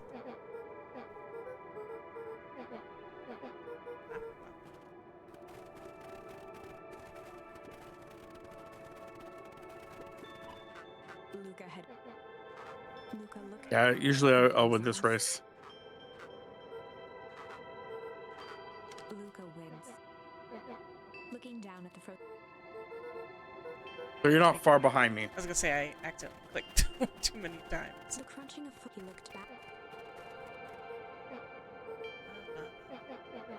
How about to go? It's gone. They're laying down, take a nap. I haven't even gotten far. Now Iggy's going. Yeah, I'm not too far ahead of you. Like, Luca peered now they're faintly, sleeping. seeing- Luca allowed the boys Oh, well. as it was. It's zooming out.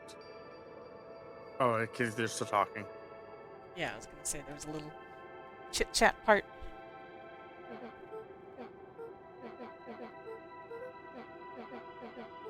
It's a shame that not a lot of people actually like was watching this with us doing all the voices and stuff.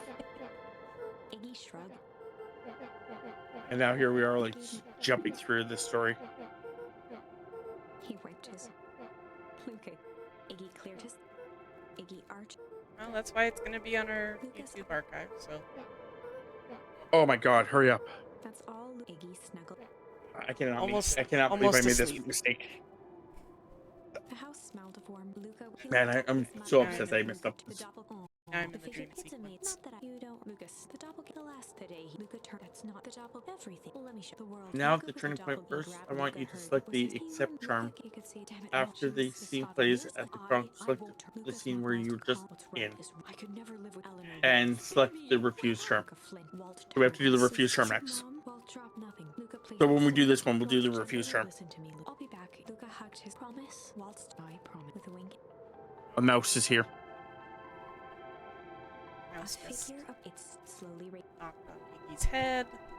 from a Yep. whether it Iggy felt his Luca looked the figure Now it's the very annoying when it came talking in riddles from Mouse. Yep. Iggy huffed. Not to be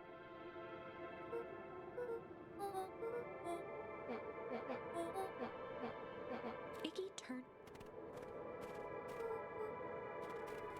realized Luca and Now they're walking back. Nat took a deep Yep. Nat exhaled You're not really that far away from me. Luca until the cold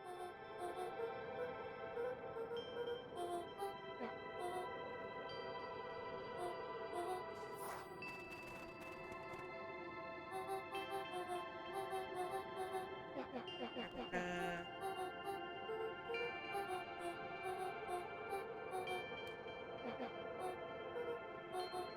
Nat source.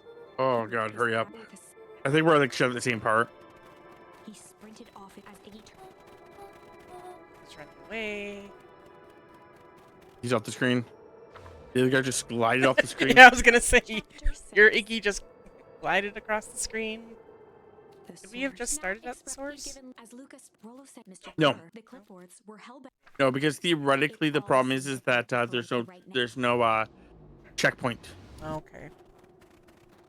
Lucas, the tree he dropped to his numb. I stopped spamming the button, so you're now a little bit ahead. There was no reply. Iggy finally Womp, womp, womp, womp, said womp, womp, womp. Hazmat suit, guys. Yep. Just entering on my screen.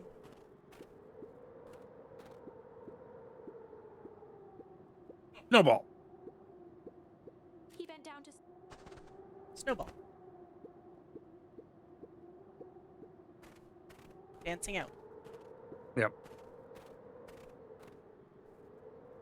So when we get to the source this time, we just stand there? Or do we... No, we go to the town hall. That's what confused me, is I thought that like we weren't supposed to move in the source, but no, he just doesn't want us to go and accidentally interact with the source, which is Iggy. basically what I thought he wanted us to do. The fact of him not telling it properly, like,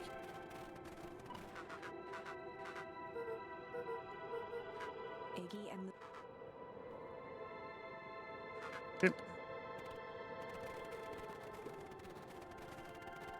he's grabbing the fireworks.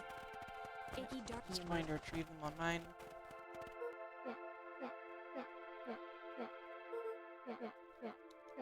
Luca. Iggy. I was gonna say. I was trying to signify how fast I was tapping the button. Okay, I'm running. Yep. Fuck's sakes, guy, leave me alone. Newsflash, boyo! You're not a superhero! It's a town hall. Crooked. Blah, blah, blah, blah. There we go. Then to the hole. Yeah. And just keep going until... Arctic. Actually, screw it. Press Y. Go all the way up to... It's a whole thing. This would just fast travel us straight to it. And then just refuse. Luca had no choice Now, here's a new but to problem. refuse Iggy's request. He tightened his grip and reached for the walkie-talkie in his pocket. Here's a new problem. To Mr. Kerr's We face. are about an hour away from being where your thing is. Yeah. And we still have quite a bit of stuff. Do you want to start cutting back on the voices, or do you want to say you want to keep going because you're enjoying it? We can just continue with voices since we've gotten this far with them. So. That's a good lad. Now, radio for Iggy begged Luca with his eyes one last time. But Luca pressed the button and called out. We need help. Mr. Kerr is in danger. It wasn't long before they were once again surrounded by clipboards. Mr. Kerr sighed with relieved frustration. There you are. You really are a worthless lot, aren't you? Mirror, now. A clipboard dutifully produced an ornate ivory hand mirror, and Mr. Kerr began preening his tousled hair. Ah, that's better. Mr. Van Horn, I applaud your sharp thinking under duress. I'll put in a good word for you with the founder. Take them away. A swarm of hands overpowered Luca. The last thing he saw before a cloth bag was pulled over his head was the defeated look on Iggy's face. The end. I think this was one of those times where doing the right thing was the wrong thing. Okay, so now we have to go to weather.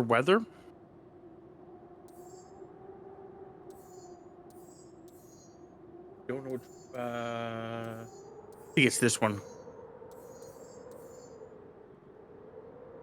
Can't really tell because it's hard to see. But yeah, I think it's break instead of rumble. Yeah.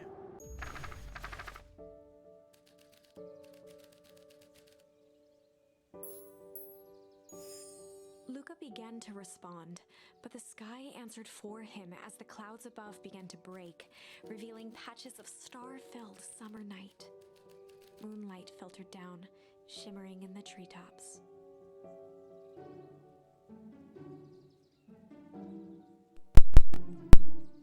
Sure, we can meet, Rollo.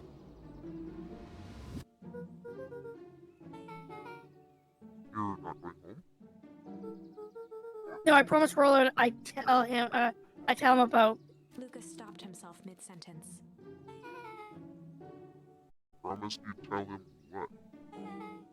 Spit it out, bub. We're thick as thieves now. If there's a juicy secret, you gotta tell me.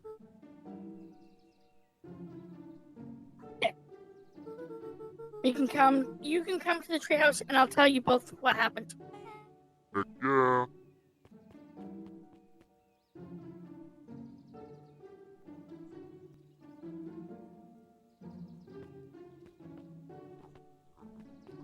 Luca saw back. So you're telling me there's nothing mysterious or creepy happening in this place? Or about this place? It's mostly boring and empty. I refuse to believe that. Big spiked gate, looming mansion, rich reclusive owners. It even smells shady. Beck grabbed the wrought iron bars and shook the gate. Mark my words, you decadent nightmare house.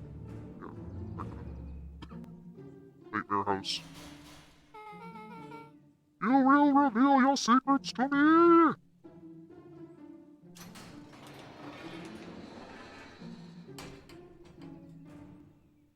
What did you do? First of all, I told you so. Second, hide.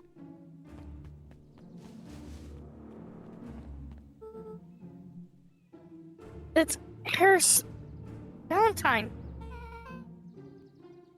Who's that she's talking to?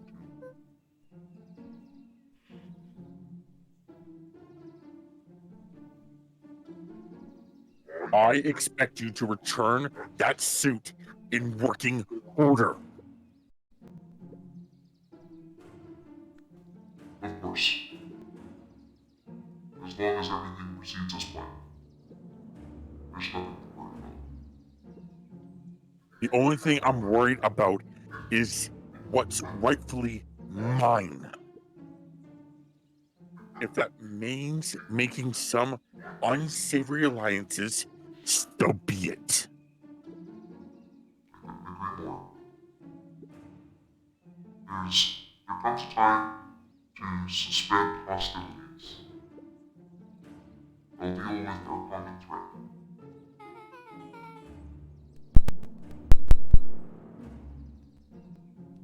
Now this is what I was talking about. Beck's voice was an excited whisper. Proper shady stuff.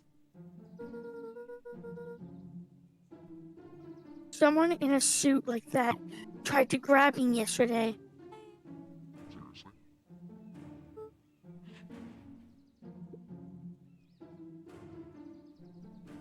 You do understand that when this all inevitably fails, I will deny everything.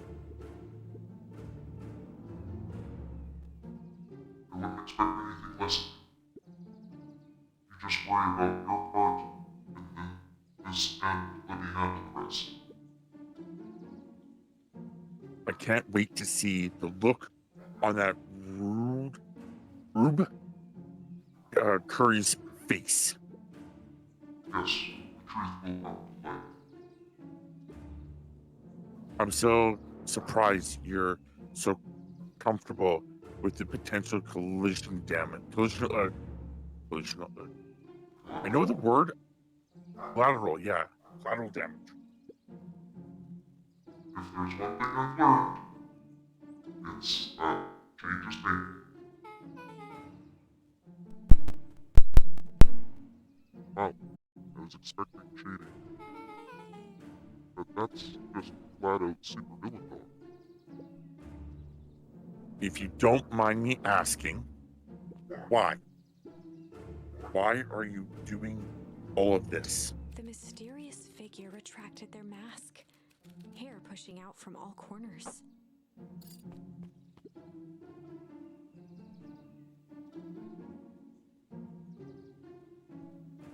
Family! A chill ran down Luca's spine. His vision blurred. Beck stifled a sharp wince, and Luca looked down to see himself wrenching her hand. An answer I can certainly respect. Gran tousled her hair back under the face mask.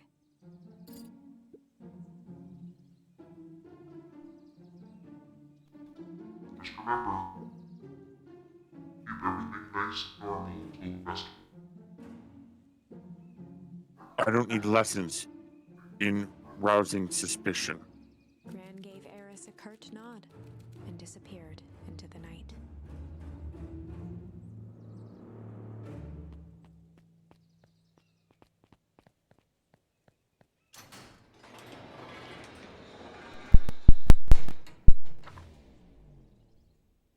Chapter 5. What big ears you have! Lucas sat shivering in the bushes, staring at his feet. After checking to make sure the coast was clear, Beck gave him a gentle tug on his sweater.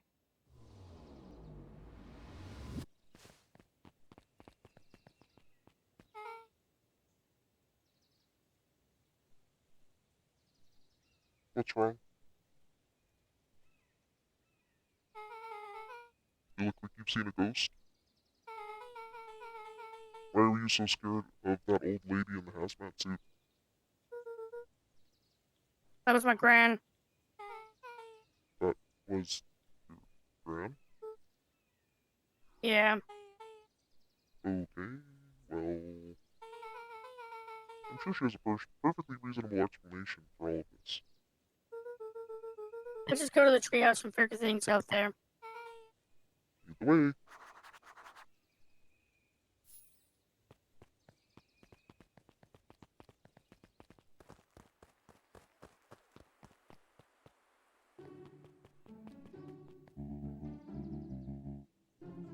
Oh, for the last time, there's nothing to worry about. Of course, we're not worried. The clipboard finished writing with a scratchy flourish and looked up. Just dotting our I's and crossing our T's. Well, maybe try minding your P's and Q's. Mr. Nuncreed, arms crossed over his paunch, gave an exhausted sigh. If there's anything you need, know him. You'll know him. Absolutely. If you just sign here acknowledging everything is accurate, we'll be out of your hair in a flash. Oh, for the love of... He snatched the pad and scribbled his name so hard the pen nearly snapped. There. And would you like my eternal soul as well? The clipboards looked at each other for a moment, almost pondering the possibility, then broke into laughter as they walked away.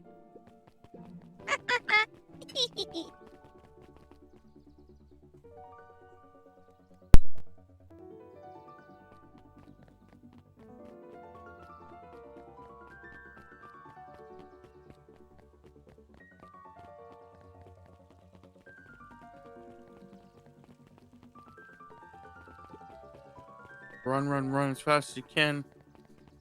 Leave me alone, please. I want to get this done. Oh, oh, this is nice.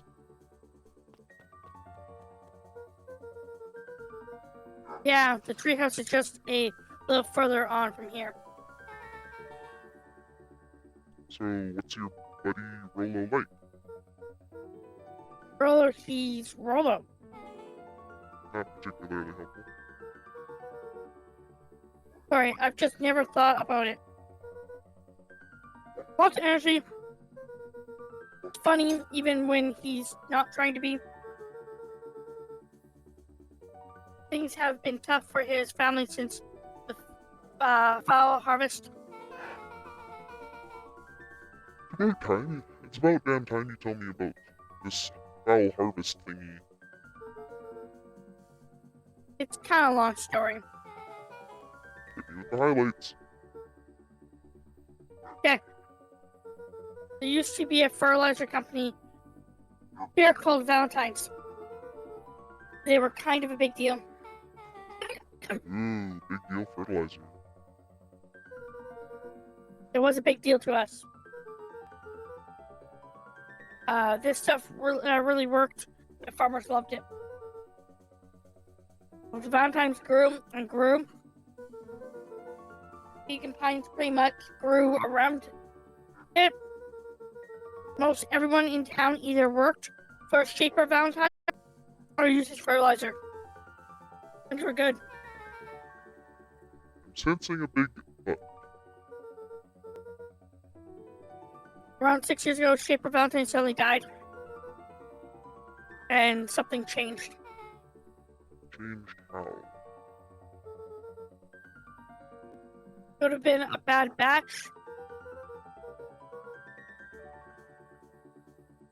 Maybe it was in the water, or the air, or the soil. Nobody knows. All the crops died.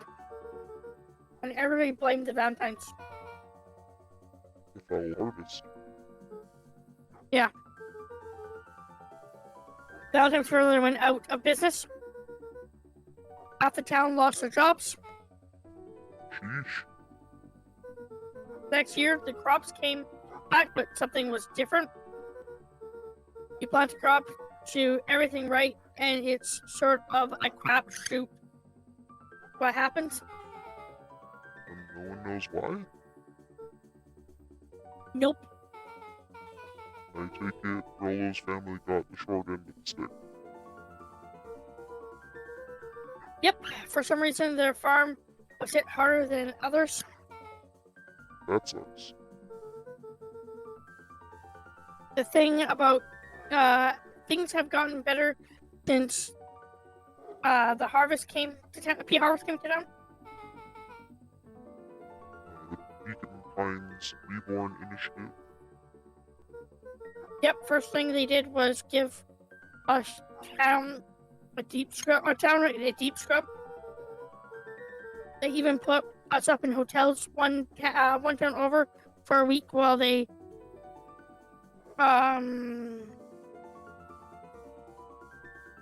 decontaminated the groundwater, which is roughly when they changed the entire town. And we better get going.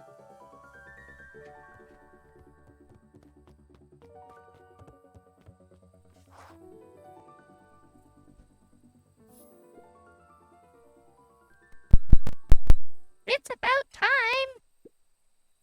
I was about to give up and go home. Who's the new kid? Name's Beck. You must be Rollo. I see my reputation precedes me. Welcome to Mission Control. Rollo waggled his head with pride. You'll find we've spared no expense in construction.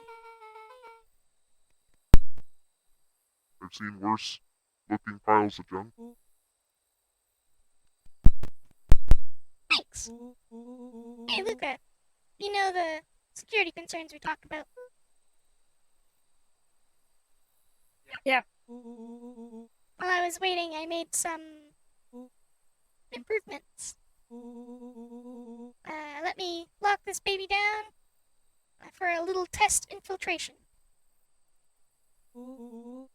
Can't be too safe these days.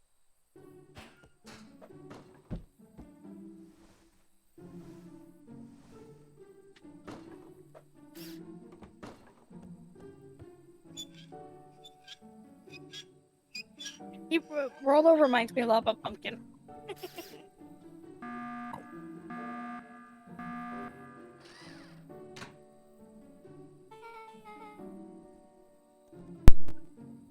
goes all out, doesn't he? Always. Lavish.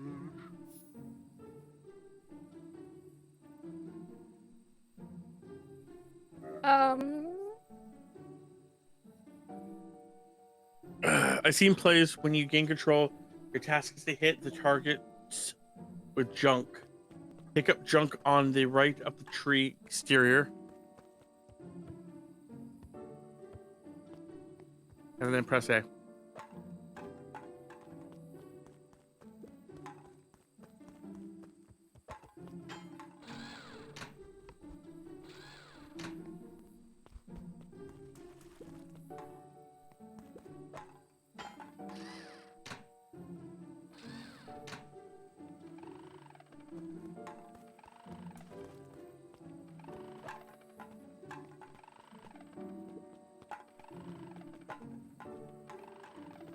Waiting for Tammy. I first shot it each time. Time.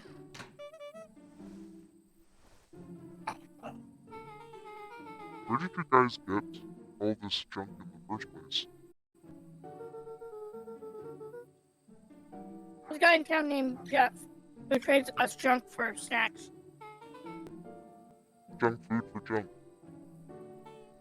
Nice.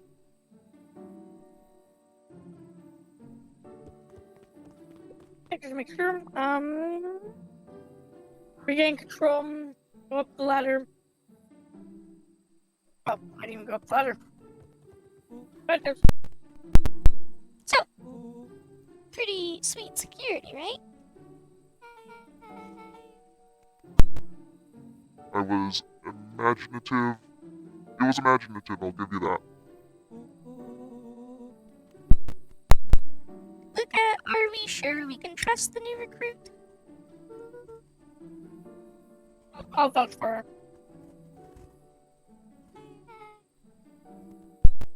Thanks, I guess? Oh, Luca, you promised to fill me in on the Valentine warehouse. Luca sucked in breath. So, like I said, there was someone there. What were they doing? I don't know. The place was lit up and active. Maybe they were squatters. I don't think so. It seemed more organized. When the man pulled me in, I saw some sort of equipment running. A man pulled you in? Yeah, but I got away.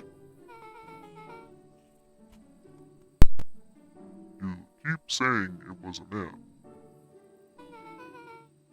They were wearing a mask, right? Yeah, And it could have been a woman. How did you get away? I grabbed a rock or something and broke their mask. They let me go and I ran. Dang. That's intense. I wonder you freaked out when you saw your grandma. Yeah, that's the other part.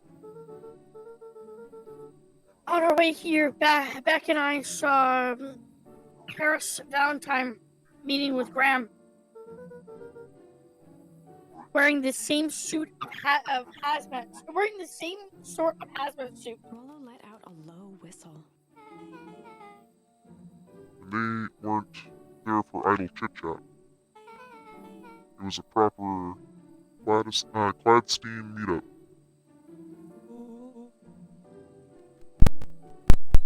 So let me get this straight.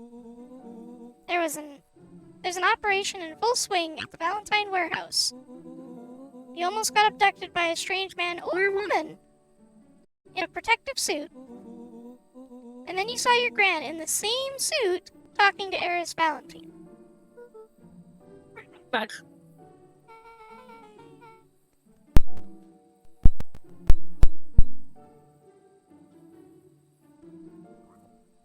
I'm beginning to think this whole town is kinda awesome. Rollo and Luca shot back a look.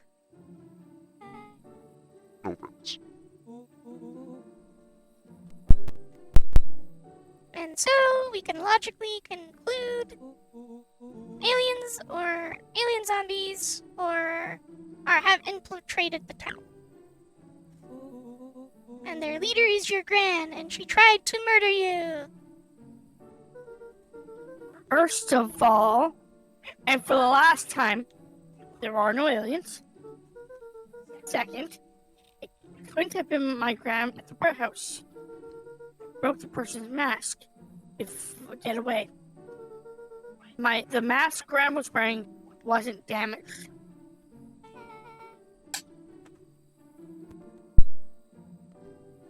But she's definitely hiding something.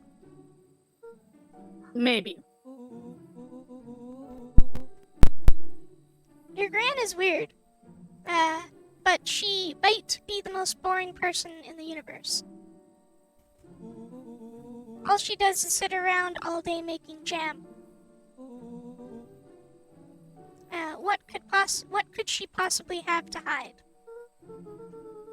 I don't know. We haven't talked much since she moved in. Moved in? Your gran isn't from here? No, she came a few months back to take care of me after After his mom went missing. Did you know your gran before? Not really, no. It'd been years since I'd seen her. Luca, don't take this the wrong way. But are you sure your gran is on the up and up? Luca gazed out the window. I'm just saying. It sounds like strange stuff has been happening since she showed up.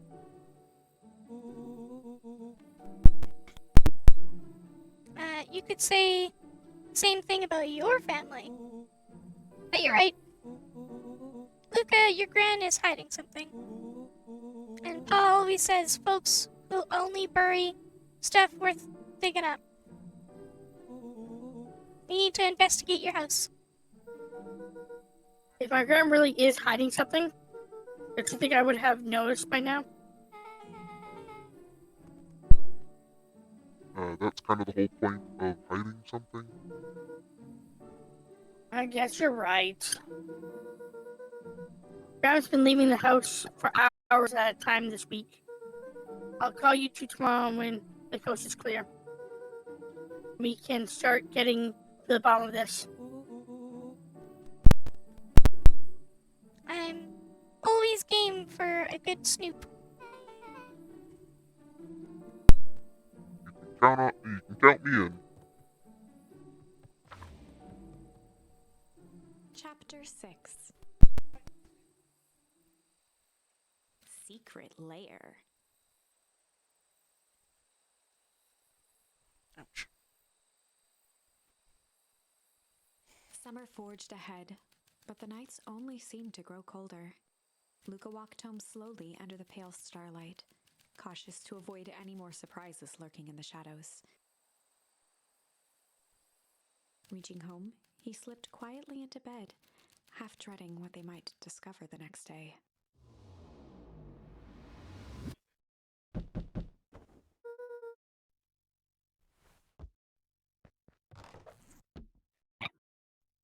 Again, just waking up in bed, exit bedroom, go downstairs to the living room, enter the door, scene play. When you gain control, check the box in front.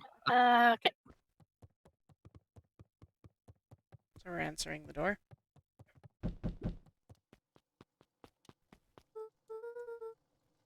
Rolo, what on earth is that?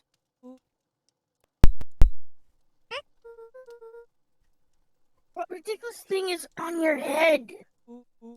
Oh, this. It helps me think. You're gonna need a lot more of those. Joke all you want. We'll see who's laughing when I crack this case wide open. The coast is clear? Whatever she's been up to this week, it's been keeping her busy most of the day. Very well. The game is afoot. Luca and Beck rolled their eyes as Rolo strutted across the room.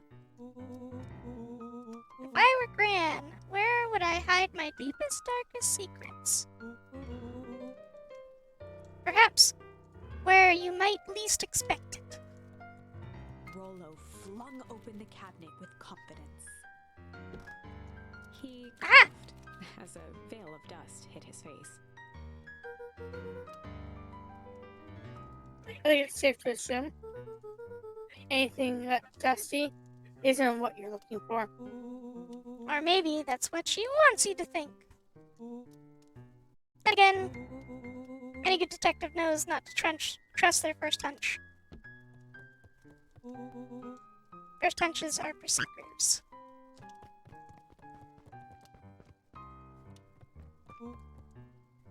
Eureka! She's lit a fire in order to burn the evidence. Okay, I'm sorry to do this to you guys again. I have to go to the bathroom. My guts are just actually freaking trying to kill me again. I'm sorry, guys.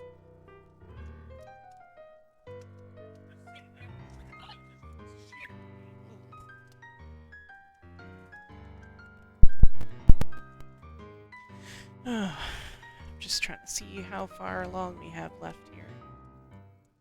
Secret layer, interrogation, chapter 8, chapter 9.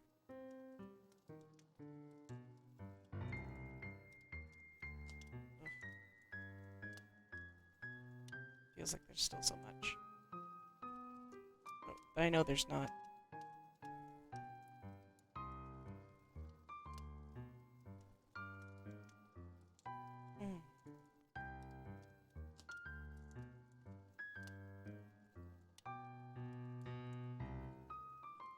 Congratulations, you've got chunks out 2 in the last chapter.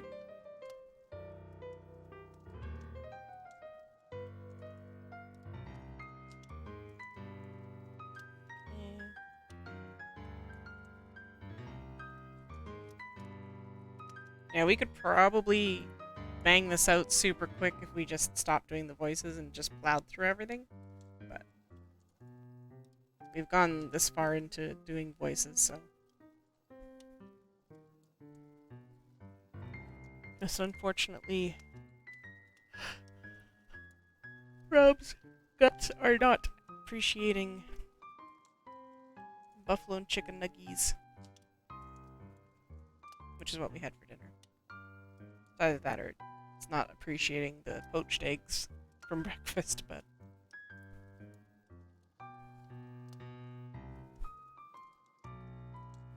Little pumpkin boy. Pumpkin, get down. I see you. Yeah. He jumped off of the desk, of course, as soon as I stood up. Like a dink. Okay.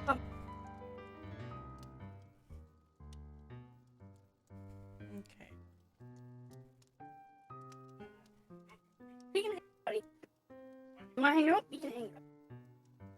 Our cat Pumpkin kind of looks like Rolo, the orange one. Minus, of course, the overalls and the hat and the shirt. It keeps the fire going every day, Rolo. Drat! It may already been too late. Just think of the mounds of documents lost to ash. Okay, the problem is if we call it early, then we are literally won't be able to get the game done. It leaves Game Pass tonight. Okay. I'm gonna stop you right there. Can we just think for a moment? Luca, is there anywhere your grand doesn't want you to go?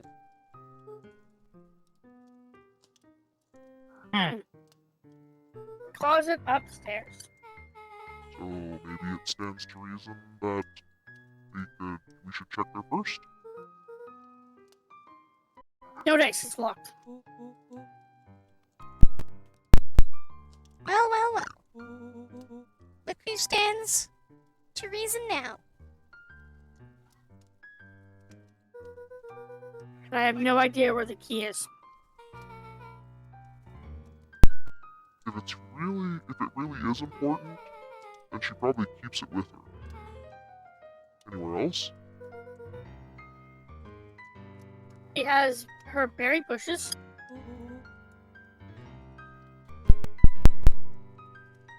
Who has ever thought I'm gonna take this important thing and huck it in a bush?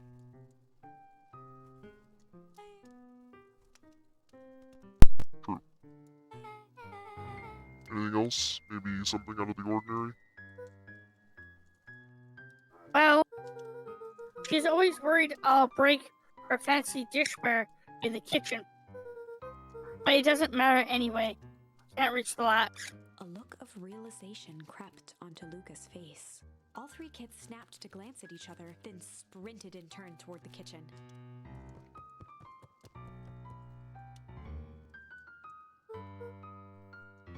Rolo,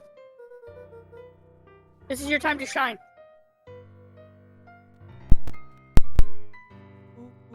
Ah, yes. You have called upon my expert detective skills. And now I shall proceed Before with... he could finish, Luca scrambled up Rolo's back.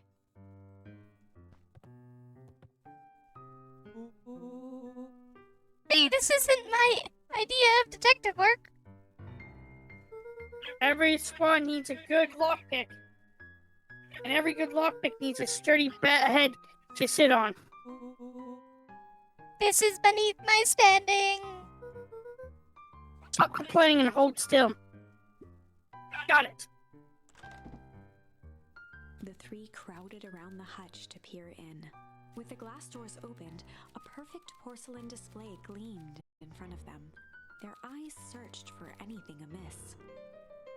But the only distinct feature was its impeccability. Well, that was anticlimactic. Yeah. I don't really know what we were expecting. Like, oh hey, let me just yank on this random His teacup thumb and... pulled on one of the teacups. It slanted forward with a hollow click. The entire hutch began to rustle and slide under its own power. Seems like your gran has been doing some remodeling.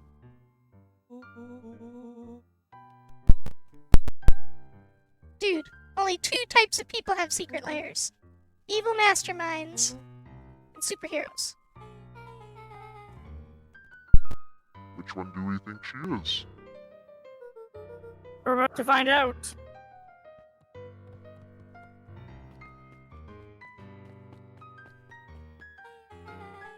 Okay, so more of an unhinged conspiracist Cheers. vibe. Oh, wow. Yeah, this gonna be good. We need to look around before jumping to conclusions. I think one of these boxes has a...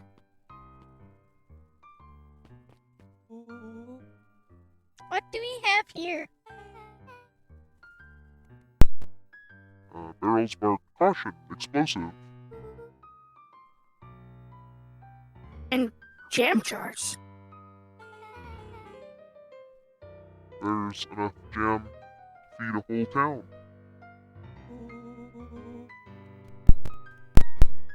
What kind of incendiary jam is your gran making?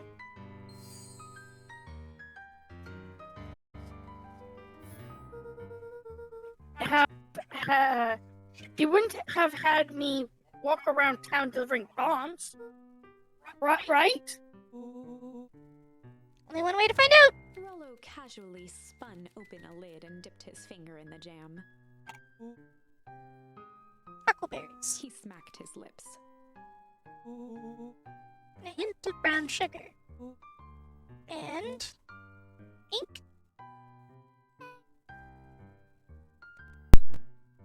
Rollo plunged his hand in the jar, fishing out a soggy slip of paper. Ha! Rollo offered the slimy note to Luca and licked his fingers clean. It's addressed to Ms. Fratelli. A gran jamgram. It says, last night I used this guide Paris provided to scout the location. Timing windows should be possible.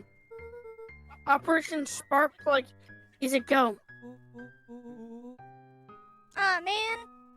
Are they doing a heist? Whatever it is, it can't be good. Sounds more of a bombshell than a bomb. Am I right? You're new here, so I'll let it slide.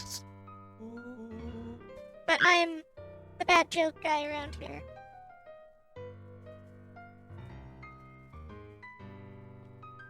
Progresses here found every charm except for two in the last chapter. After the scene plays, continue to investigate with everything in the room and go through the various scenes as you do so. Eventually, everything goes dark, which the scene as you really funny. Huh? Okay. Oh, filing cabinet. Luca jostled each cabinet drawer in turn. Only one was unlocked. He fingered through the filing cabinet, pausing at a bulging folder labeled Walter. For a long moment, he just stared at it. What are you doing? What do you got there? It's my dad. Looks like some of his old medical files. Your dad was a doctor? Luca nodded and caressed the label with his thumb. Well, are you gonna read it? Here, let me help. Rollo swiped the folder from the drawer and began leafing through the pages. He whistled to himself, barely looking at the text.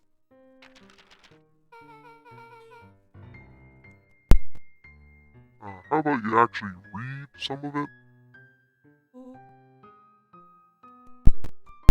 One sec. Dense documents, such as this, are a lot like a cheeseburger. It's best to skip straight to the middle. That's where all the meaty bits are. That's where all the meaty bits live.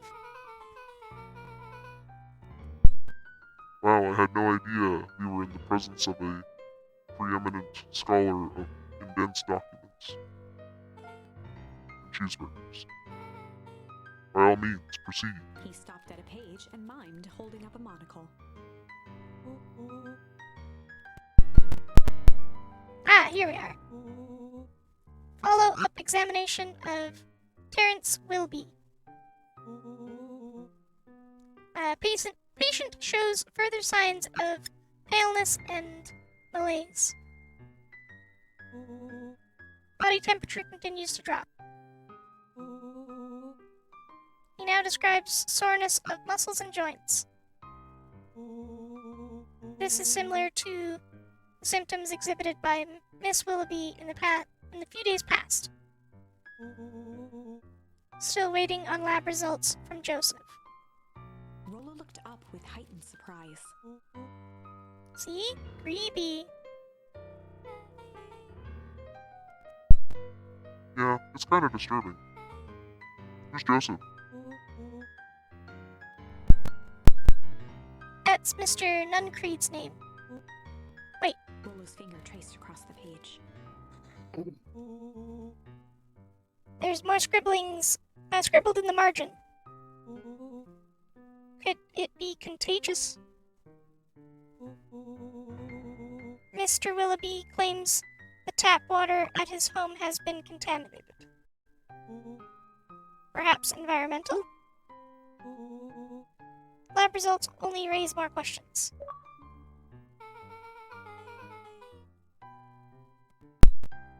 It's like he came back to this report later and made those notes. So it might be related to something else. Rollo scanned through several more pages. Here, the writing looks shaky. I just couldn't help her. This disease, or whatever it is, progresses so fast. And with his wife passing, Terrence's condition follows close behind. Exasperated by the loss. Enough is enough. I need to take matters into my own hands.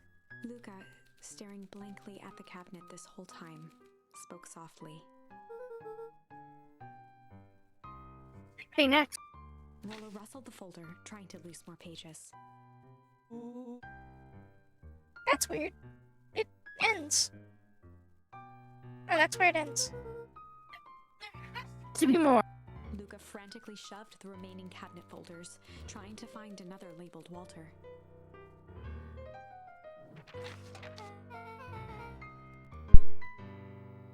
Luca, I think that's the only one. It's alphabetical, see? Did he mean enough is enough? How did he take matters into his own hands? This is bullshit! Luca slammed the drawer shut. Okay, so just quickly, I just wanted to see what else is. It looks like it's just the, Oh, there's a punching bag as well. Let's go after the punching bag. Yeah,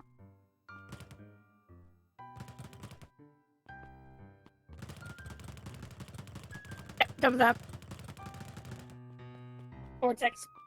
A spider web of string connected photos of people from the town, interspersed with hastily scrawled notes. Well, she sure has kept herself busy. Is your grand a serial killer? Because I'm starting to get a vibe.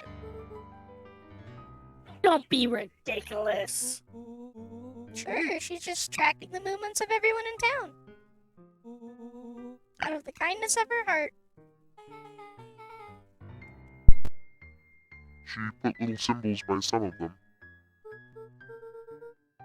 Yeah, Mr. Nun Creed has a check mark. The culprits are all inside a big circle. My mums are both on there. Both with question marks. Master Valentine has a question mark. Paris has a question mark. Has been crossed out. Ah, Mr. Kerr has a bullseye. Has chosen. Oh, sorry. I got excited there. The killer has chosen her next victim! I don't know what any of this means. Whatever it means, it's probably not good. Okay, so the last one's the desk now. They crowded around a worn-down old map of Beacon Pines. Cool, this looks like a treasure map. Now, not very old map is a... Not every old map is a treasure map, Rollo. Yeah, but every treasure map is an old map. Can't fault that logic. Look, there's even a pathway drawn on it. And it starts at the entrance of town. And if we follow it, Rollo carefully traced the path with his finger. it leads right He to jabbed down at the end point. town square.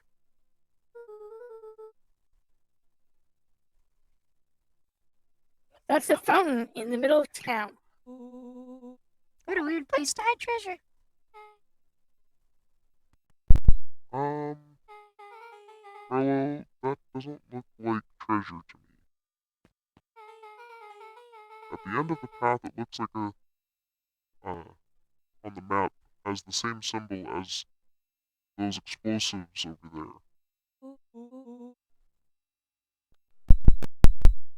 So it's not hiding treasure? Real bummer. Rollo, thing you've been excited about for the past month? The festival. Oh, Did you just say gulp?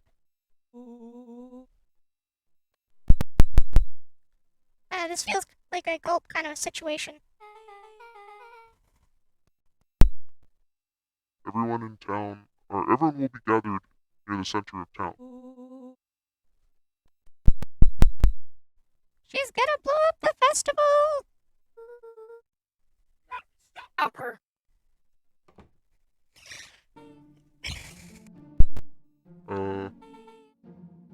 What was that? Luca looked up from the map. Was what? No, I heard it too. That was the front door. Which means someone just shut the door. Which means someone's upstairs. It's the lights. Beck flicked off the light, and they became statues in the dark. Overhead, creaking floorboards bent under slow, deliberate steps. The kids looked up, the tilt of their necks following each footfall.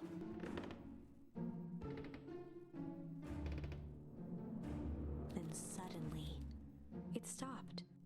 Without realizing, they'd been holding their breath. All three exhaled shakily and glanced at each other. A muffled male voice broke the silence.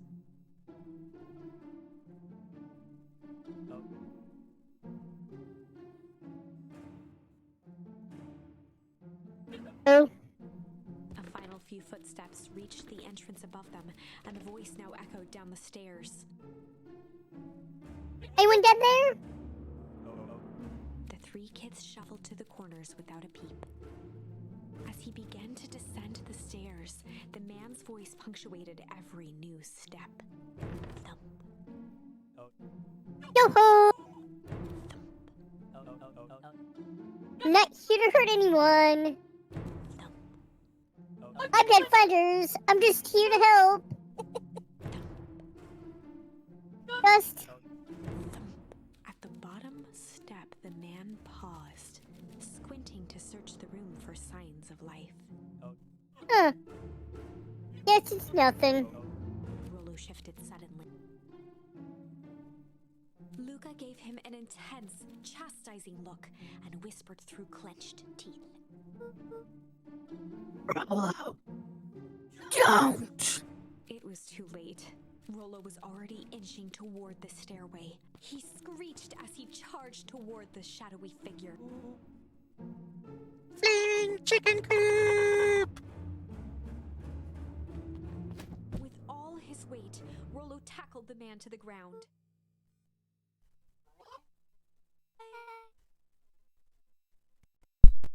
Mysterious creepy man?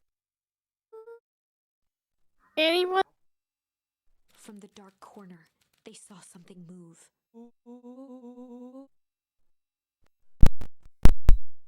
Well, I didn't know if I had it in me. But there was only one way to find out. Holy crap, Rollo, that was awesome. What? Wait, did you just kill that person? Luca scrambled to the hunched figure on the ground. Pressing his fingers to the man's neck, he sighed with relief. Sure clobbered him. Good, Rollo. He's knocked out cold. As Beck flicked back on the light, Luca and Rollo both gasped. Mr. Tulliver? Holy Chapter cow. 7.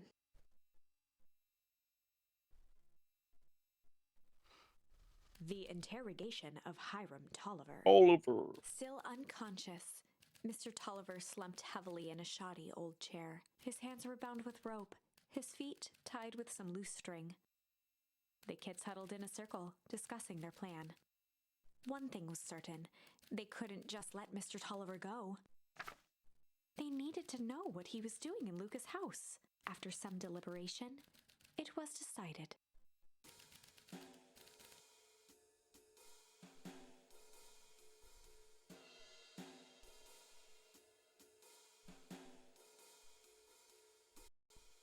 So he wants us to chill.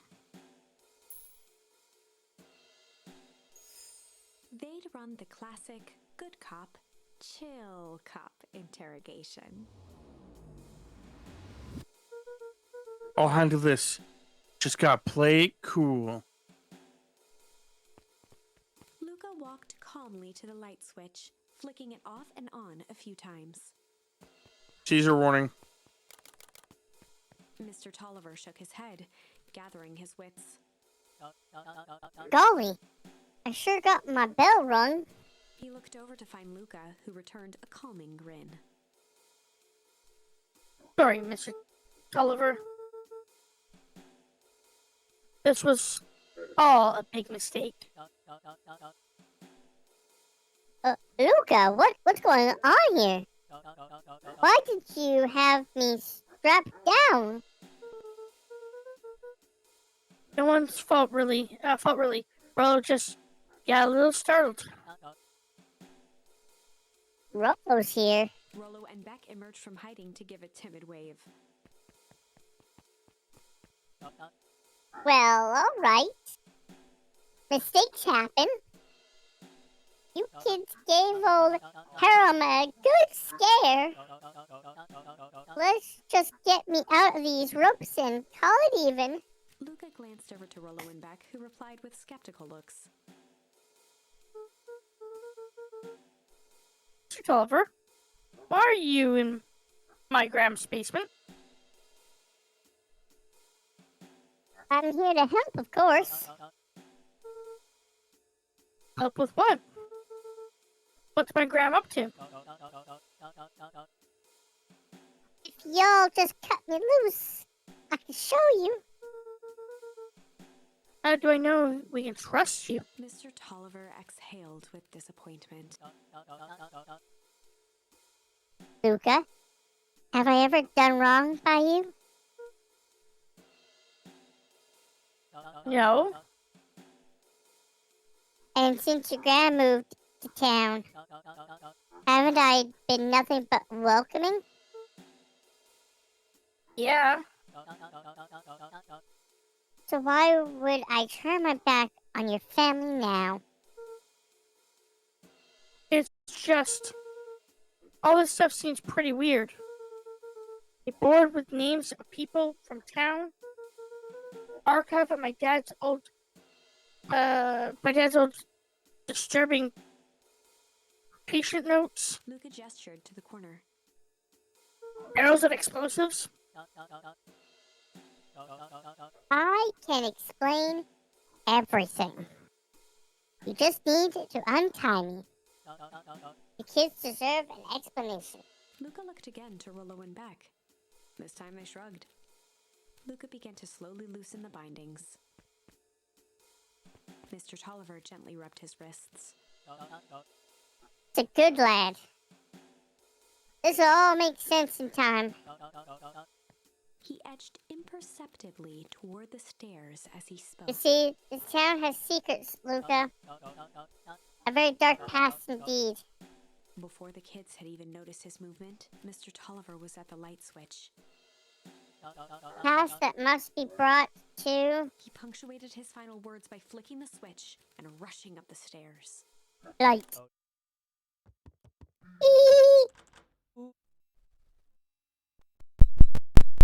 Son of a... Beck darted to the wall and turned back on the lights.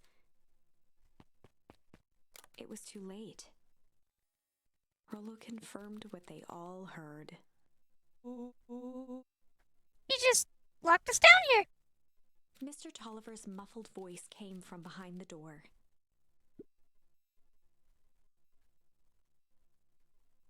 I wasn't lying, you know. This is for your own good. You can't just keep tight down there. Let the adults handle this. They looked bewildered at each other.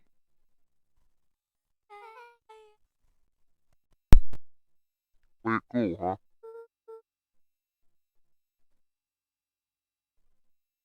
Not now, Peck. They heard the staccato thump of quick steps exiting the house. The kids looked down in resignation. This isn't how it goes in Hank Atomic. For some reason, they'd always assumed it was up to them to save their town. Luca opened his mouth, hoping to conjure some magical words to make this right. Only a hollow croak escaped. The end. Well, we certainly aren't going to find a grand resolution to our tale locked in a basement. So, Luca will walk To the calmly drawing with the switch board. like you don't know. Blah, blah, blah. Go back to the turning point. Yeah, so go back to this, and then now we chose change. Use the hard option.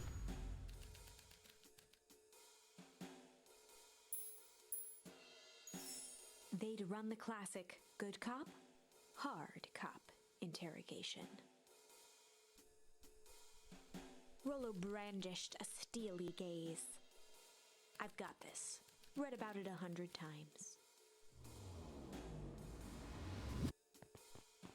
Rollo swaggered past the chair which propped up the slumping Hiram Tolliver.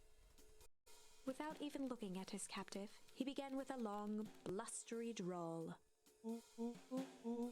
Well, Mr. Tolliver. Mr. Tolliver remained motionless. Rollo spun around to face him. He'd clearly expected to rouse Mr. Tolliver with his booming voice. Mr. Tolliver? Beck and Luca gave each other an unsure glance. Rollo slammed his fist on the table. I said, Mr. Tolliver! He grabbed the table lamp and beamed it onto the unconscious face. Mr. Tolliver groaned and slowly lifted his head. He recoiled with a muddled, weary squint. In the world? The chair wobbled as he attempted to straighten up.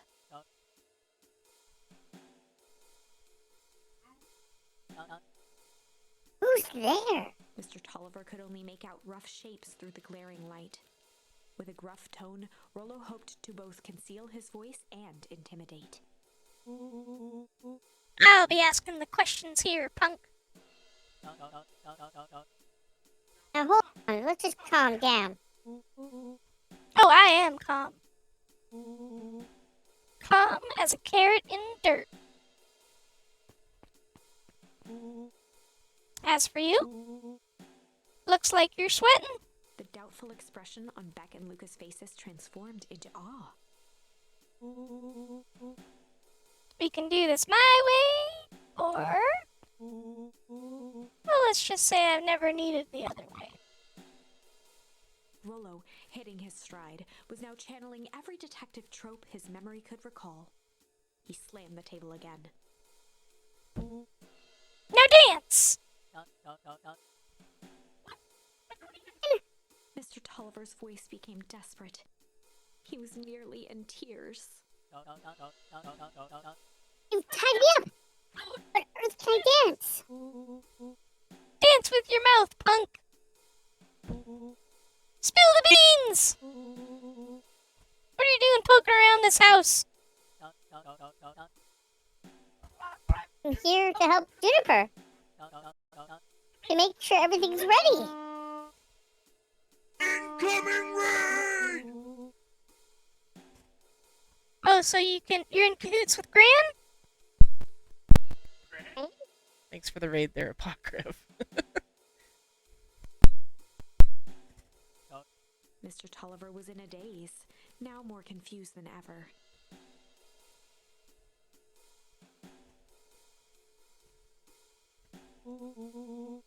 Gonna help her blow up the festival, eh? Welcome to my longhouse.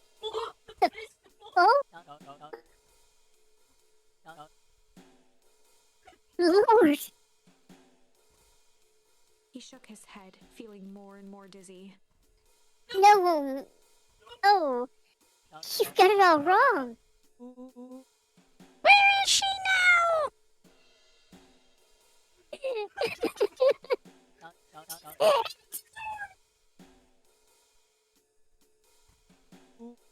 Source?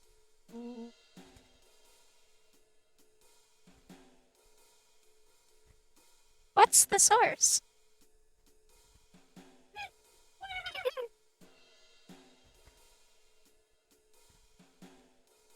Down His voice again.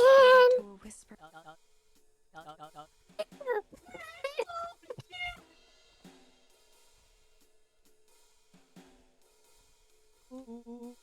What is Operation Sparkplug?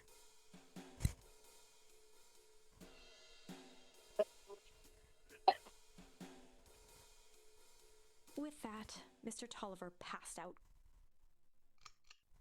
Rollo swung around with a Damn, Rollo. I think you went a little too hard on him.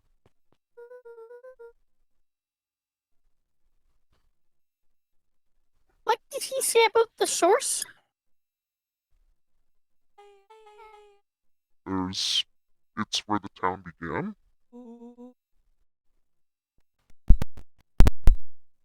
We need more information.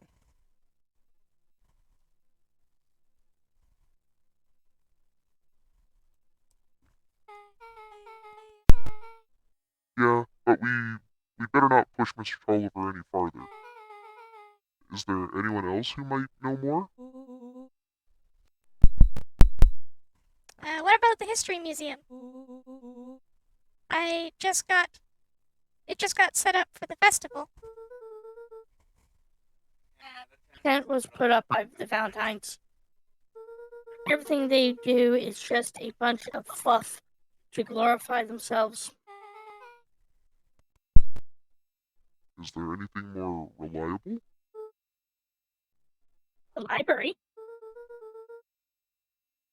If there's any information about the source thing, Cato, where the fuck? Okay, you know, let's find it. Let's go get some answers.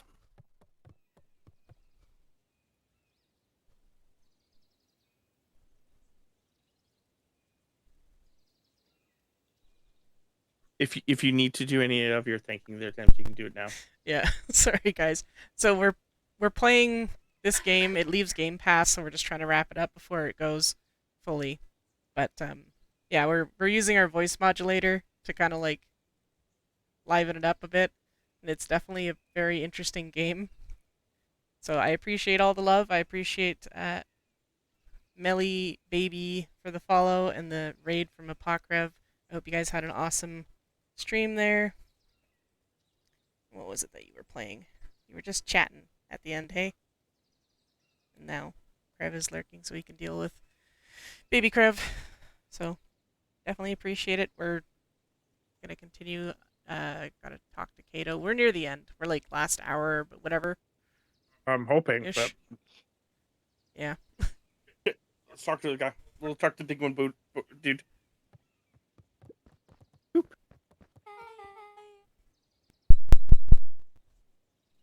This is a dang nice library.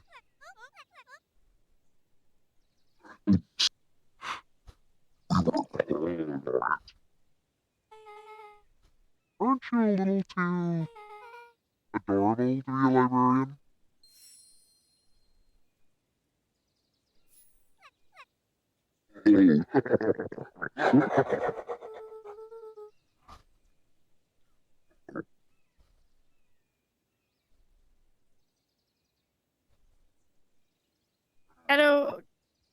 hung out here so much, eventually they gave him a set of keys.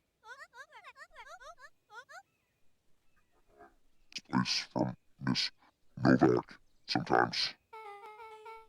I got you working for free. Right, and I get to access all the books I can read. What more? Person wants. Fair enough. What can I do for you all? We need a favor. I already told you and Rolla. I can't put you and her on.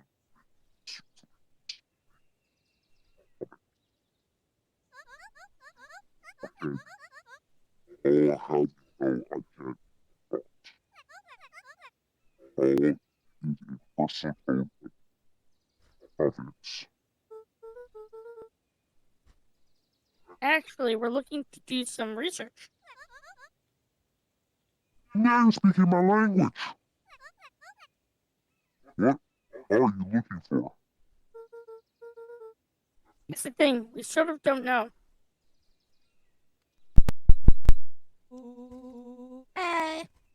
What do you got on the history of the town?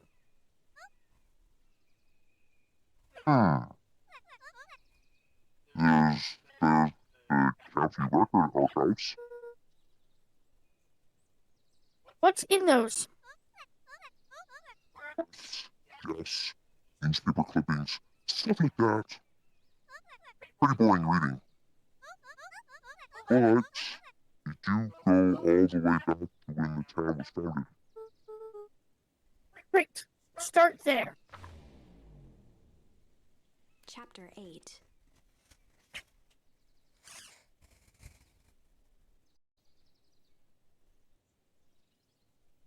"6 feet under, 3 towns over." The kids spent the rest of the afternoon combing through dusty piles of old county records, desperately searching for anything that could help them make sense of Mr. Tolliver's cryptic utterance. Luca tried to shake the thought of Gran's basement, but his focus wavered. Explosives, messages hidden in jam, dossiers on various town figures, and a corkboard threaded with photos. Gran was the only family he had left. He still couldn't bring himself to believe the worst. But the old map with the symbol of explosives in town square made that difficult. As the sun began to set, the kids were no closer to the truth.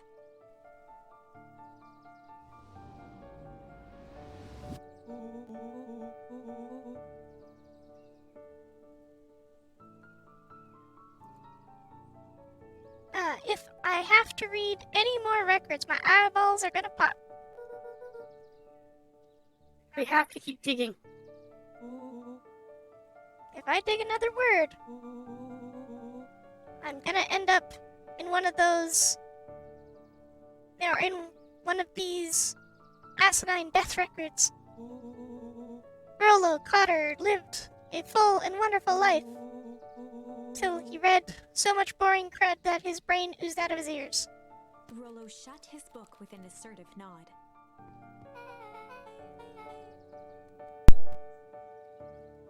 If you've got a better idea, spit it out. You sound like my sister.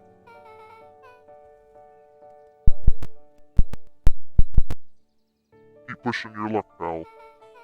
And it won't be boring country or county records that kill you. I'll put you in the obituaries myself. Rollo muttered under his breath.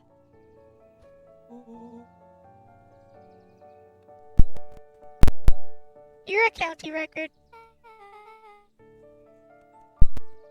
Really? That's the best you've got? When I'm done with you, you'll be a footnote in history. Just like... Beck slammed her finger down on the open page before glancing down to read. J. Hartford here.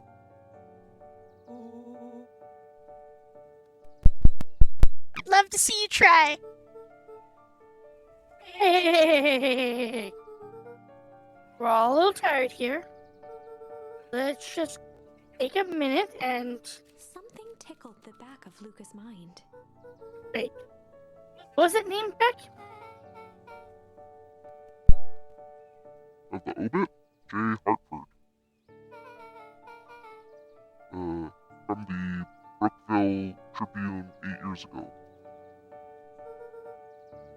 That can't be right.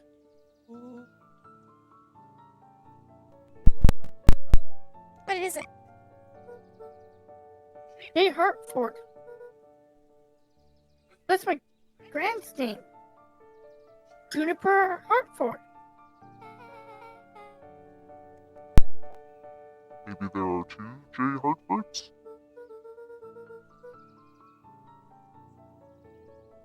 Mrs. Hartford is survived by her younger daughter, E. Hartford. My mom's name is Eleanor. Okay, this is getting creepy.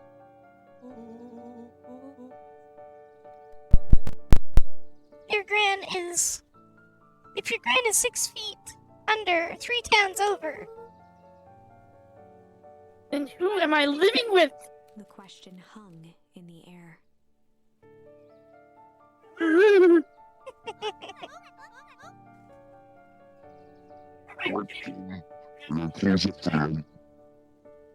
Beck rubbed her eyes. How lead is it? Almost 10. ah crap, Paula's gonna kill me. I gotta go. Yeah, my parents will be worried sick. Yeah, let's meet up early as we can at the festival tomorrow. What are you gonna do about the unconscious man in your basement?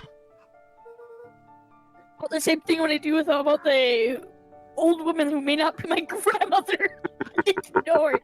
It's not real. I'll think of something.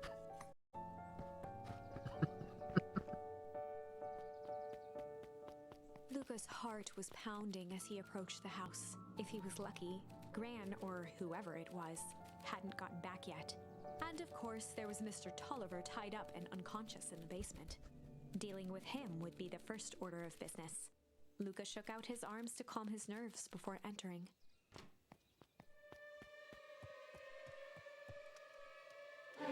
He held perfectly still, tempering his breath, and listened closely. She was asleep. His only hope was that she hadn't found Mr. Tolliver before dozing off.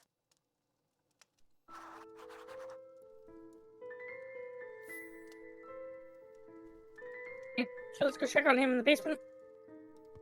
Probably need to be on this. Let's go in the basement.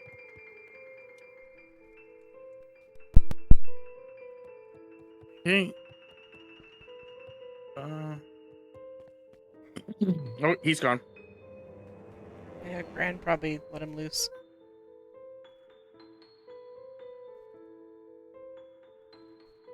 Oh no.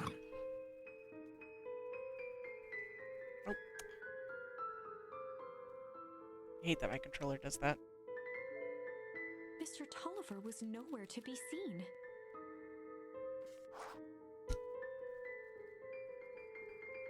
Maybe he woke up, escaped from his findings, and left without a trace? Or maybe Gran knew everything. What do I do? Luca's hungry stomach groaned. Not realizing it, he'd gone the entire day without eating. Okay, I can figure this out. Just need a little brain food. Luca rushed over to the pile of jam jars, unscrewed one, and shoveled a handful into his mouth. I'm afraid your jam delivery will be delayed.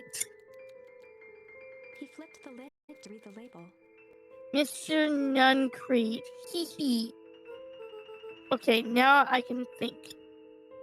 So if Graham knows we tied up Mr. Tulliver, I'm screwed. If she doesn't know, that I need to play it cool. I guess the only option is to go to bed and act like as if nothing is wrong. Gran will think Mr. Tolliver finished what he was sent to do and left when he was done.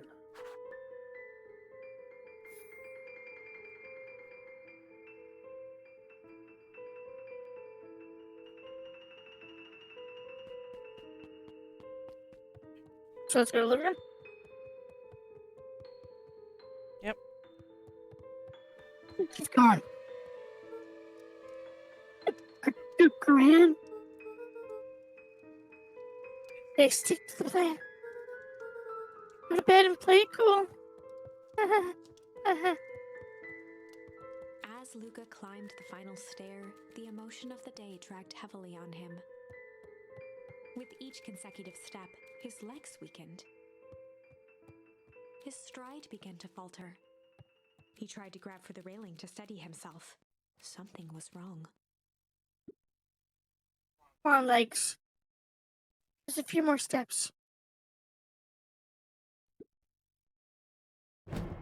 Luca groaned and tried to move. His limbs might as well have been bolted to the ground. Through numb lips, he mumbled just before falling asleep. Did you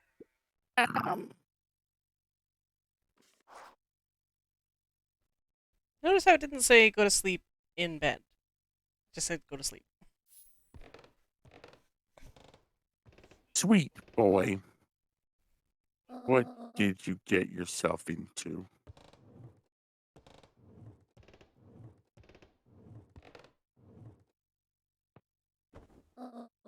Rest now. Let me handle everything. The jam was drugged. Man, that was a jam. 9. You just got jammed. A speech to end all speeches. Luca awoke to find himself face down in bed. He moaned into his pillow. Why would Gran drug him? Or rather, why was she trying to drug Mr. Nuncreed? Shaking the questions from his woozy head, Luca snapped back to the matter at hand.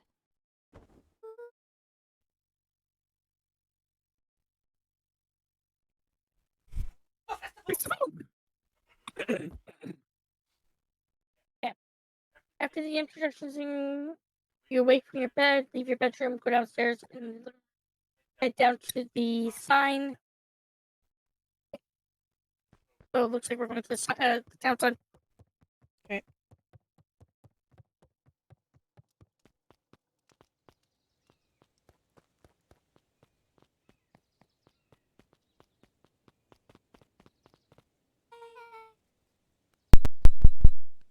Where have you been?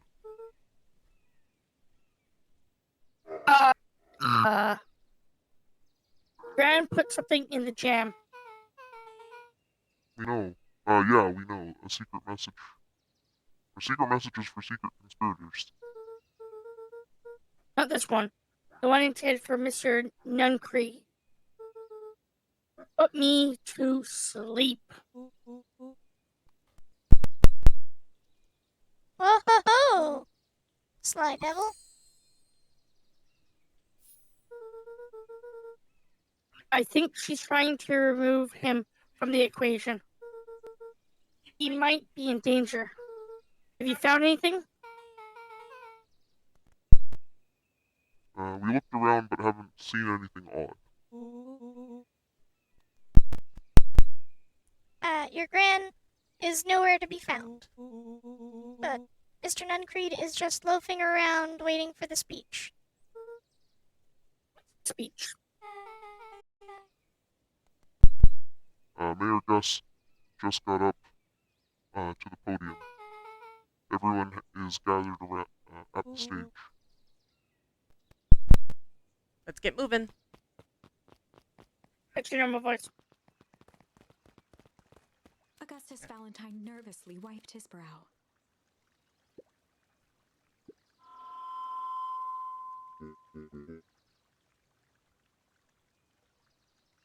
Is this thing on? Hello, Beacon Pines. I'm Augustus Valentine, your mayor, and I suppose you already knew that. Oh yes, before we get started, I just wanted to take a moment to recognize someone who couldn't be here today. This town wouldn't be where it is today without my father, Paper Valentine. So I thought we could begin with a round of applause benefiting such a great man.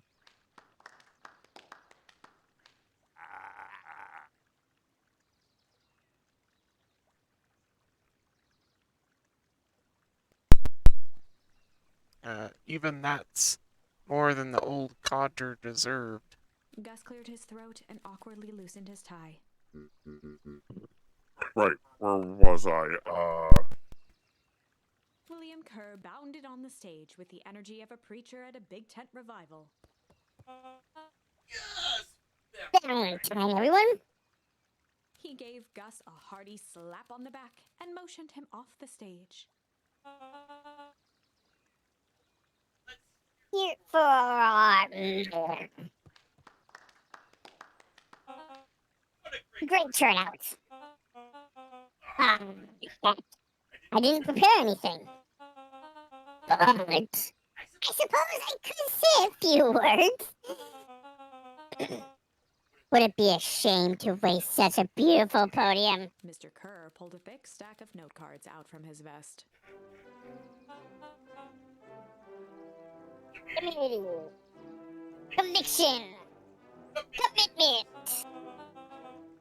These are the things we celebrate at Pea Harvest.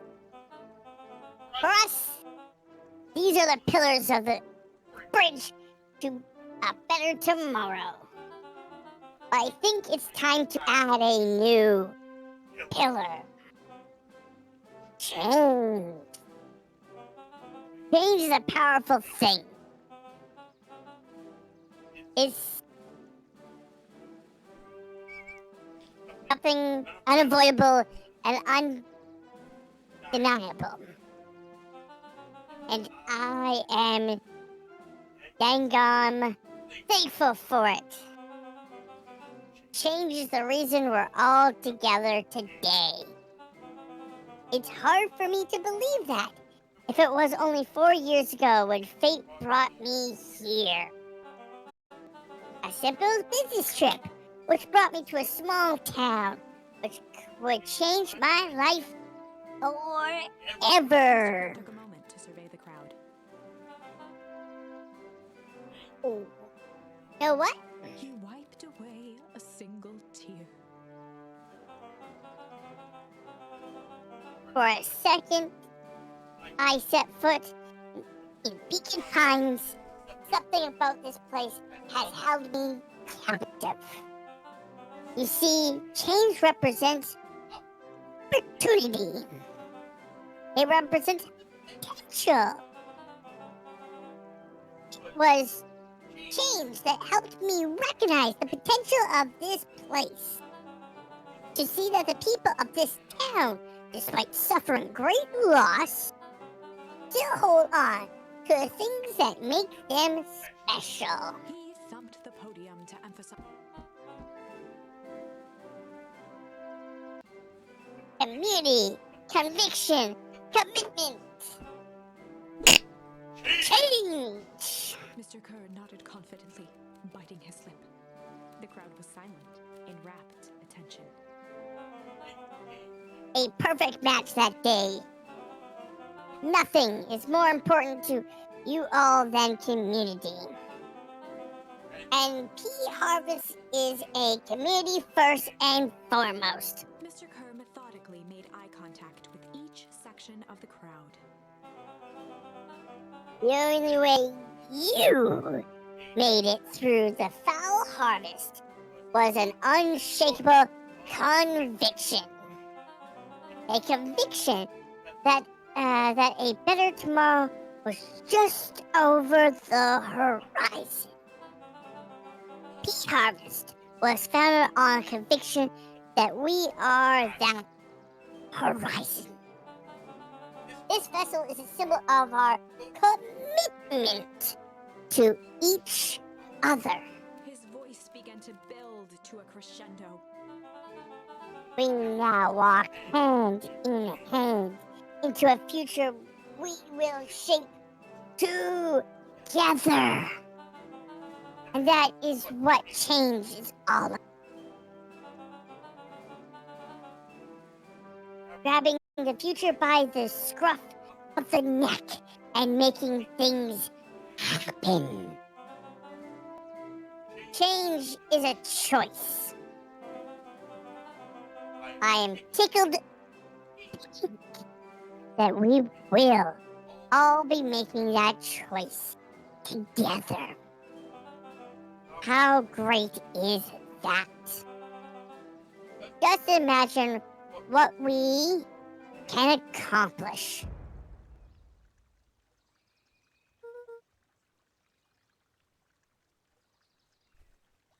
What was that? The crowd began to look around nervously. Don't worry, a little thunder is going to ruin this day. Everyone remain calm. Mr. Kerr quickly flicked through his note cards. Where was I? Through all my travels, I have learned one true thing. One always reaps what they sow. We have all planted a lot of good in this town. And so it is with my happy heart that I can proclaim He raised his hands up to the heavens. our harvest awaits!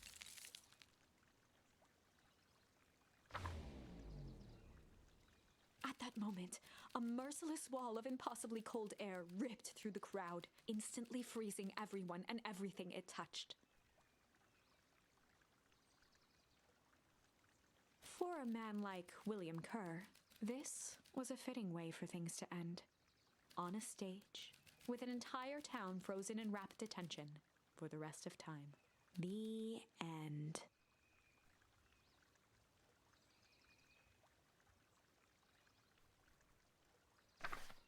There's that ice again! Whenever I think we're getting close, it comes along and ruins everything! Maybe we should just quit? Maybe you should just close the book, walk away, and never think of me again. No, I don't mean that. We got a little closer this time. We just need to try again. Please.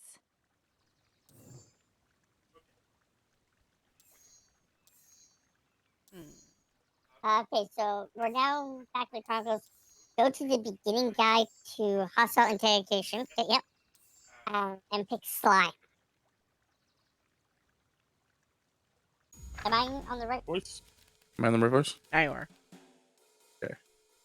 Sly Cop. They'd run the classic good cop, sly cop interrogation.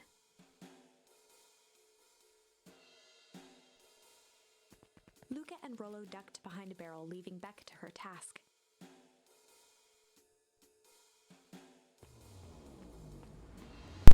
With a few crisp snaps, she roused Mr. Tolliver. What? What's going on here? You're the Modwell girl. Please, call me back. Sorry about all this. Mr. Tolliver looked down and shifted a bit, testing his restraints. It seems there's been a mix-up. You see, I'm down here for the same reason you are. Juniper sent you here? Beck caught herself before letting the surprise manifest on her face. She'd already gotten him to reveal his relation to Gran. This was gonna be easy. You know how Juniper is with her precautions. Operation Sparkblood has us all on edge. I guess she thought you needed some backup. But you sent a child? What better way to avoid prying eyes? Who would suspect a child? I suppose that makes sense. Mr. Tolliver wriggled a bit in his restraints. Oh, I'm so sorry. Beck quickly removed the ropes. That had to have been uncomfortable. A little, yeah. But you understand. We never know who to trust in this town. Mr. Tolliver rubbed the growing knot on his forehead. Very true. So it turns out we're both here Beck to... twirled her hand, as if to prompt Mr. Tolliver to finish her thought. Destroy the evidence? Beck shook her head and clicked her tongue. Yep, the old gal is nothing if not thorough. Mr. Tolliver let out an amused huff in agreement. There is. Can't blame her, though. If anyone were to find out what we're doing, you're going to... if anyone found out that we are going to destroy the source, but we both know how bad that might be. No one will know anything once I finish cleaning things up down here. Beck was on a roll now, playing Mr. Tolliver like a fiddle. You sure you can finish this up on your own? Jennifer trusted me for a reason. You can leave the rest to me. Good. There's one more loose end I'll go work on. Loose end? Oh, it's nothing, really. The other day, I had a radio on scan while restocking the candy shelf.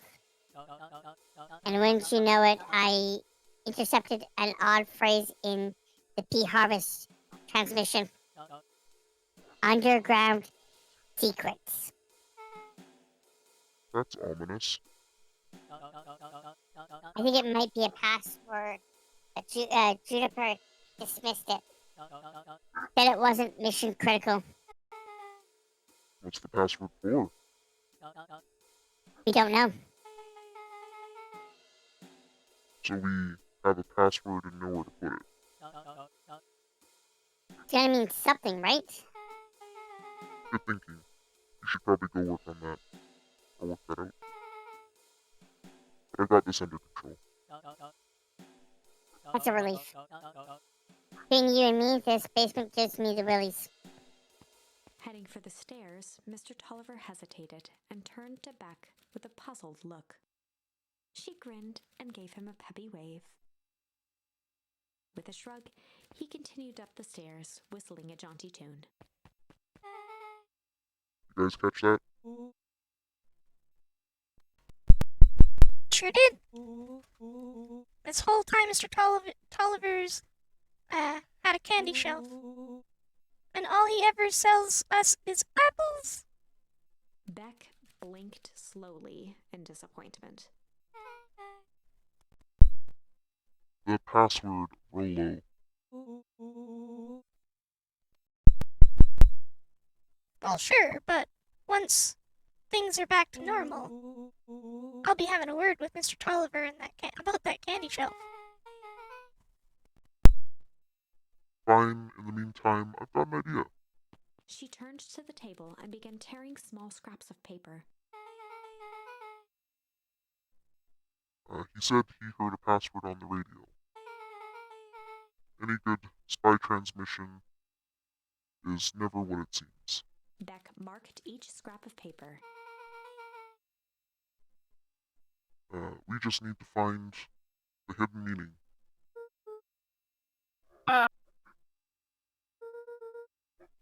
I know for underground. Buried, covered. Could it be a cover-up? Maybe it's one of those, each letter is a number thingies. So U would be 21. N would be 14. D would be... Oh! It's an anagram.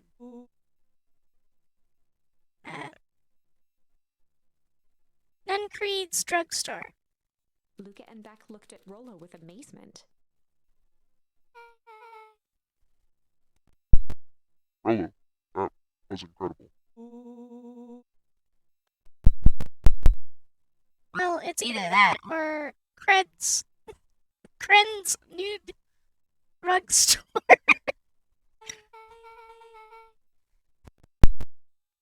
Yeah, I think you were right the first time. How did you know that? What can I say? I love ciphers. Of course. What can I say? I love ciphers. Well, I guess we know where to go next.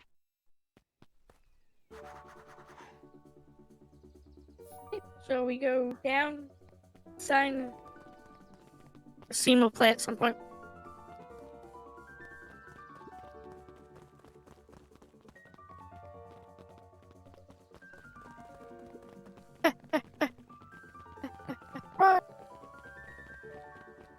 Uh-oh. You're late, Augustus. Sorry, sister. Was caught up with work. Work? You? I had a few more details to lock down for the festival. Oh, what do you have to report? What is this stupid town festival really about? I think Gus looked around nervously. Mr. Creer really does just want to do something good for the town. He's actually a pretty nice guy. Should spend some time with him. I didn't pull strings installing you as mayor so you could make friends. The job is to help me figure out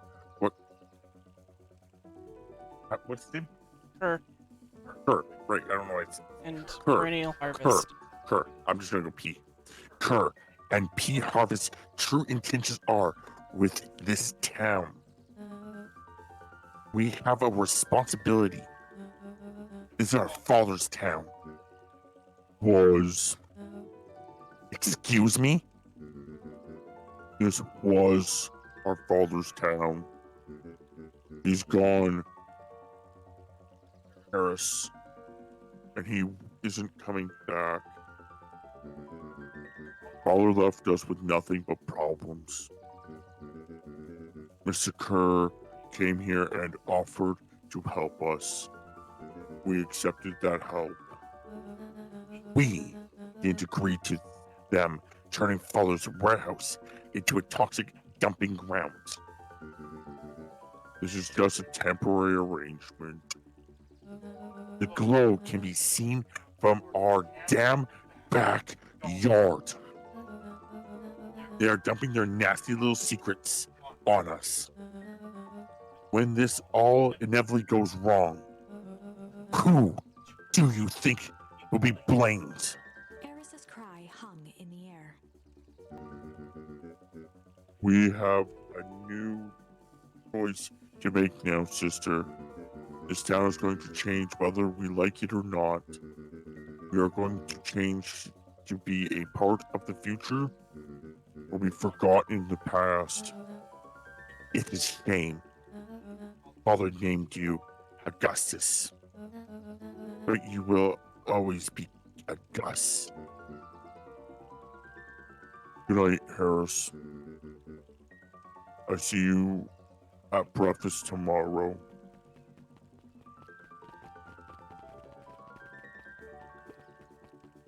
It's getting late, children.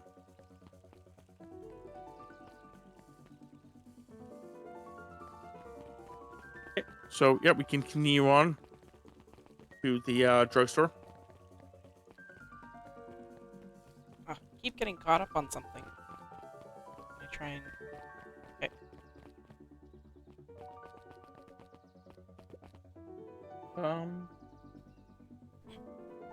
When you gain control, go to run down and talk to Solomon.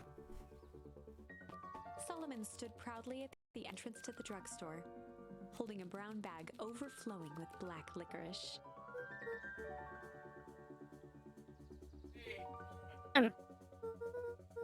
You're looking for Mr. Nuncreed. Is he still there?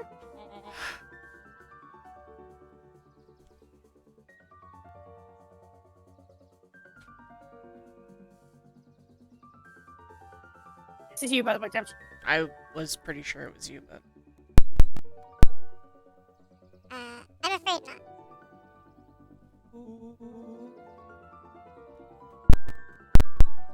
Then where did you get the candy from? You might say we have an arrangement. Solomon shoveled a surprising amount of licorice into his mouth. Sometimes it's the small pleasures in life. Though we might not always have family to rely on. Licorice has never let me down.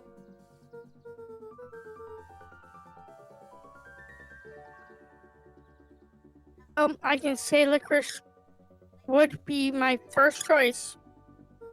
But whatever floats your boat wouldn't have been my first choice. You can tell a lot about a person of their choice of confection. Oh yeah, yeah, I guess. I like sour grapes. I'm certain you do. I always wondered why Mr. Nuncreed kept licorice in stock. You must eat enough of it to make it worthwhile. There are many ways to earn loyalty. For some, it's easy as cold, hard cash.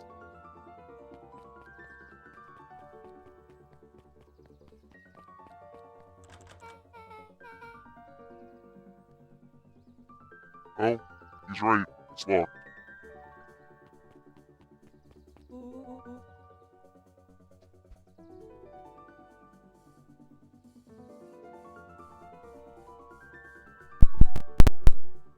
There's gotta be more clues. Okay, let's see.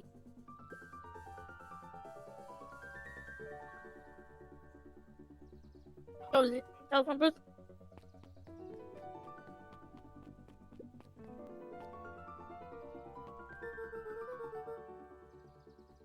Have you ever seen anyone actually use this thing?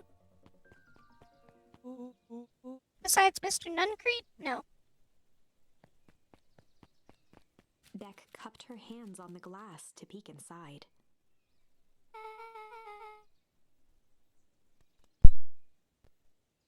That is not a normal phone booth. It's got like a blinky keypad. Why would there be a blinking keypad?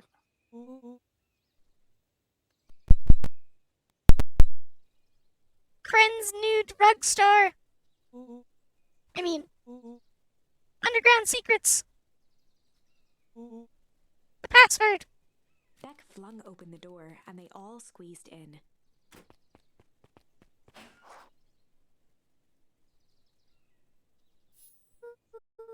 Alright, let's see here.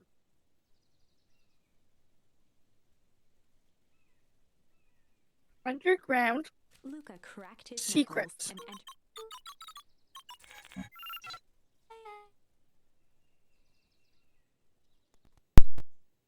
entered. Sounds like that did something. Great. Now what?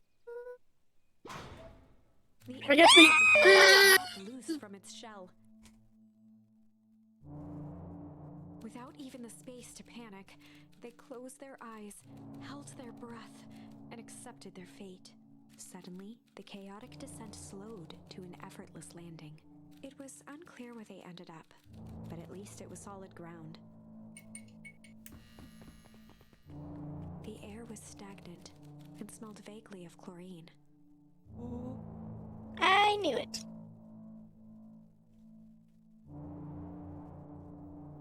I knew it. You knew there was a secret hub full of strange tubes under the phone booth?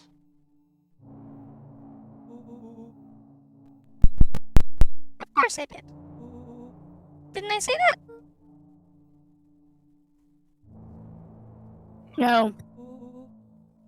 I definitely thought it. Luca, do you remember when I said how cool it would be if the transdimensional conduits from Tank Atomic issue number 12 were real? Well, at one point or another, you've said that about every technology ever designed in Tank Atomic. That's why I'm such a good predictor.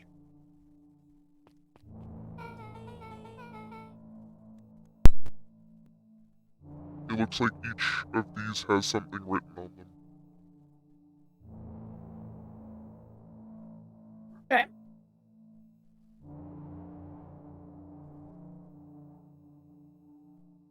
The one on the left, it says? Is that what it says? I'm just trying to figure out here. Eventually you'll be able to interact with the control panel.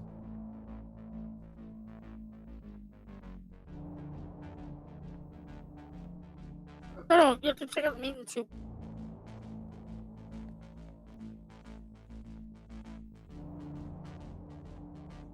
Maintenance is on the far right. This thing?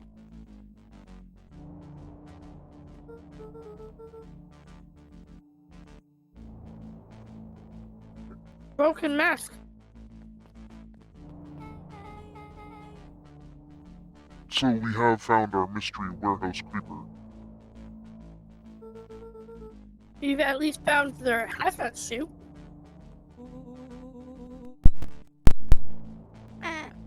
If it walks like a nun creed and talks like a nun creed.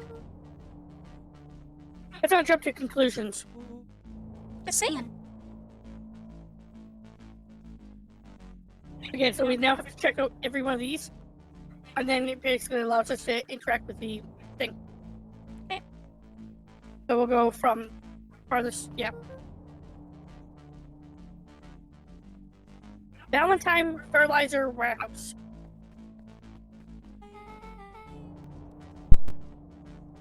Isn't that where you almost got snatched? Yeah. Why would E-Harvest have a tube going to the old Valentine place?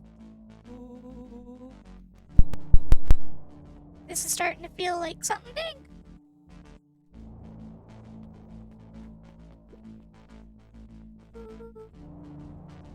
E-Harvest main office.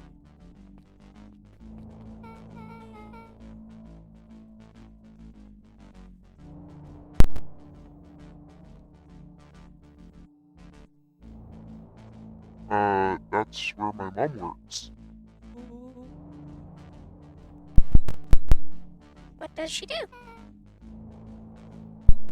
Science stuff. Is she involved in all this? We just moved here. How could she be involved? True.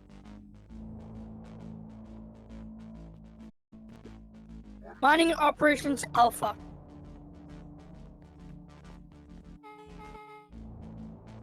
You guys have mines here? Not that I know of. Didn't they bring up the fact that this town used to be a mining operation in the very beginning of the entire 6 hours ago? Almost 7 hours ago now? When she was doing her intro? I think so, yeah. This town is all farms and fertilizer. And a series of tubes. Pa always says you can only trust a miner up to the point when they hit gold. Not sure how that wisdom applies to this exact situation. That's the thing about Pa. You don't always realize what he means until it's too late.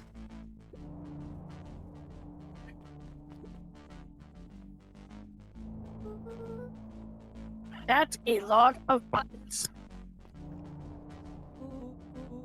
Stand aside, Earthlings. I've read enough Hank Atomic to know my way around sci-fi tech. Paolo's hands hovered over the field of blinking buttons. Eeny, meeny, miny.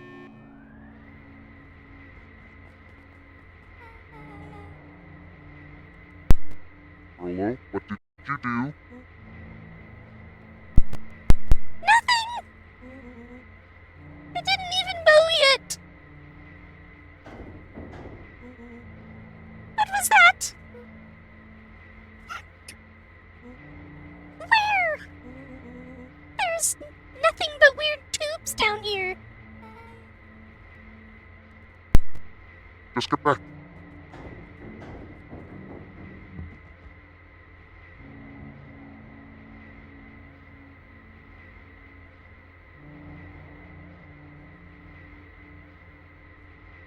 I can't remember what voice. Was it this voice? I think so. What's the fairy? This one? Whatever. It's now this one. Actually, I think it was fairy. Shit. Shit.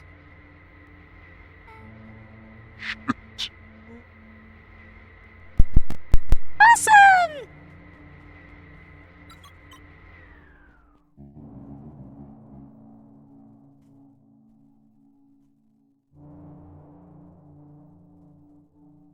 You all need to come with me now. Ain't going anywhere with you.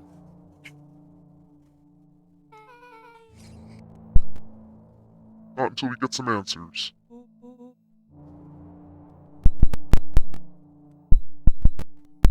Mr. Underground Secrets? I told them it was an absurd password. But they love anything that makes them feel clever. Hey, who? That's no matter. If I could keep you hidden until after the festival, I might be able to save your skins. We don't care about our skins. Hold on now, I like my skin.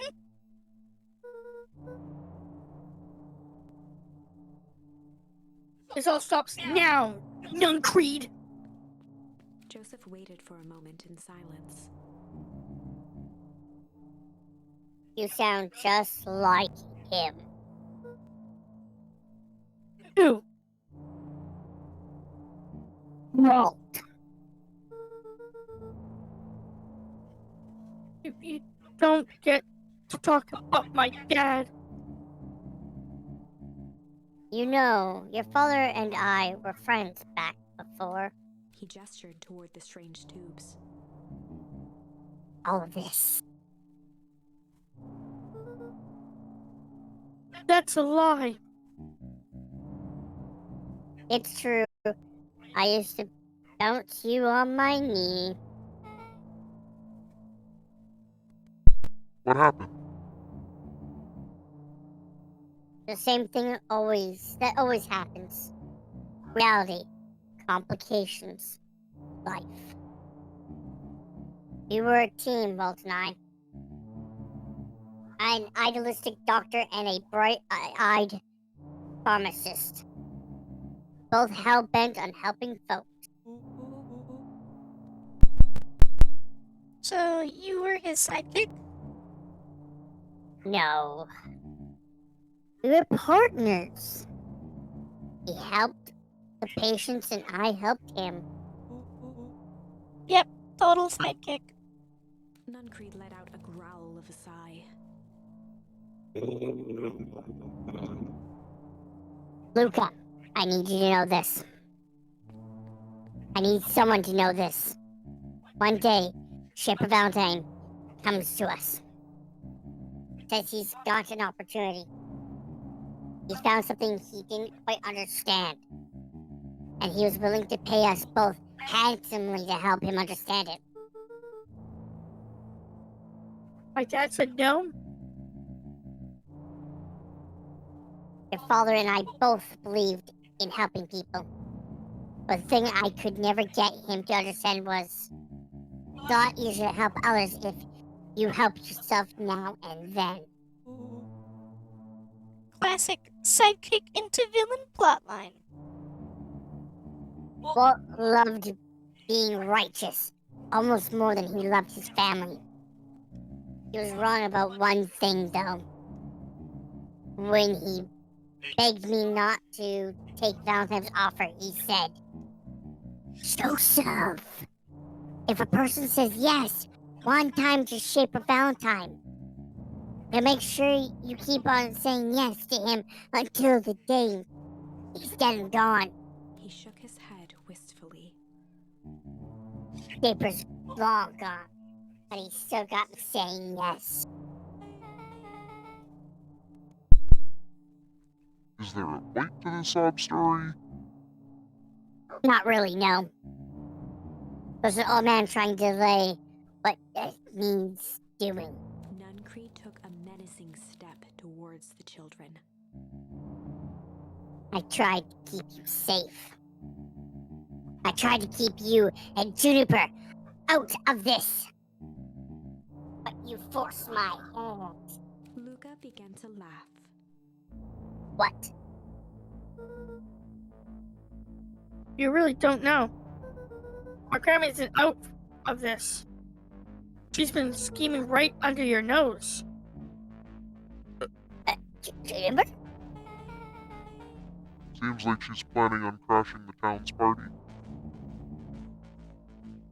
You're going to disrupt the festival? Why would she? The color drained from Nuncreed's face. What does she know? Apparently, she knows a lot of things. What? Let's just say this isn't the only underground lair we've busted into today. And honestly, hers is way cooler. She's got a map and explosives and bad intentions. Big man! Nuncreed grabbed Luca by the shoulders. His eyes were frantic. You need to tell me what she's going to do right now. She doesn't understand what it is she's messing with. Down, down. She's in danger, boy. I don't know. They had a map with a mark on the fountain in town square. The fountain? But why would... Realization struck Mr. Nuncreed. Who knows about the source?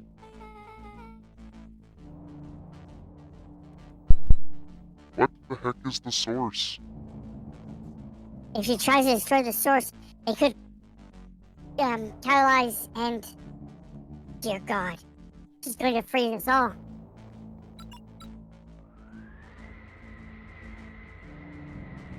You all need to run.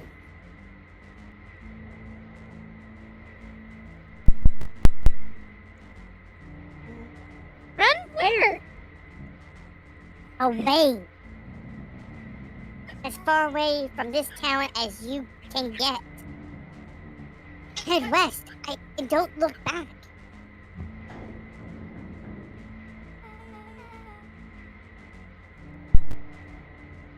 That did not go how I expected. So... we're totally following him, right? Totally. See you on the other side!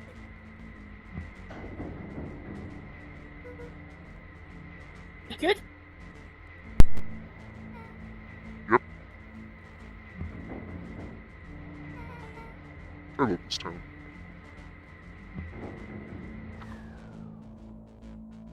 Chapter 8. The cold, hard truth. Beck leapt up, allowing the suction to yank her into the dark.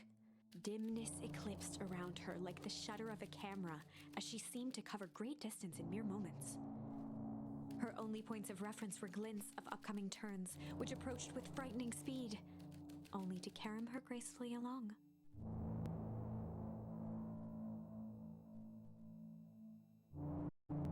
She heard the tinny, distant echoes of Rollo's glee. Once she stopped fighting against it, the ride was impossibly smooth. Then, all of a sudden, as if minutes had passed in an instant, light blazed into view. A burst of wintry air snuffed across her face, and she was flung out into the cold.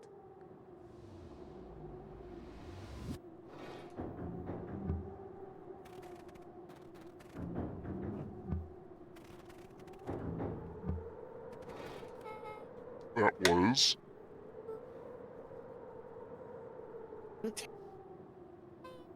Yeah.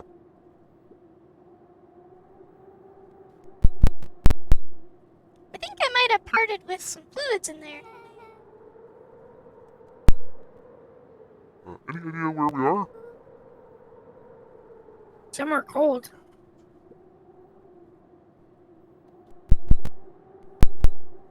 It doesn't look like it got on any of us. It didn't feel like we traveled that far. So where did it all go? This place sucks. Why would anyone want to blow something up out here?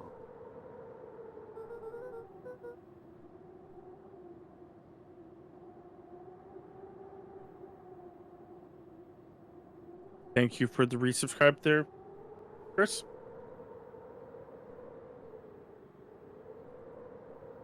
Only one way to find out, I suppose.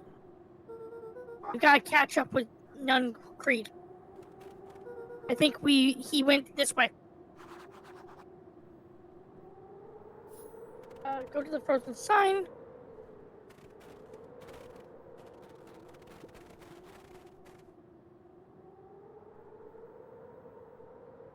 This looks Familiar. Yeah. Maybe we can clear off the snow. no time. Nun Creed's getting away.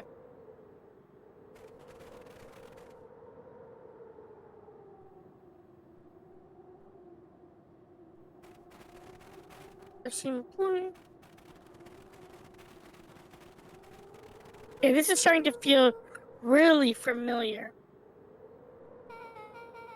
I may not be the most well versed in all things that Beacon finds, but this does look like some sort of frozen replica of town.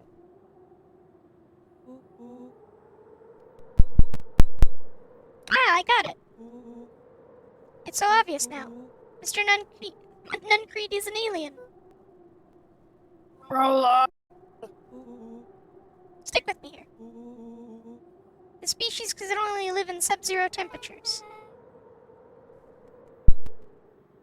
Oh boy, here we go.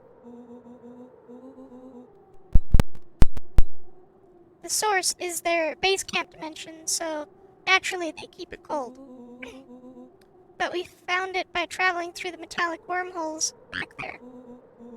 The final objective, kill us all and shapeshift into Beacon Pine citizens of their choosing. You never really had me. But you very much lost me there. Get used to it. We should keep moving.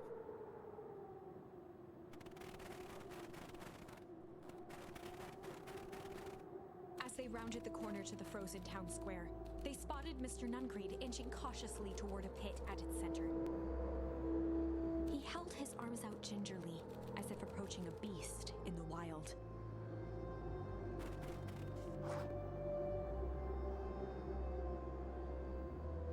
Upon closing the distance, Luca recognized what Nuncreed was after. Gran stood confidently at the edge, one arm outstretched over the abyss. Nearby, a wheelbarrow had been emptied out. She held a lit torch, which flickered in the bitter wind.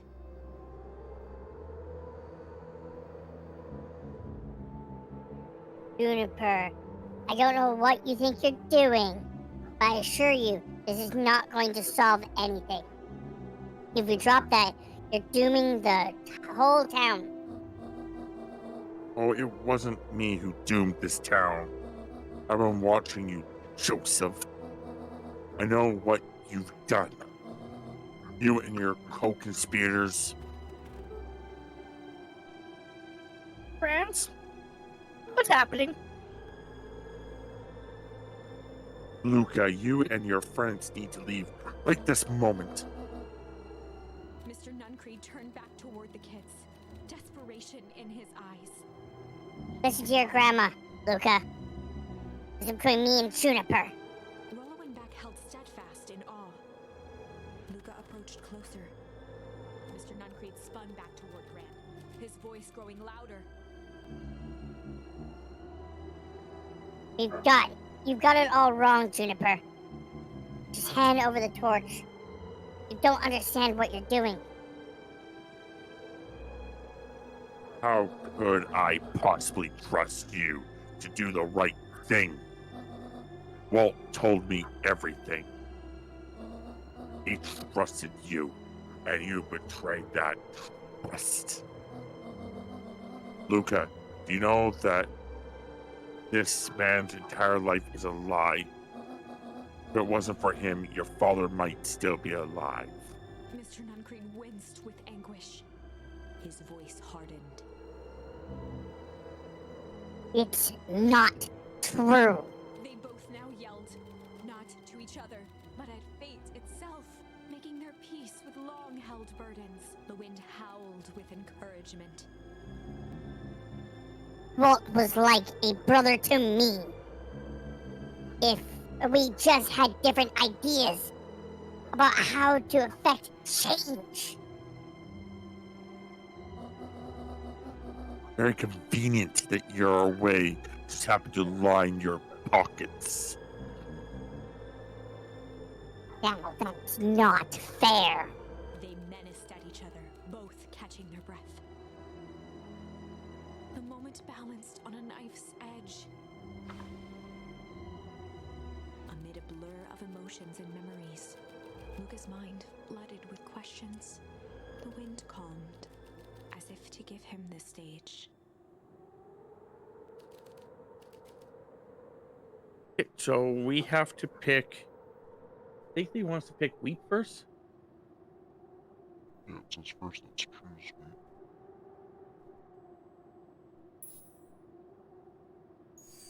And in the stillness, he began to weep. It was all just too much. Falling to his knees, Luca whimpered softly. The tears crystallized as they hit the snow.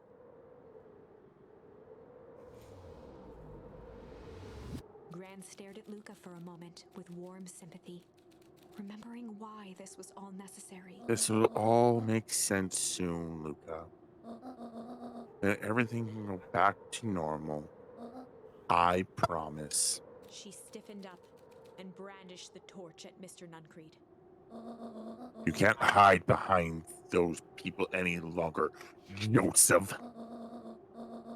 Once their precious source is destroyed, we'll see where their loyalty falls.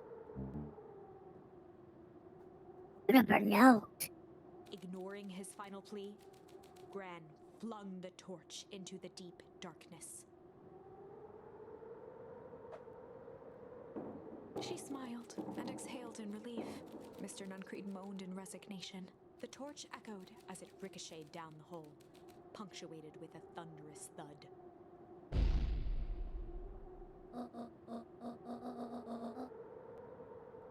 You see, Joseph, I've learned one very important lesson in life.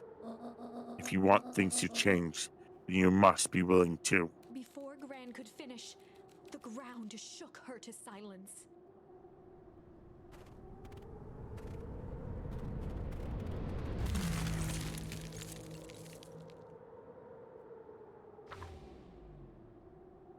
Gran only had time to spin around and run to Luca. Her attempt to shield him, an honorable but trifling act. Unflinching love, pitted against an unthinking horror, there was no contest. Her warm embrace froze in an instant. That is where they remain, fixed in place, forever. And so, our story ends on this melancholy scene. In a town brought low by its secrets, sits the frozen statues of a misguided band of meddlers. The end. Well, that was dire. On the bright side, we finally figured out where all the ice is coming from. Now, we just need to find a way to deal with a mystic, unfathomable force of nature.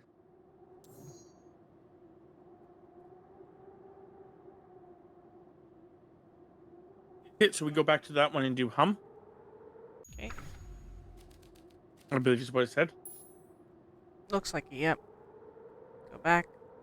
Fire Yeah. and ice. Select hum. Let the scene play out. And in the stillness, he began to hum. After the death of his father, Luca had trouble sleeping. Each night, his mother would sit at the foot of his bed and hum a gentle melody. It was the only thing that could calm his mind. The only thing that, however briefly, could make it all seem okay. That melody pervaded every memory Luca had of his mother. Shivering in the raw snow, he began to hum it out loud.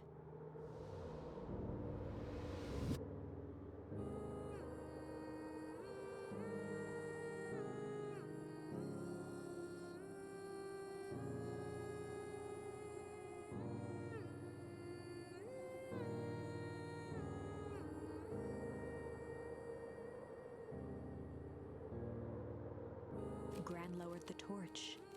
As recognition slowly set in, her heart sank. Those countless nights of consolation, the incomparable loss they shared together. She let the torch fall to the snow and sizzle out.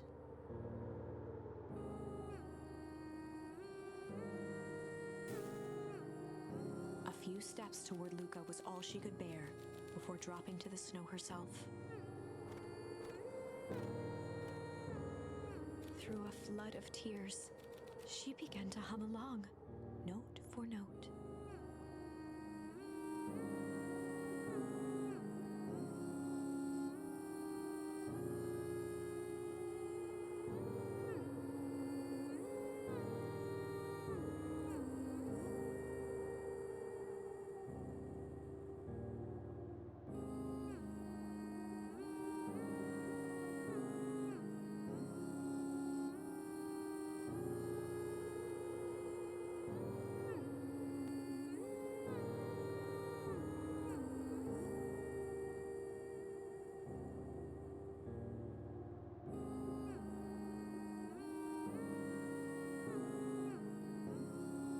I pressed A.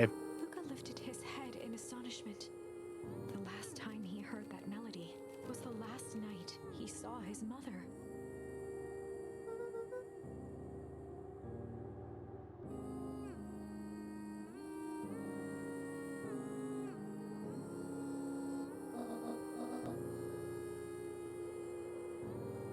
I'm so sorry, man. Little buckaroo. Buckaroo. All like people to call me that are my dad and Your mother. Luca blinked through blurry, watery eyes, trying to see more clearly. He could just make out the impression of a familiar face. He peered across the snowscape at the woman on her knees. Something about her was undeniably his mother. Only smaller, older, changed.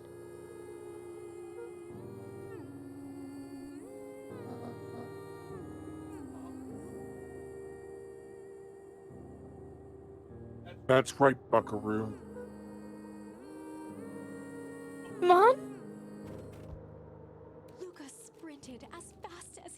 toward his mother. They held each other close, and the cold retreated from their bodies.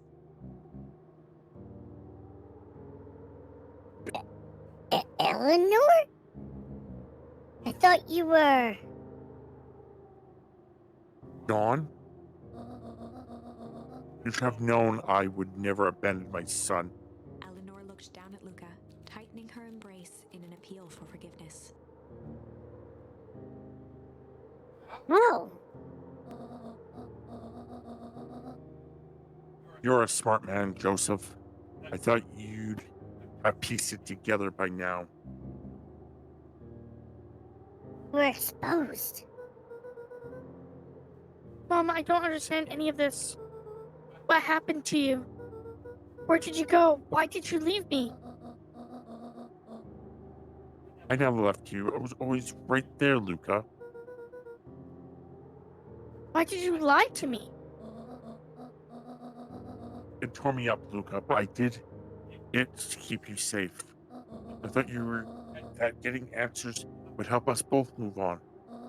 But the more I discovered, the more I realized the danger we were both in. Until pea harvest was stopped, it was better if everyone thought I was gone. You could have trusted me. Those are bad people, Luca. They won't stop until they get what they want. And they don't care who gets hurt in the process. Then what do we do? We have to stop them.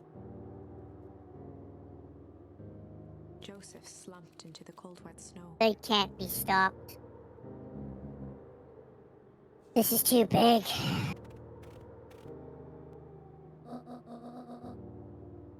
I tried beating them at their own game. I'm done fighting fire with fire.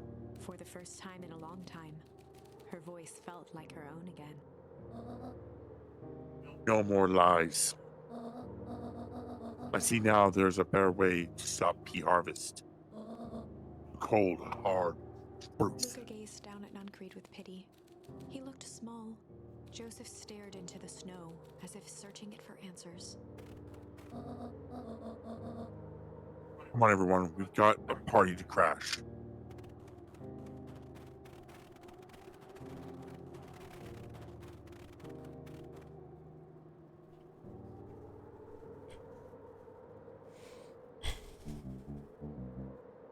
I don't understand.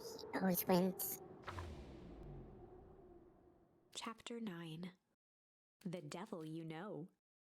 7 months ago, Eleanor Van Horn crept down the maze of sterile hallways under perennial harvest. She stopped in front of the large steel door marked Deep Engineering. No turning back now. She raised a trembling hand.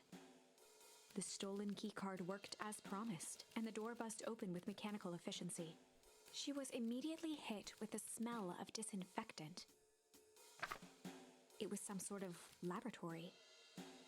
In one corner was a desk covered in papers.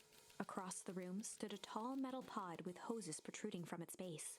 She rushed to the desk and began shifting through the piles of papers. They were experiment reports on something called Tempus liquamen. There were dozens of them, every one stamped failed. Eleanor heard the sharp echo of footsteps approaching. She was out of time. Her eyes scanned the room, eventually landing on the strange pod. Muttering a curse under her breath, she dashed over and dove inside.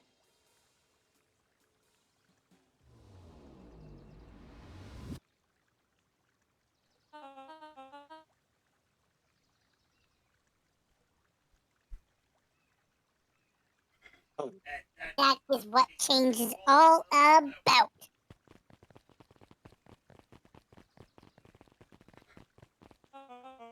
Grabbing the future by the scruff of the neck and making things happen. Change is a choice. I am tickled pink that we will all be making that choice together. How great is that? This man is a liar. Excuse me? I will not.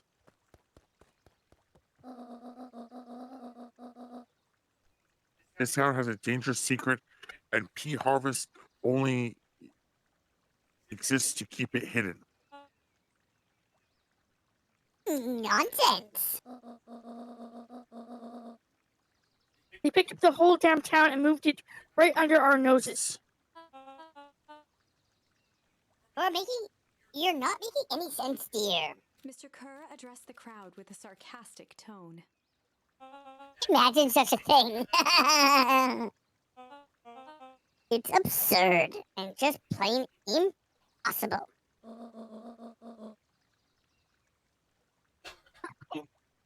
They promised they could fix the foul harvest. They promised they could fix the foul harvest. They told us they would clean this place up. We had to leave town for a few days. But while they had us evacuated, Mrs. Hartford, I'm afraid I'm going to have to ask you to. you're afraid of a lot of things, aren't you? You're a shivering little worm.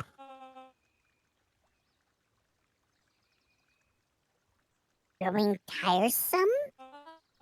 A little help, please. Don't you all see? This festival is a sham. And it seems to have the whole town gathered in one place. They're planning something awful. I don't know what, but these people are wicked. Listen to her. She has absolutely no proof. I am the proof. I'm Eleanor Van Horn. Whispers filtered through the crowd. Well, aren't you just sneaky as dickens? We all know Valentine's furlough was too good to be true. And now the whole town is paying the price. Ladies and gentlemen, I am so sorry for this disruption. Socius will take care of this obviously disturbed woman somewhere comfortable, so that she can get help she needs. She's not the one who's disturbed. You two-timing clown.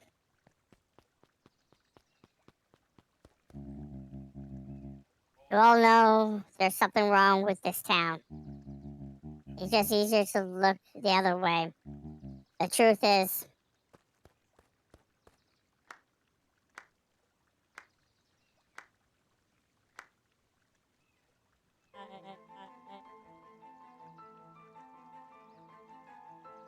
Oh, it's me, I guess. That's quite enough, Mr. Nuncreed. Torment dragged on Joseph Nuncreed's face.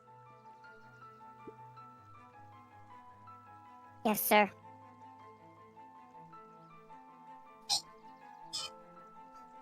No, I want them to see this.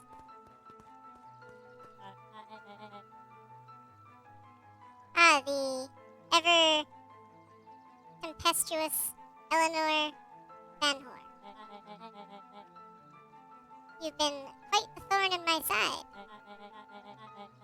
Like a weed that's burrowed in where it doesn't belong. I must confess, you look dreadful. He paused for a moment, plucking a piece of fuzz from his sweater and discarding it to the ground. Consider yourself in rare company. You managed to pull one over on me. It won't happen again. I knew you had some sort of plan to disrupt our little party. But alas, I expected something a bit more impressive than incoherent rambling. No matter, your failures are yours to bear. Mr. Kerr? Sir.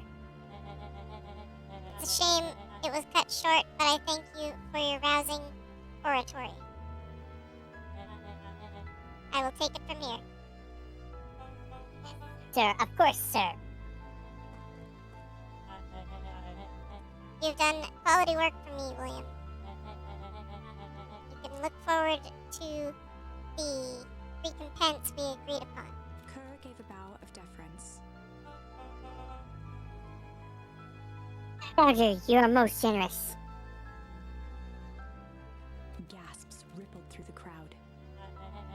Thankfully, we can dispense with the formalities from here on out. Solomon pulled a glass vial from his pocket.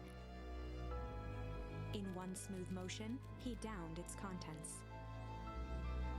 A triumphant smile grew across Solomon's lips.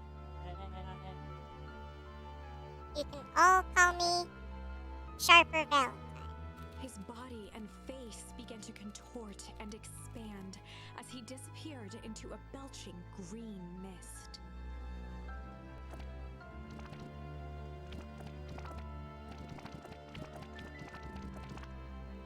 A hushed horror gripped the crowd. This is a story about change. What? No.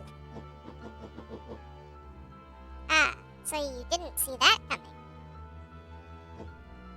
Good. Sharper examined his new hands. Well, this is quite the improvement. Everything looks so much smaller now. Eleanor was right about one thing. This festival was a ruse. I wanted you all to witness my glorious return with your own eyes.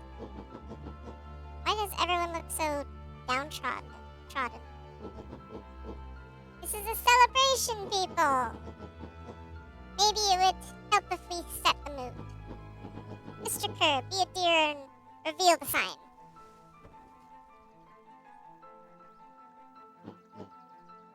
Ha! Wonderful. Sharper choked out a crude squawk of a laugh. Frustrated grumbles sprinkled through the crowd.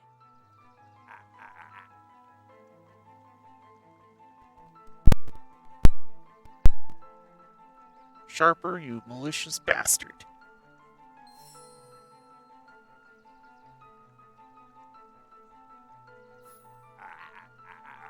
I'm glad you're back so I can tell you to your face. You destroyed this town. We ain't gonna let you get away with that again. Sorry, this is no time for audience participation. Some assistance, Mr. Kerr? William Kerr gave a subtle nod to the clipboards.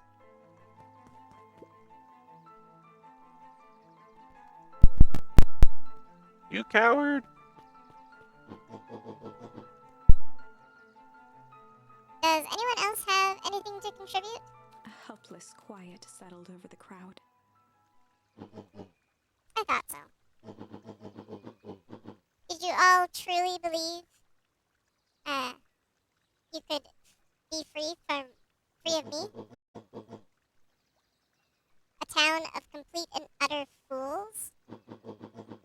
You people should be celebrating my return.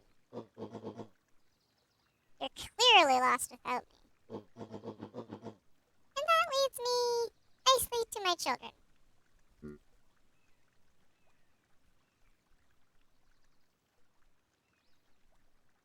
Daddy? It gave you both the greatest gift a parent can give. An opportunity to prove yourselves in my absence. Squandered. To say I am disappointed would be an understatement. I'm dying. Silence, Augustus. An adult is speaking. I don't know which is worse. A son who is completely hopeless, or a daughter with such potential who inevitably lets me down. Eris, you fail me with admirable consistency. Thankfully, I was counting on it this time. Mother, I. I've been wasting my time, my dear. What have you accomplished? I was focused on cementing our legacy. Legacy? Who needs a legacy when you can just live forever? What about... It's alright, kiddo. I'm afraid you suffer from complete lack of imagination. There's just no helping it. Now then, where is Joseph? You didn't take the opportunity to slip off, did you? Ah, there he is. Everyone should give him a hand. None of this would have been possible without Joseph. I think you've said enough. Nonsense! The people deserve to know how helpful and loyal you've been. I only did what I did because he left me no choice. You always have a choice, Joseph. You're just simply too weak to take it. No matter, cheer up. You are about to be rich beyond your wildest dreams. You should follow Mr. Kerr's example. When I found him, he was in a sorrier state than any of you. Aging actor, desperate to recapture his youth. He played his part, and soon he'll be able to play the leading man again. Forever, in fact, if he remains loyal. That goes for all of you. Well, those who haven't already frittered away my goodwill. Beacon Pines is mine again. And I am willing to share its spoils in exchange for absolute loyalty.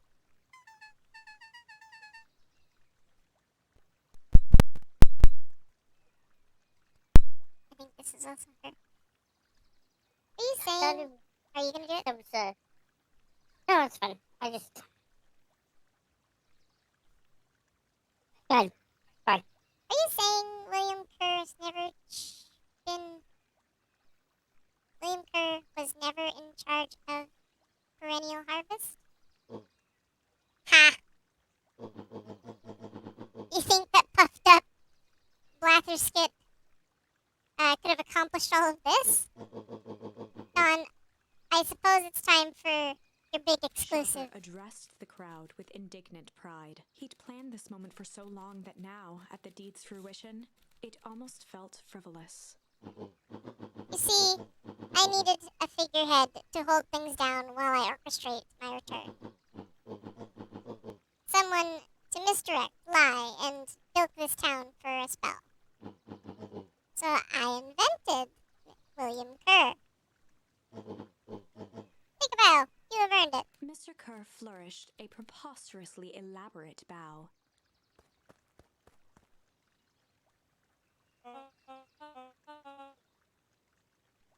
So I would like to bring up the fact that it's 1:30 in the morning, and we still have a bunch of chapters to do. Do you want to just start skipping through this all? Yeah, I guess. Okay. So we're just gonna, instead of reading it, I'm just gonna press A. When it stops, I press A. As much as I would love to read it all, still, it's 1:30 in the morning, and we don't think we can get back to this again. So, if you want to read this, still get the story. This is how you can read it. If not,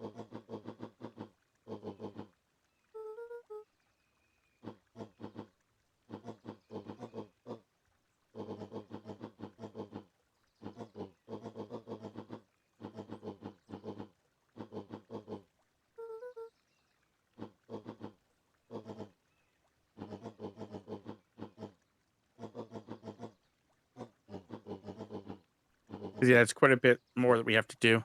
Sharper coughed up one final laugh and cracked his knuckles.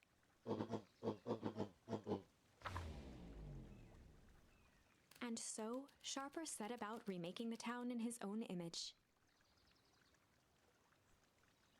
The fertilizer factory soon reopened for business.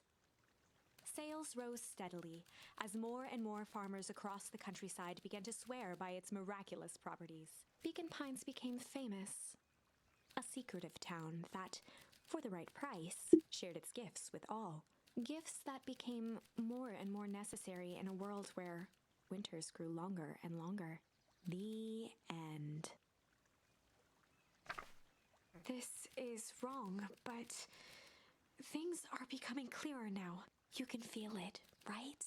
We can't let Sharper win. He might just be the key to this whole thing.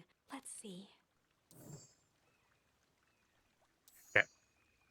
Now it wants us to go back to the Chronicles. Windows the Soul.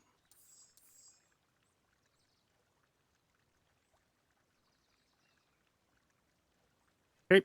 Do you know where Windows the Soul is? Yep. Yeah. I'm on it.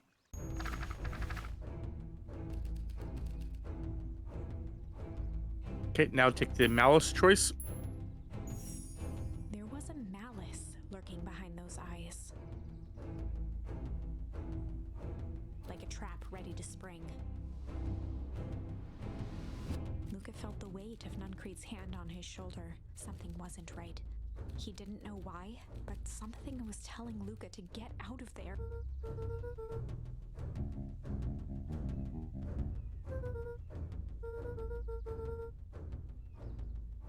Luca twisted free of Nuncreed's grasp.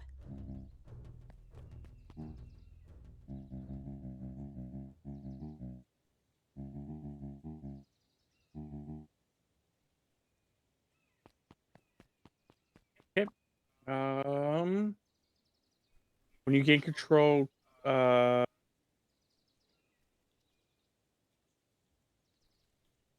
trying to figure out. Yeah, okay. So when you gain control, beacon backside, head up to the town center, exit top left to the beacon, pine strip, and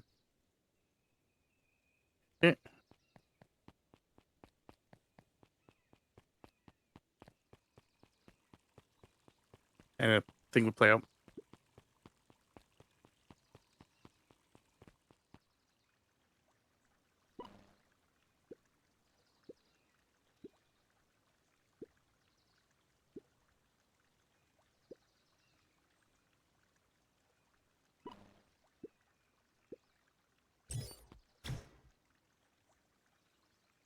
When you gain control, go to the fishing pond.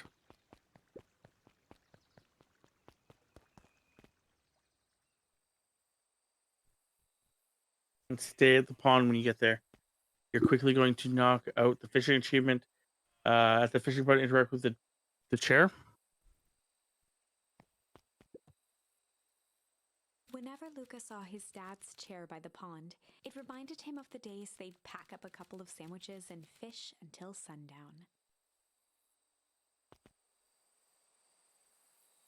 Okay. To the right, it's the tackle box. Interact with that. Choose your bait. For the achievement, you must choose one thing with. You must catch one thing with each type bait type. Don't worry, it's super easy in the game. It lets you know which ones you've already placed in the check mark next to the charm. You've already so you should have the Luca opened the tackle box and picked the perfect bait. tickle. Luca gently baited a feather onto the hook. Good for skimming the surface.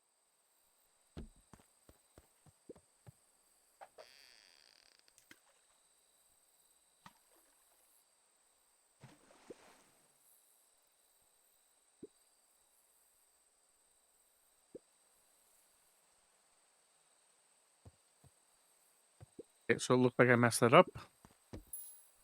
Luca gently baited it. Good for skimming the surface. So it looks like what happens when it goes down the first time.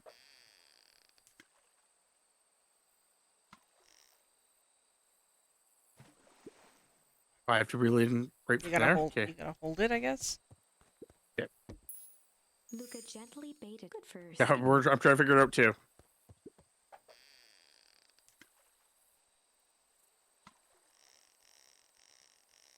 Yeah, looks like you're right. Oh, I snapped it. So Yeah. don't hold it for too long. Yeah. Okay, so we got this. Now let me figure it out. Luca gently baited. Good for skimming the.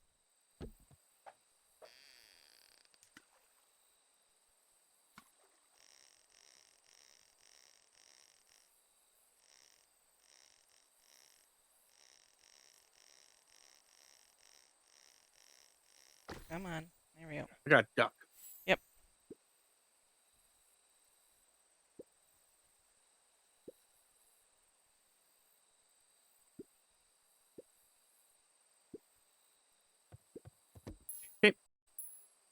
Junk. Next we'll go with Tie a junk. shoestring to the hook. What fish could resist a knife?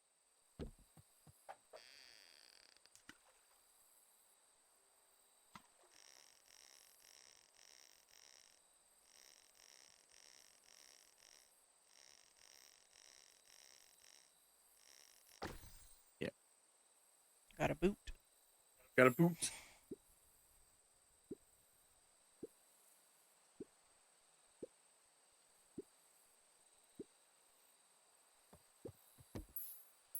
Luca tied a small magnet to fishing with the law of it.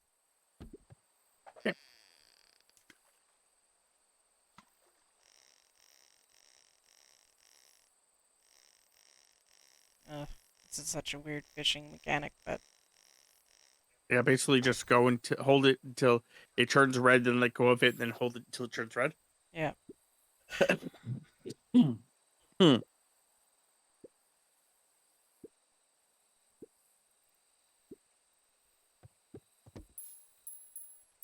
Luca wrapped some tape around the hook. Hey, you never know.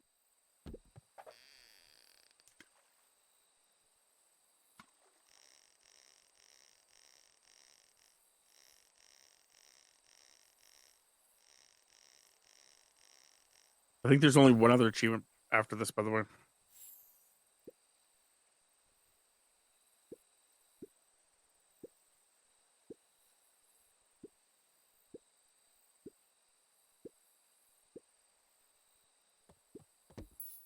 Okay.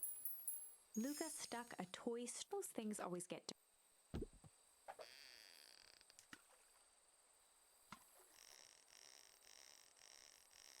Come on.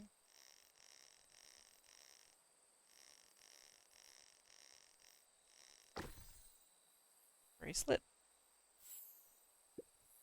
Yep.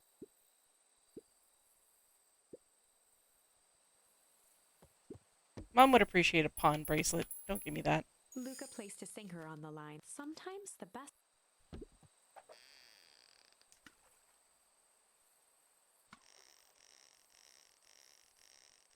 What does Dad know?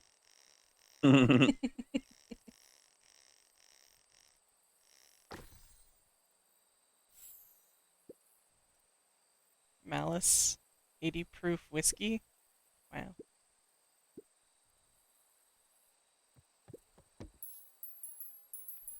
Luca wrapped a twig. Some fish have refined. Okay.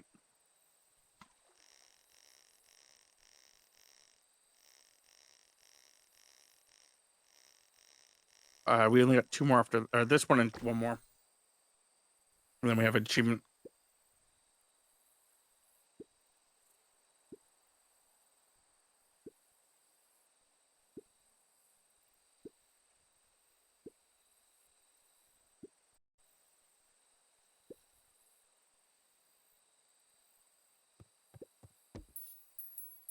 On the last one. Luca tied a bent nail. If all you have.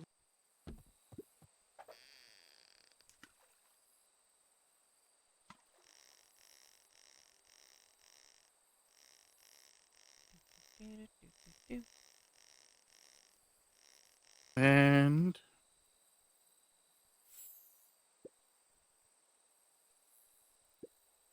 a picture.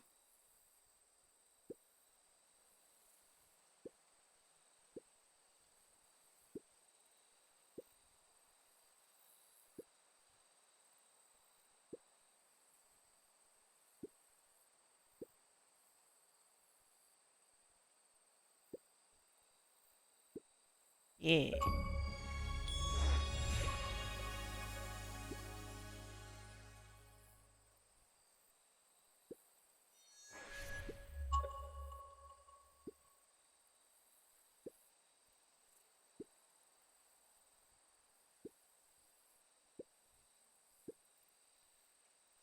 Cute. Okay, so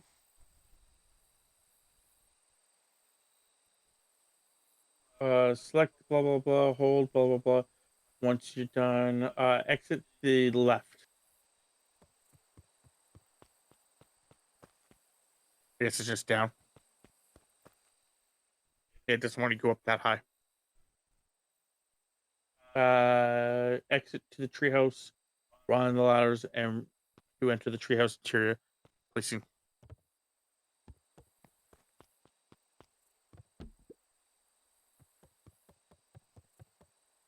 He aired a long holler into the woods.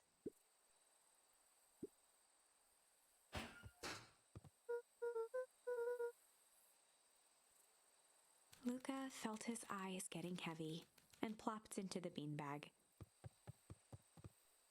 He conceded to its lumpy embrace. Ouch.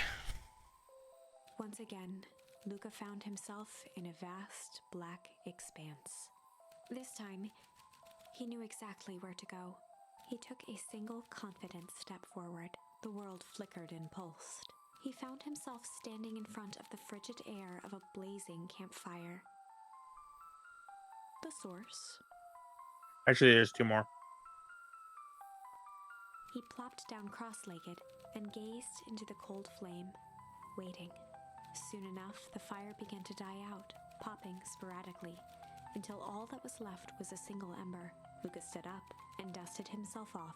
He plucked the glowing ember from the cold ash, examined it, and slid it into his pocket, a keepsake. The voice of his father spoke behind him. "You made me proud, Buckaroo." Luca turned to face him. "Dad, what is this place?" A warm grin grew across his father's face. "A place where everything that has been and everything that could be all wait together." Luca found himself staring at his father's face, trying as hard as he could to memorize every single detail. Wait? For what? Another voice spoke out as Luca's doppelganger stepped forward. "That's up to you." Without knowing why, Luca began to weep. Is any of this real? Are you real?" Luca's father bent down to smudge away a tear. "Of course. I'm as real as the part of you that misses me."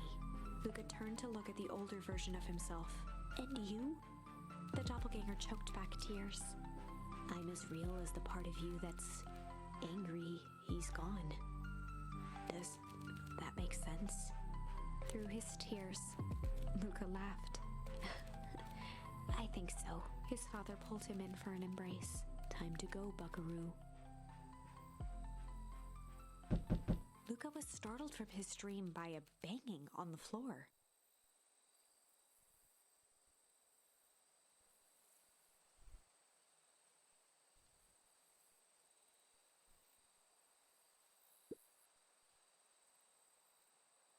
A commanding voice rumbled from below. Just as Luca sprang to lock the entry hatch, the door knocked open. Chapter 5. Dangers big and small. Luca stumbled back. He heard the rope ladder creak under significant weight. Keeping his eyes fixed on the hatch, he inched backward to the balcony. As his hand grasped the door handle, Luca froze. A large figure clumsily wriggled up through the hole.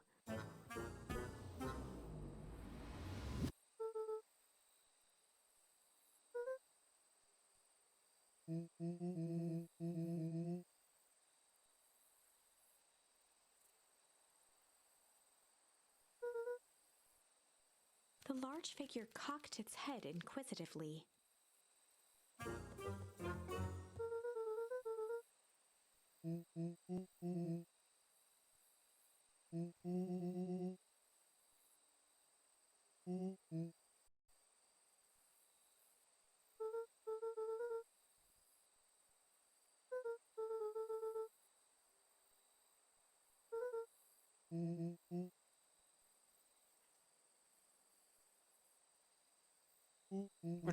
We're just both playing it at the same time.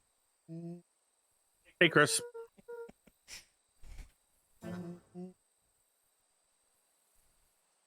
Luca's jaw dropped. They were just playing in tangent. Ping Sorry, I didn't pong. see your message there. Yeah. Yeah. He peered more closely at the man standing in front of him. It's definitely a pumpkin. Something about him was undeniably Rollo, only bigger, older, changed.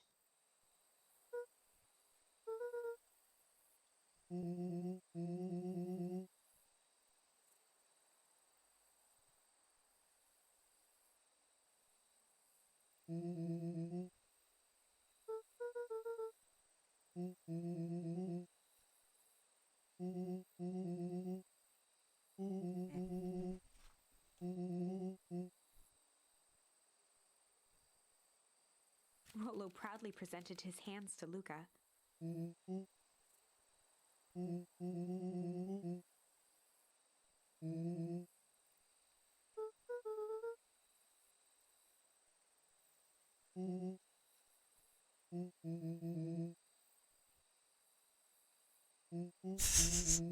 Luca moved to the side and pointed Rollo to his reflection in the balcony window. His hands shot up to his face.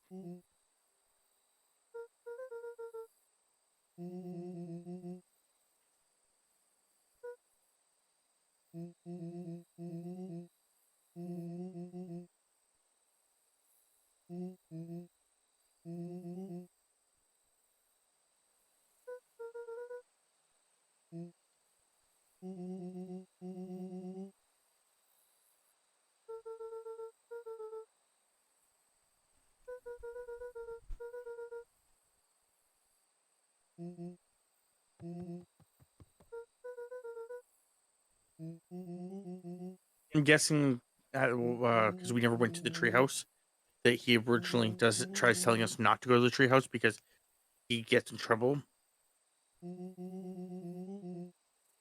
It's weird because of how much theoretically this part changes it. But Rollo shadowboxed a few jabs.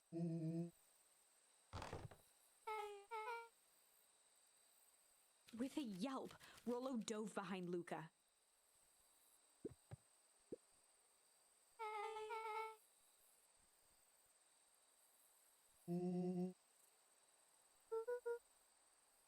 Yeah, I was gonna say in this timeline, Rello doesn't know back. yeah, and her hair is all messed up. Yeah.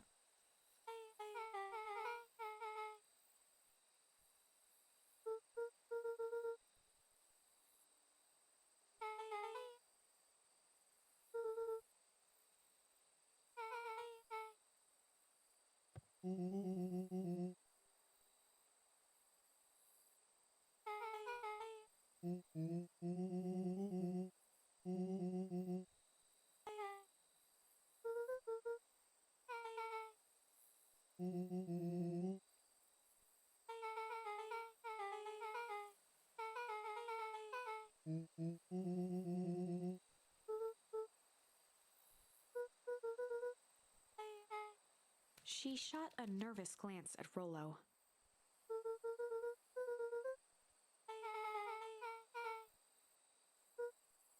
Beck's eyes narrowed.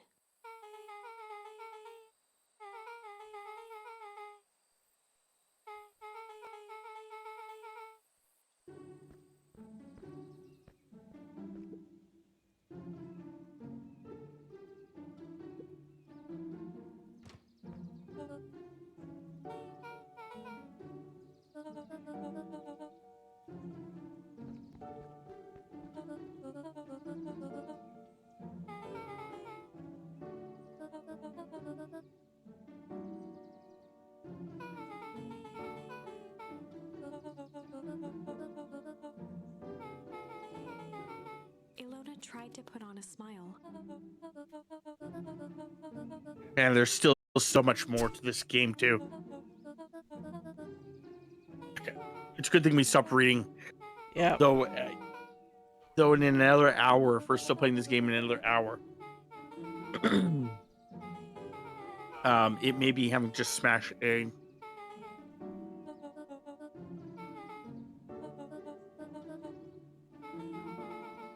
Because yeah, it's getting to the point now where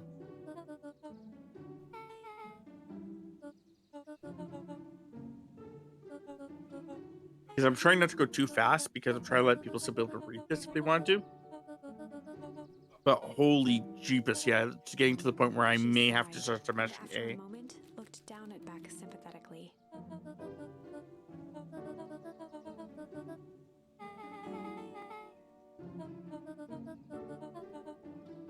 She flashed a sly We're on gleam chapter and 5, tussled. and it's still gotta go to 6, 7, 8. Then epilogue. Yeah.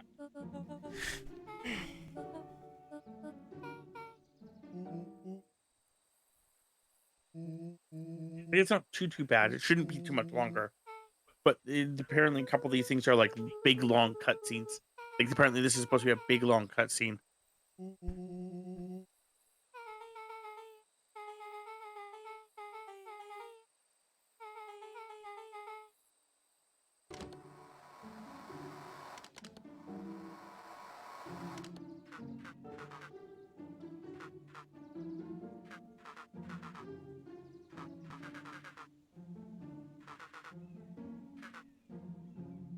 Koshka.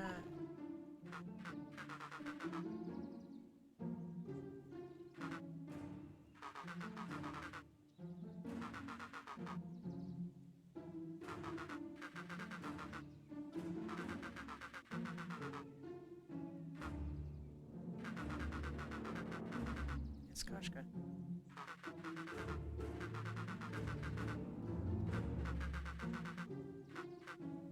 Oh my crap! So much.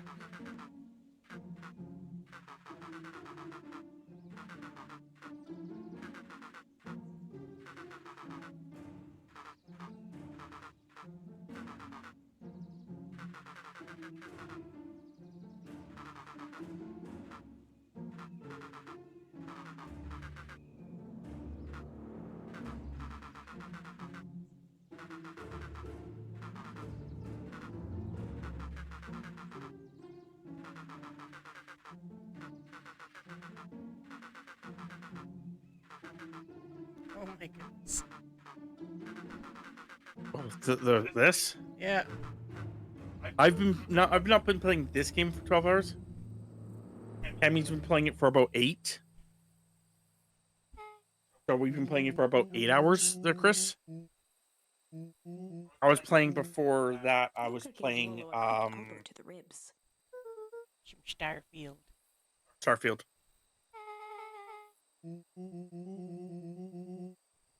Banana.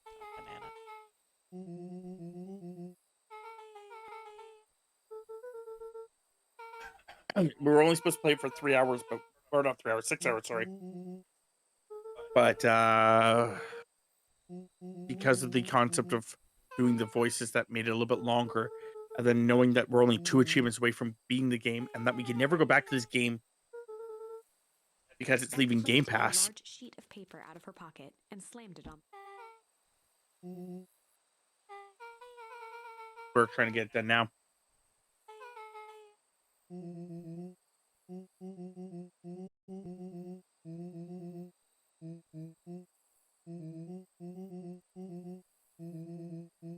Rolo started to wiggle with excitement.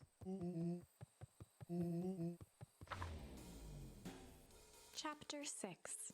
The Heist. They spent the night's end huddled around that small map, formulating a plan to Okay. infiltrate the headquarters of Yeah, we're on Perennial chapter 6. Harvest. It would be no small feat. A modern facility equipped with all manner of technology, not to mention the swarm of clipboards that would most certainly be scattered throughout. By the time the sun began to peek through the car window used as a makeshift balcony door, all were in agreement. This could just work. The final day before the festival would be used to prepare. They'd need to pool every resource at their disposal, pull every favor with a thread. Even enlist some unsavory characters around town with important tasks only they were suited for. Luckily, there was enough ill will and mistrust toward Perennial Harvest that alliances could be found at a bargain. Luca, Beck, and Rolo rubbed their eyes as they exited the treehouse. They hadn't slept at all that night. There was no. The festival was to begin in one day, and they each had their assignments.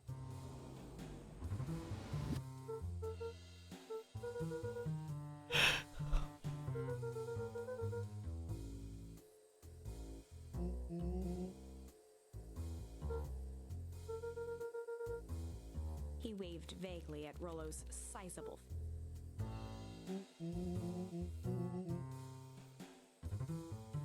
Beck snorted an involuntary giggle.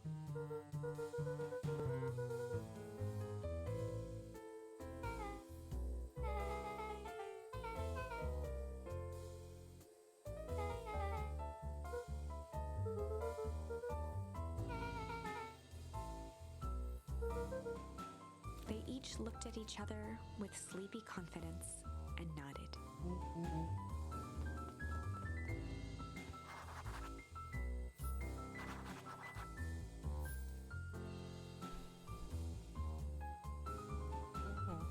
Oh, shit. Press the wrong button. Let's go.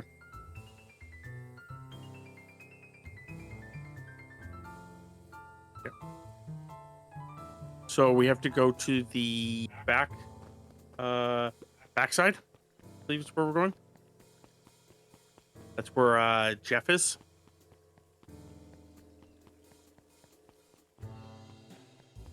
Ah, there's Jeff. Yep.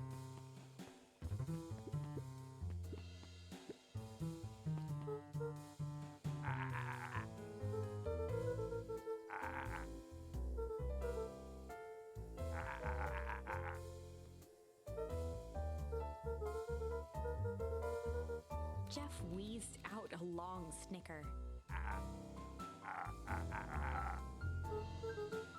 The joy in Jeff's face drained instantly.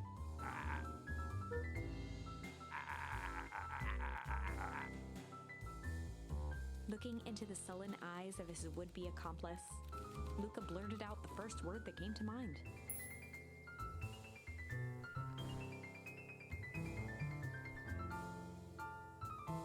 Hide. It's what we're supposed to do. So hide charm. Jeff's brow perked up. Sensing some traction, Luca carried on with vigor. Jeff's scowl faded with a sigh.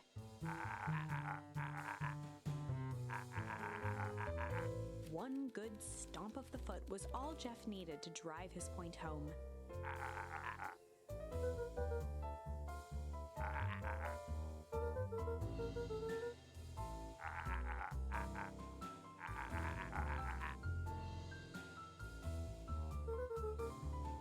Luca offered out his open hand to seal the deal. With a firm and dusty grip, Jeff reciprocated.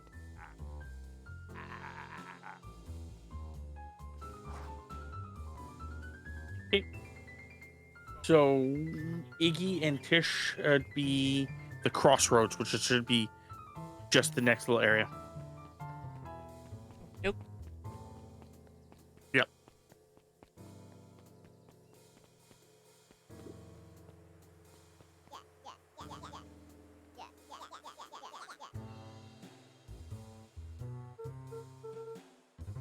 Iggy raised an eyebrow suspiciously.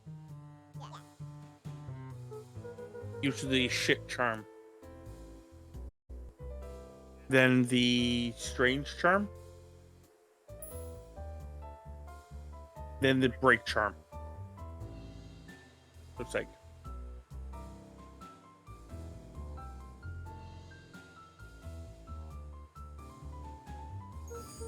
Iggy gave a reluctant shrug. So then, yeah, the strange charm.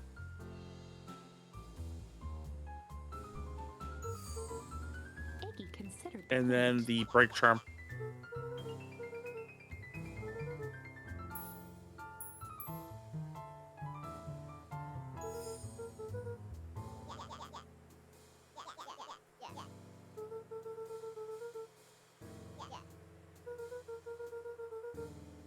A wild-eyed grin spread across Iggy's face.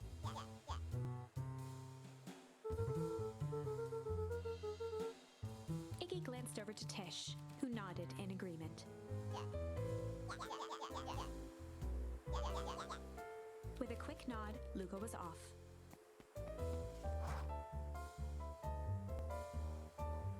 Okay. Iggy gazed up at Tish with a smile. A single tear ran down Tish's cheek.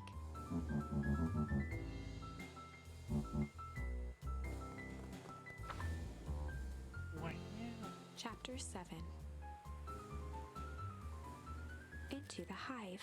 A good heist requires preparation, and thorough preparation takes time, something they had precious little of. So far, everything was in order. Jeff, Iggy, and Tish all agreed to do their part. Beck radioed Luca that night with a simple and covert message. "We're locked and loaded on my end." And Rollo, after a lengthy confession, managed to persuade Roxy and Fitz to help. He stowed away in mission control for the night to avoid attracting attention. Rollo, being uniquely suited for the role, would be the first to breach Perennial Harvest. The outfit provided by Jeff wasn't perfect, but a convincing disguise is 10% wardrobe, 90% confidence. Rollo took a few vigorous breaths and shook out his arms.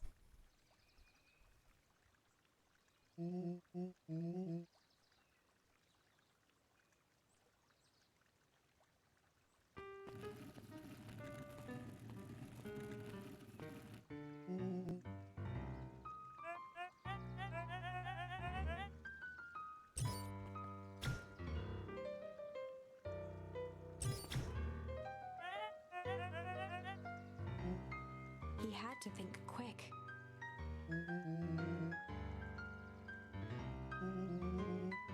Rollo sighed, adjusting his tool belt.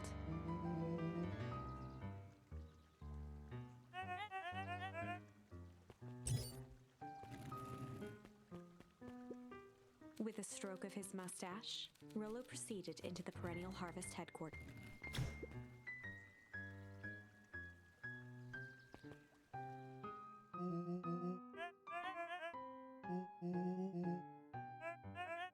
He stammered and flipped through the pages of his clipboard.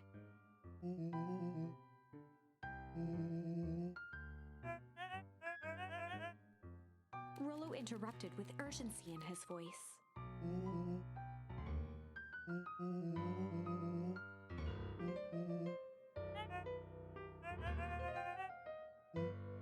Rollo panicked.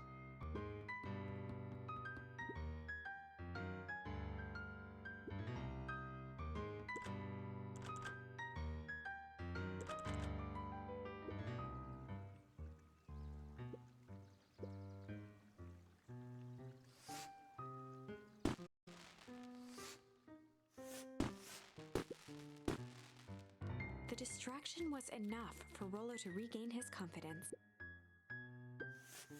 The clipboard fumbled around in a frenzy.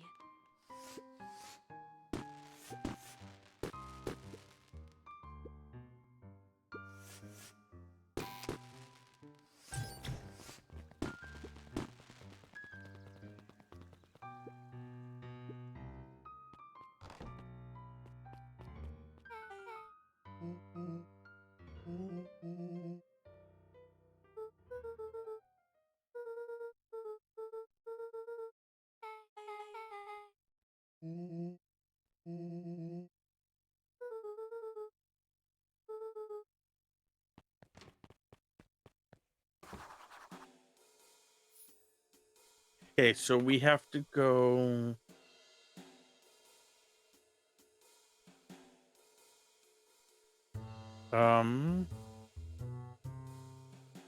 Right past the cooler Hang on. into the next corridor. Where did you go from? The right, go that right, right.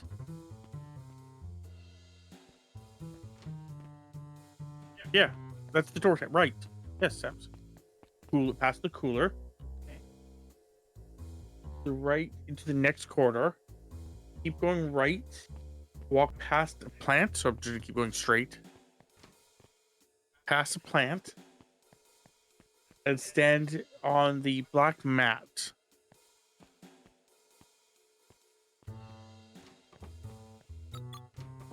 on the right and go through it instead of the door going up along the way was seen. We now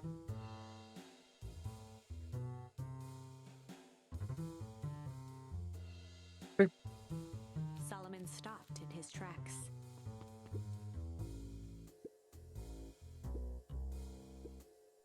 A veneer of confusion flashed across Solomon's face. His words rushed out dramatically.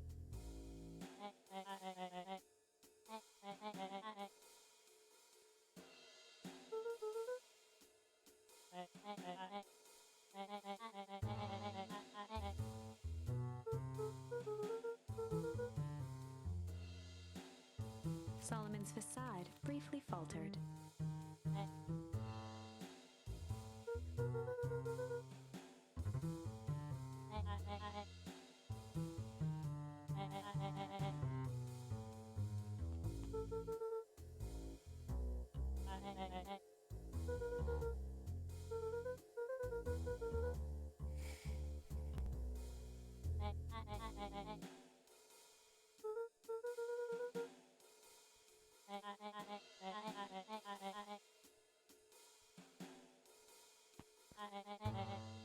Luca happened to notice a plaque above the door.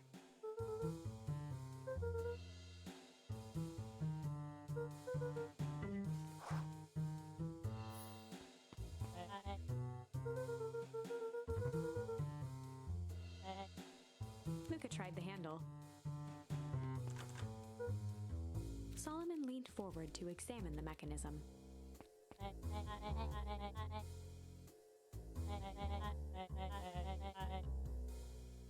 Luca smiled and looked at his watch.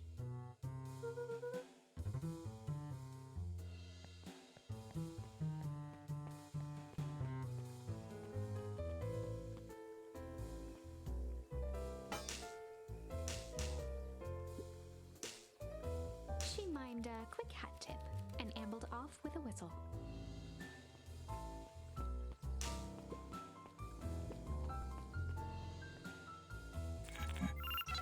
The light on the keypad changed from red to green.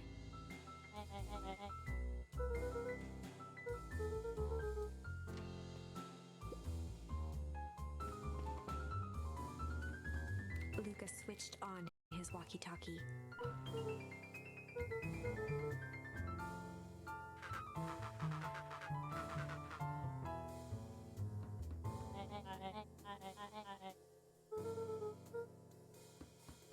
On the computer screen, a green cursor blinked in a password field.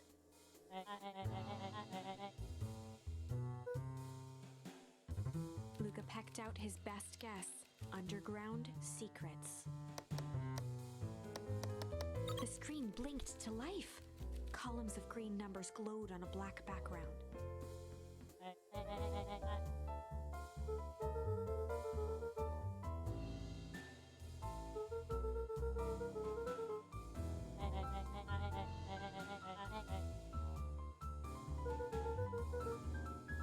Solomon's jaw clenched into a half smile. Luca quickly scanned the columns for number 24601.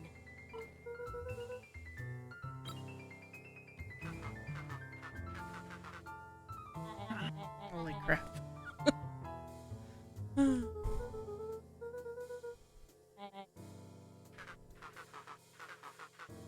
Once again, Luca scrutinized the numbers on the screen. In that moment of distraction, Solomon reached forward and pressed a large red button.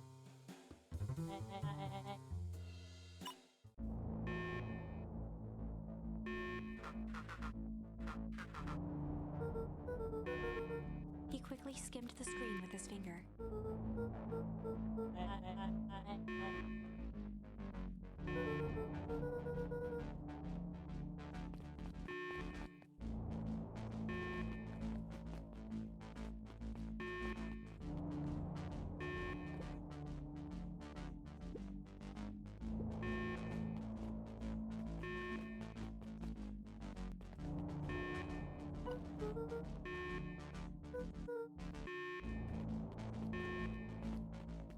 Mr. Kerr approached with a sneer and spoke into his walkie-talkie.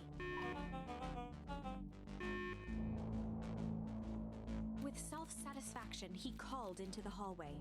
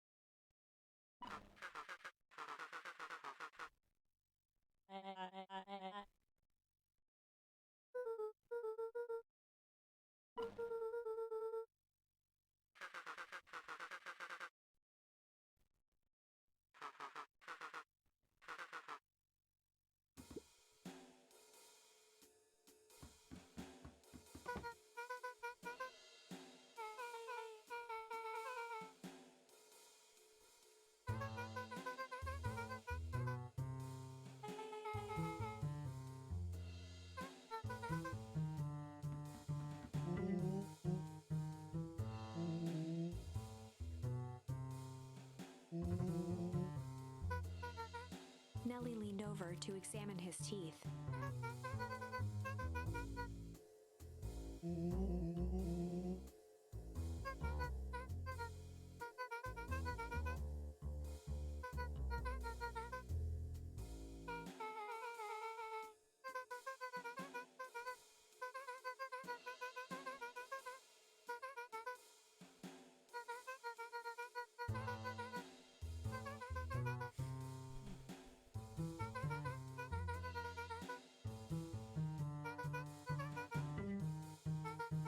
Okay. Yes. Now the mummy's finding out, and wow, this is a lot of. We're getting close. Just a lot of story. This would take us fucking hours. Yeah. If we were reading it all. Holy crap.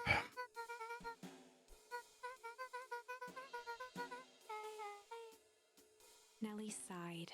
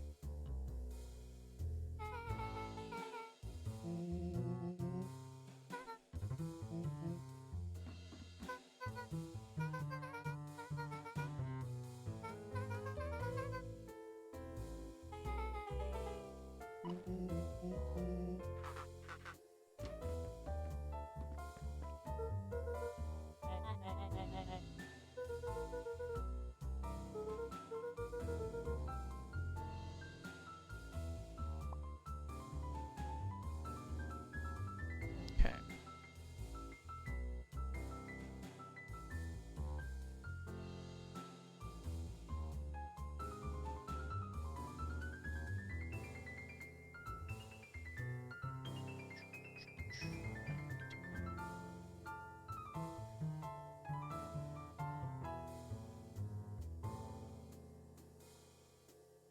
So what do we have to do next? We're interacting with. Everything in the room? Yeah. Okay.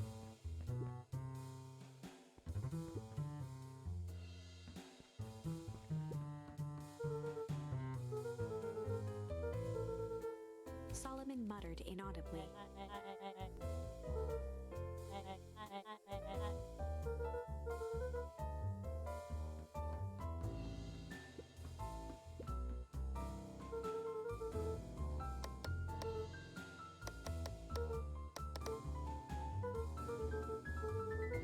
Solomon once again muttered under his breath.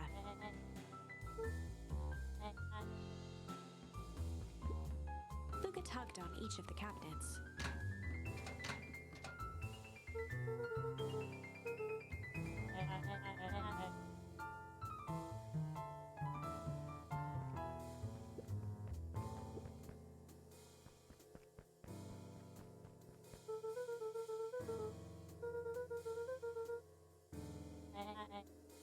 Luca held his hand up to the ashtray.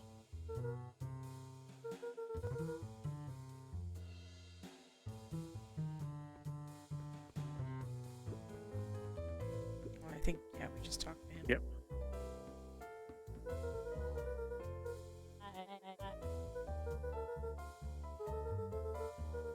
With a subtle, quivering lip, a smile crawled across Solomon's face. They heard the trampling of frantic footsteps from the hallway.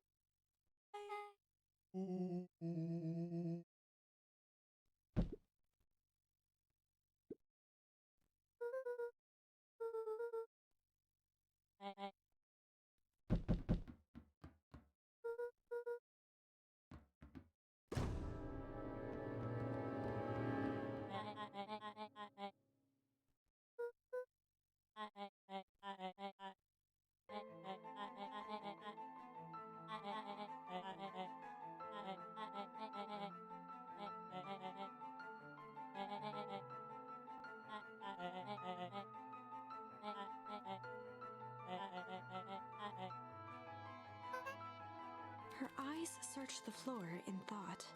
Solomon watched eagerly, waiting for the flicker of epiphany.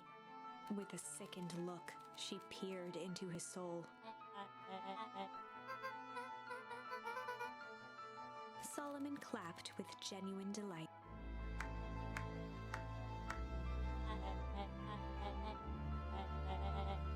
Solomon glanced down, examining his youthful form.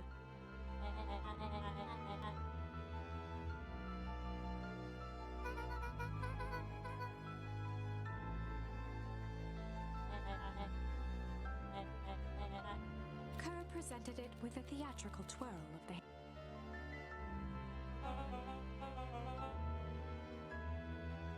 Before he could finish, Rollo snatched the vial from Kerr's palm.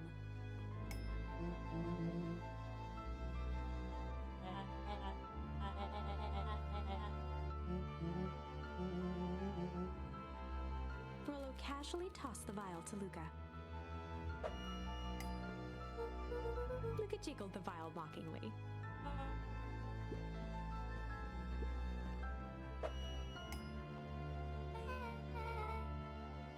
She held it tightly behind her back. Solomon sighed, speaking in crisp,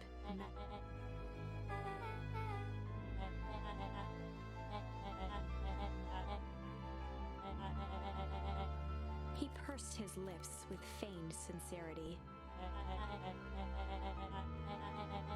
A deep uncertainty washed over Beck.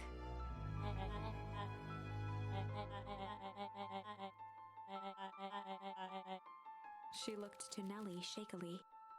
With a dispirited nod, Nellie sighed in defeat. Beck slowly approached Solomon.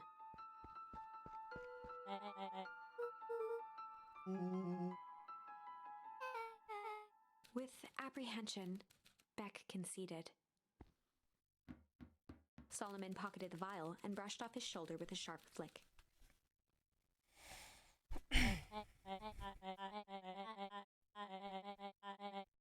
The blood drained from Kerr's face.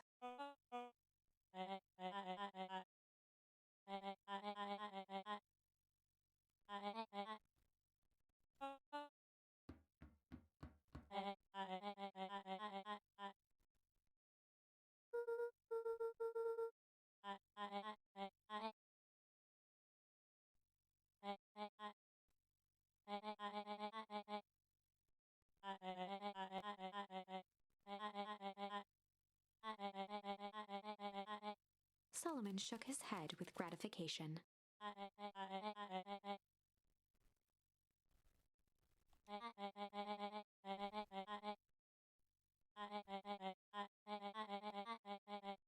A muffled applause resonated faintly through the walls.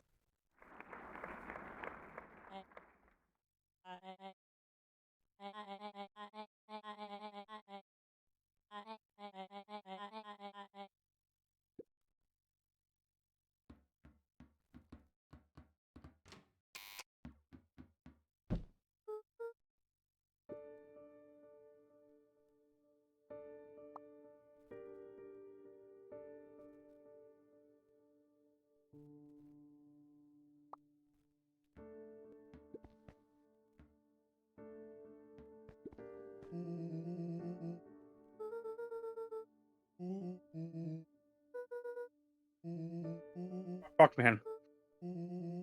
So much. Yep. I just. Nellie was staring at the floor, deep.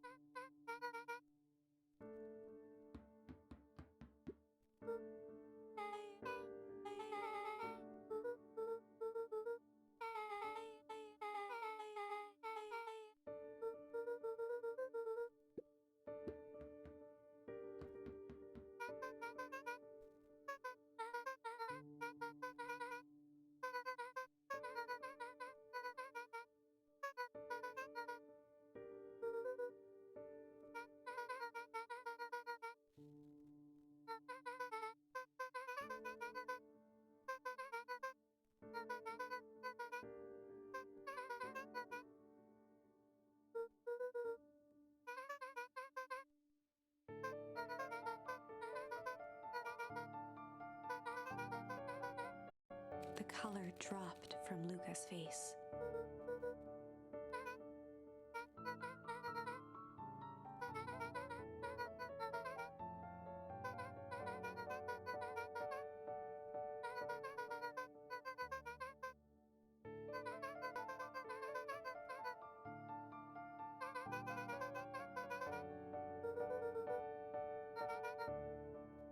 Luca was overwhelmed with emotion.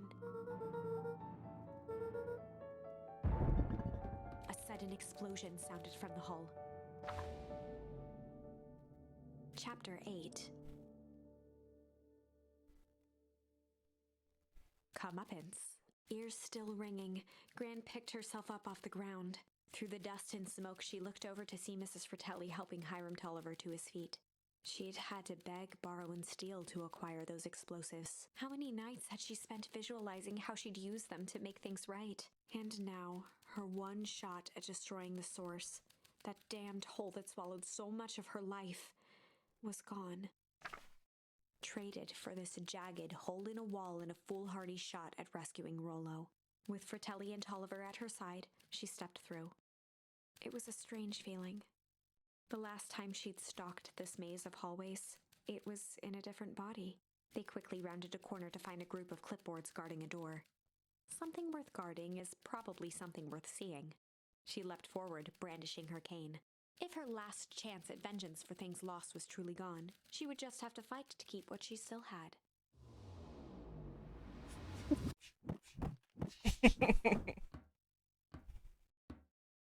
My guess is that your mom gets to have time turned back. Yeah.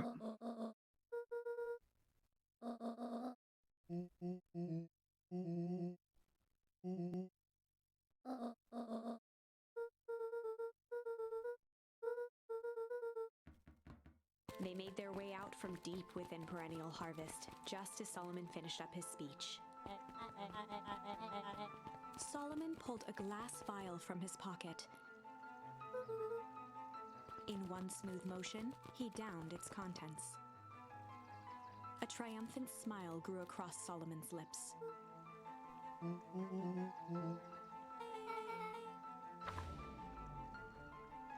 With a mischievous look, Beck elbowed Luca. Remember when I had the vial behind my back?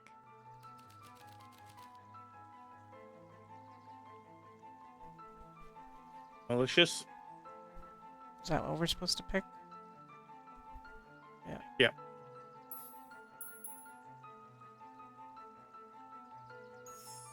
I might have tweaked his wonder potion with a little malice.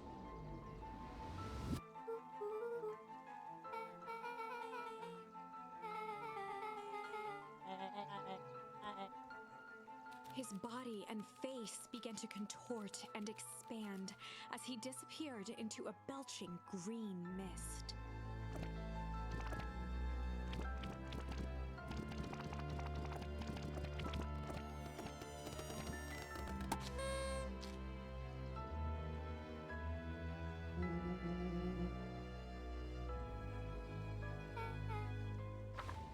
There's an achievement. The crowd gazed in stunned silence at the now empty stage. The quiet was broken when William Kerr sprinted off stage and into the distance.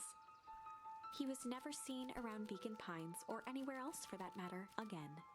Watching the silhouette of Kerr disappear over the horizon, Luca began to laugh.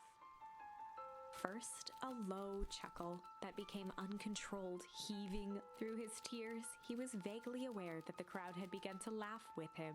The end.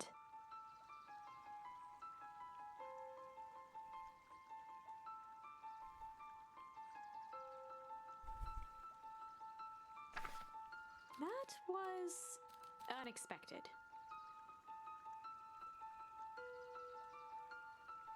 Perhaps a bit of an absurd ending for my taste. So we go but back there next I time we wasn't waiting for change. the wrong Go thing. to junk.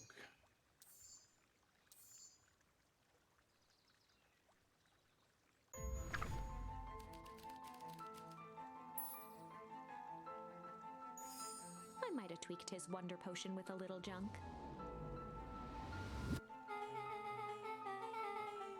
His cigarette ash.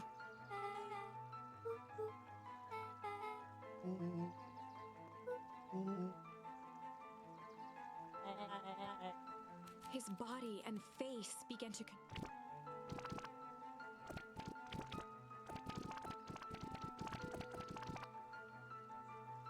Oh, he just turned to ash. Jeez. Thanos snap.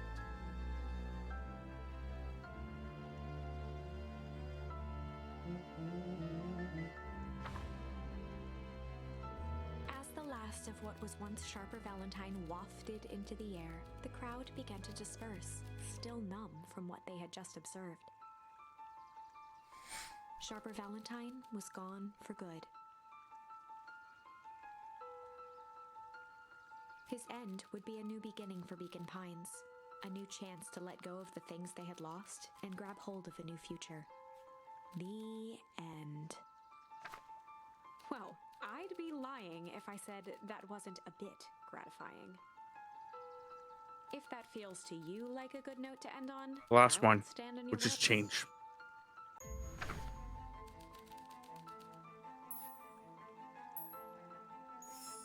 I might have tweaked his wonder potion with a little change. Like pocket change. Your unlucky penny.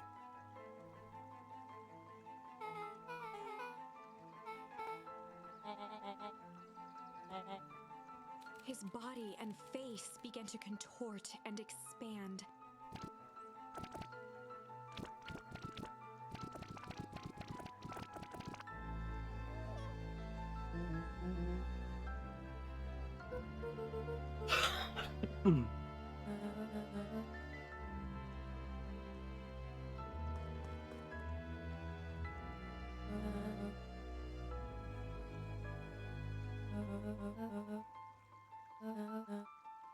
Eris awkwardly cradled the squirming child. She looked to her brother, her voice shaking with uncertainty.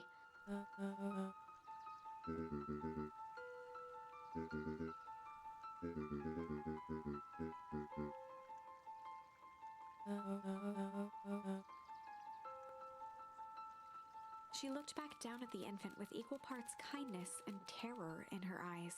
With a shake of her head, Eris addressed the crowd with a stern scowl.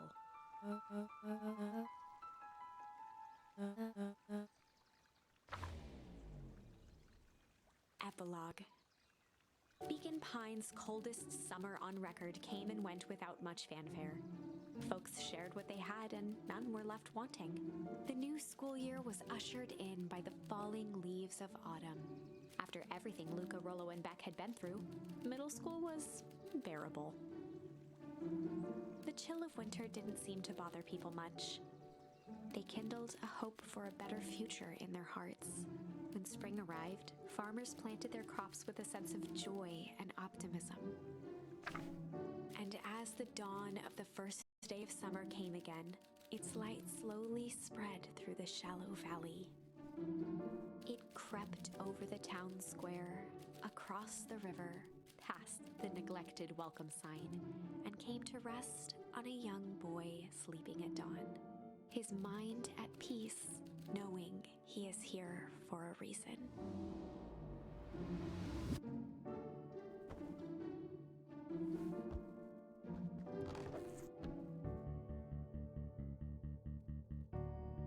When you gain control, you'll be in your basement. This is the final chance to talk to anybody. So feel free to stop following the guide and enjoy what's up the good. Quick run through below. Head downstairs into the living room. Exit the house. Go to the right. Head down the beacon sign. Right again. Blue sign. Blah blah blah. Plain scene. When you gain control. Okay, so go to the treehouse. It looks like.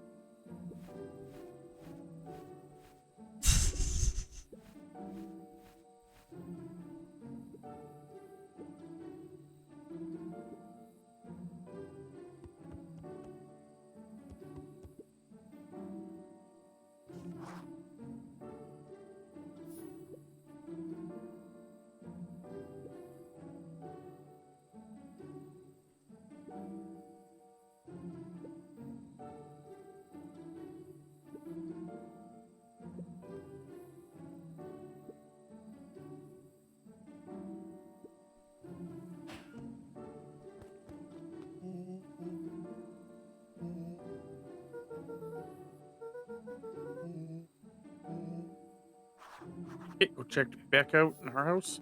It's easy, I know where she lives.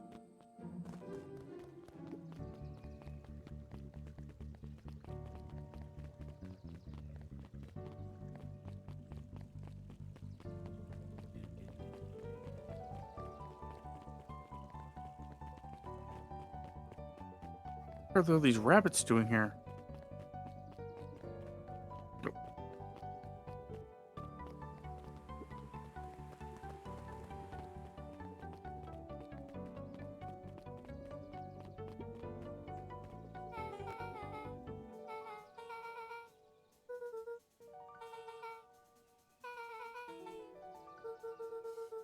It's been a year, and you just unpacked your first box? Or last The box? last one. Yeah. Holy shit.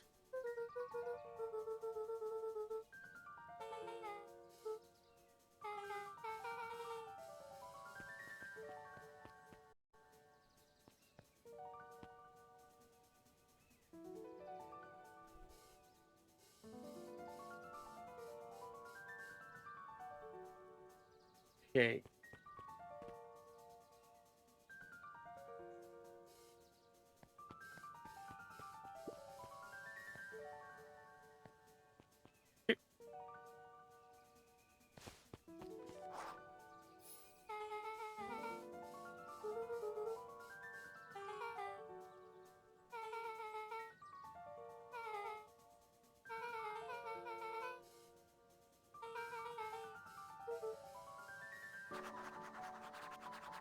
Okay, so now we have to win your control. Go to the town center.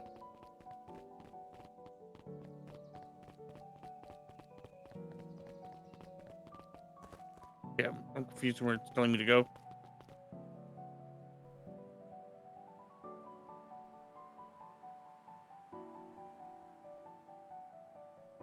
Okay, I think it's because I'm reading the wrong way. When you can control head left. Talk to Jeff outside of the phone booth. Thanks. I don't know why I couldn't just figure that out. Like, it was like, I don't know where the fuck to go.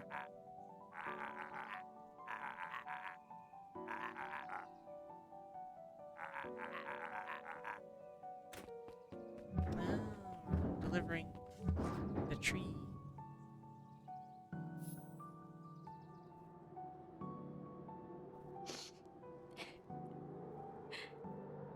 I think this is it.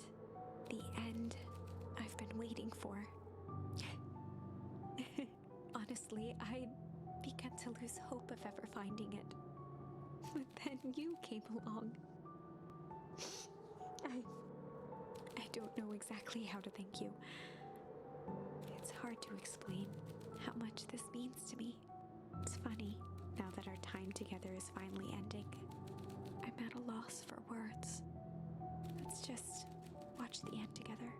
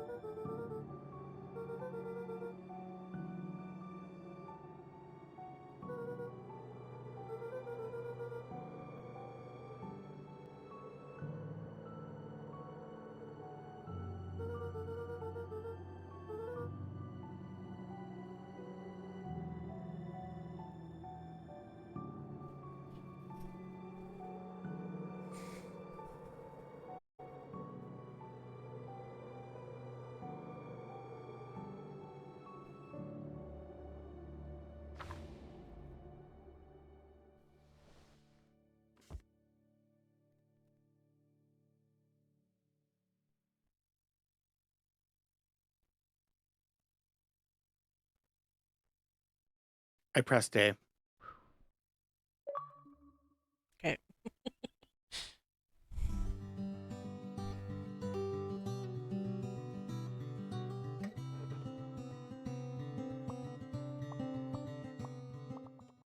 I'll just cut the music off there, so that way, in case anything. So, while the credits are rolling, I think I'm going to go over two things and then we'll end it. The first thing is I don't like the ending per se. The mother stayed old, the best friend stayed old, and the villain got to be a child again. I'm not really quite sure I like how it ended per se, but overall, it was a pretty interesting game. If it wasn't for the fact that it was leaving Game Pass, and if it wasn't for the fact that it's 3 in the morning, I would have loved to keep doing the voices. But nonetheless, I do hope everyone enjoyed them. If you did, you can check me and Tammy out on our respective YouTube channels and Twitch channels. My name is Robert. My channel's name is TheRelentlessUndead. Tammy's is Tamapanda. We also have a community Discord. If you'd like to check it out, it should be linked below. And we played this game because in the month of August, Tammy's biggest tipper suggested this game. And Tammy was going to play this game for 6 hours. She gave them a little bit longer because she wanted to get all the achievements with me. And I think that's everything, right? Yep, pretty much. Okay, well, thank you everyone for watching. I'm just going to quickly show you guys. We got all the achievements though. So thank you everyone for watching. Hopefully you enjoyed. And I'll see you guys next time.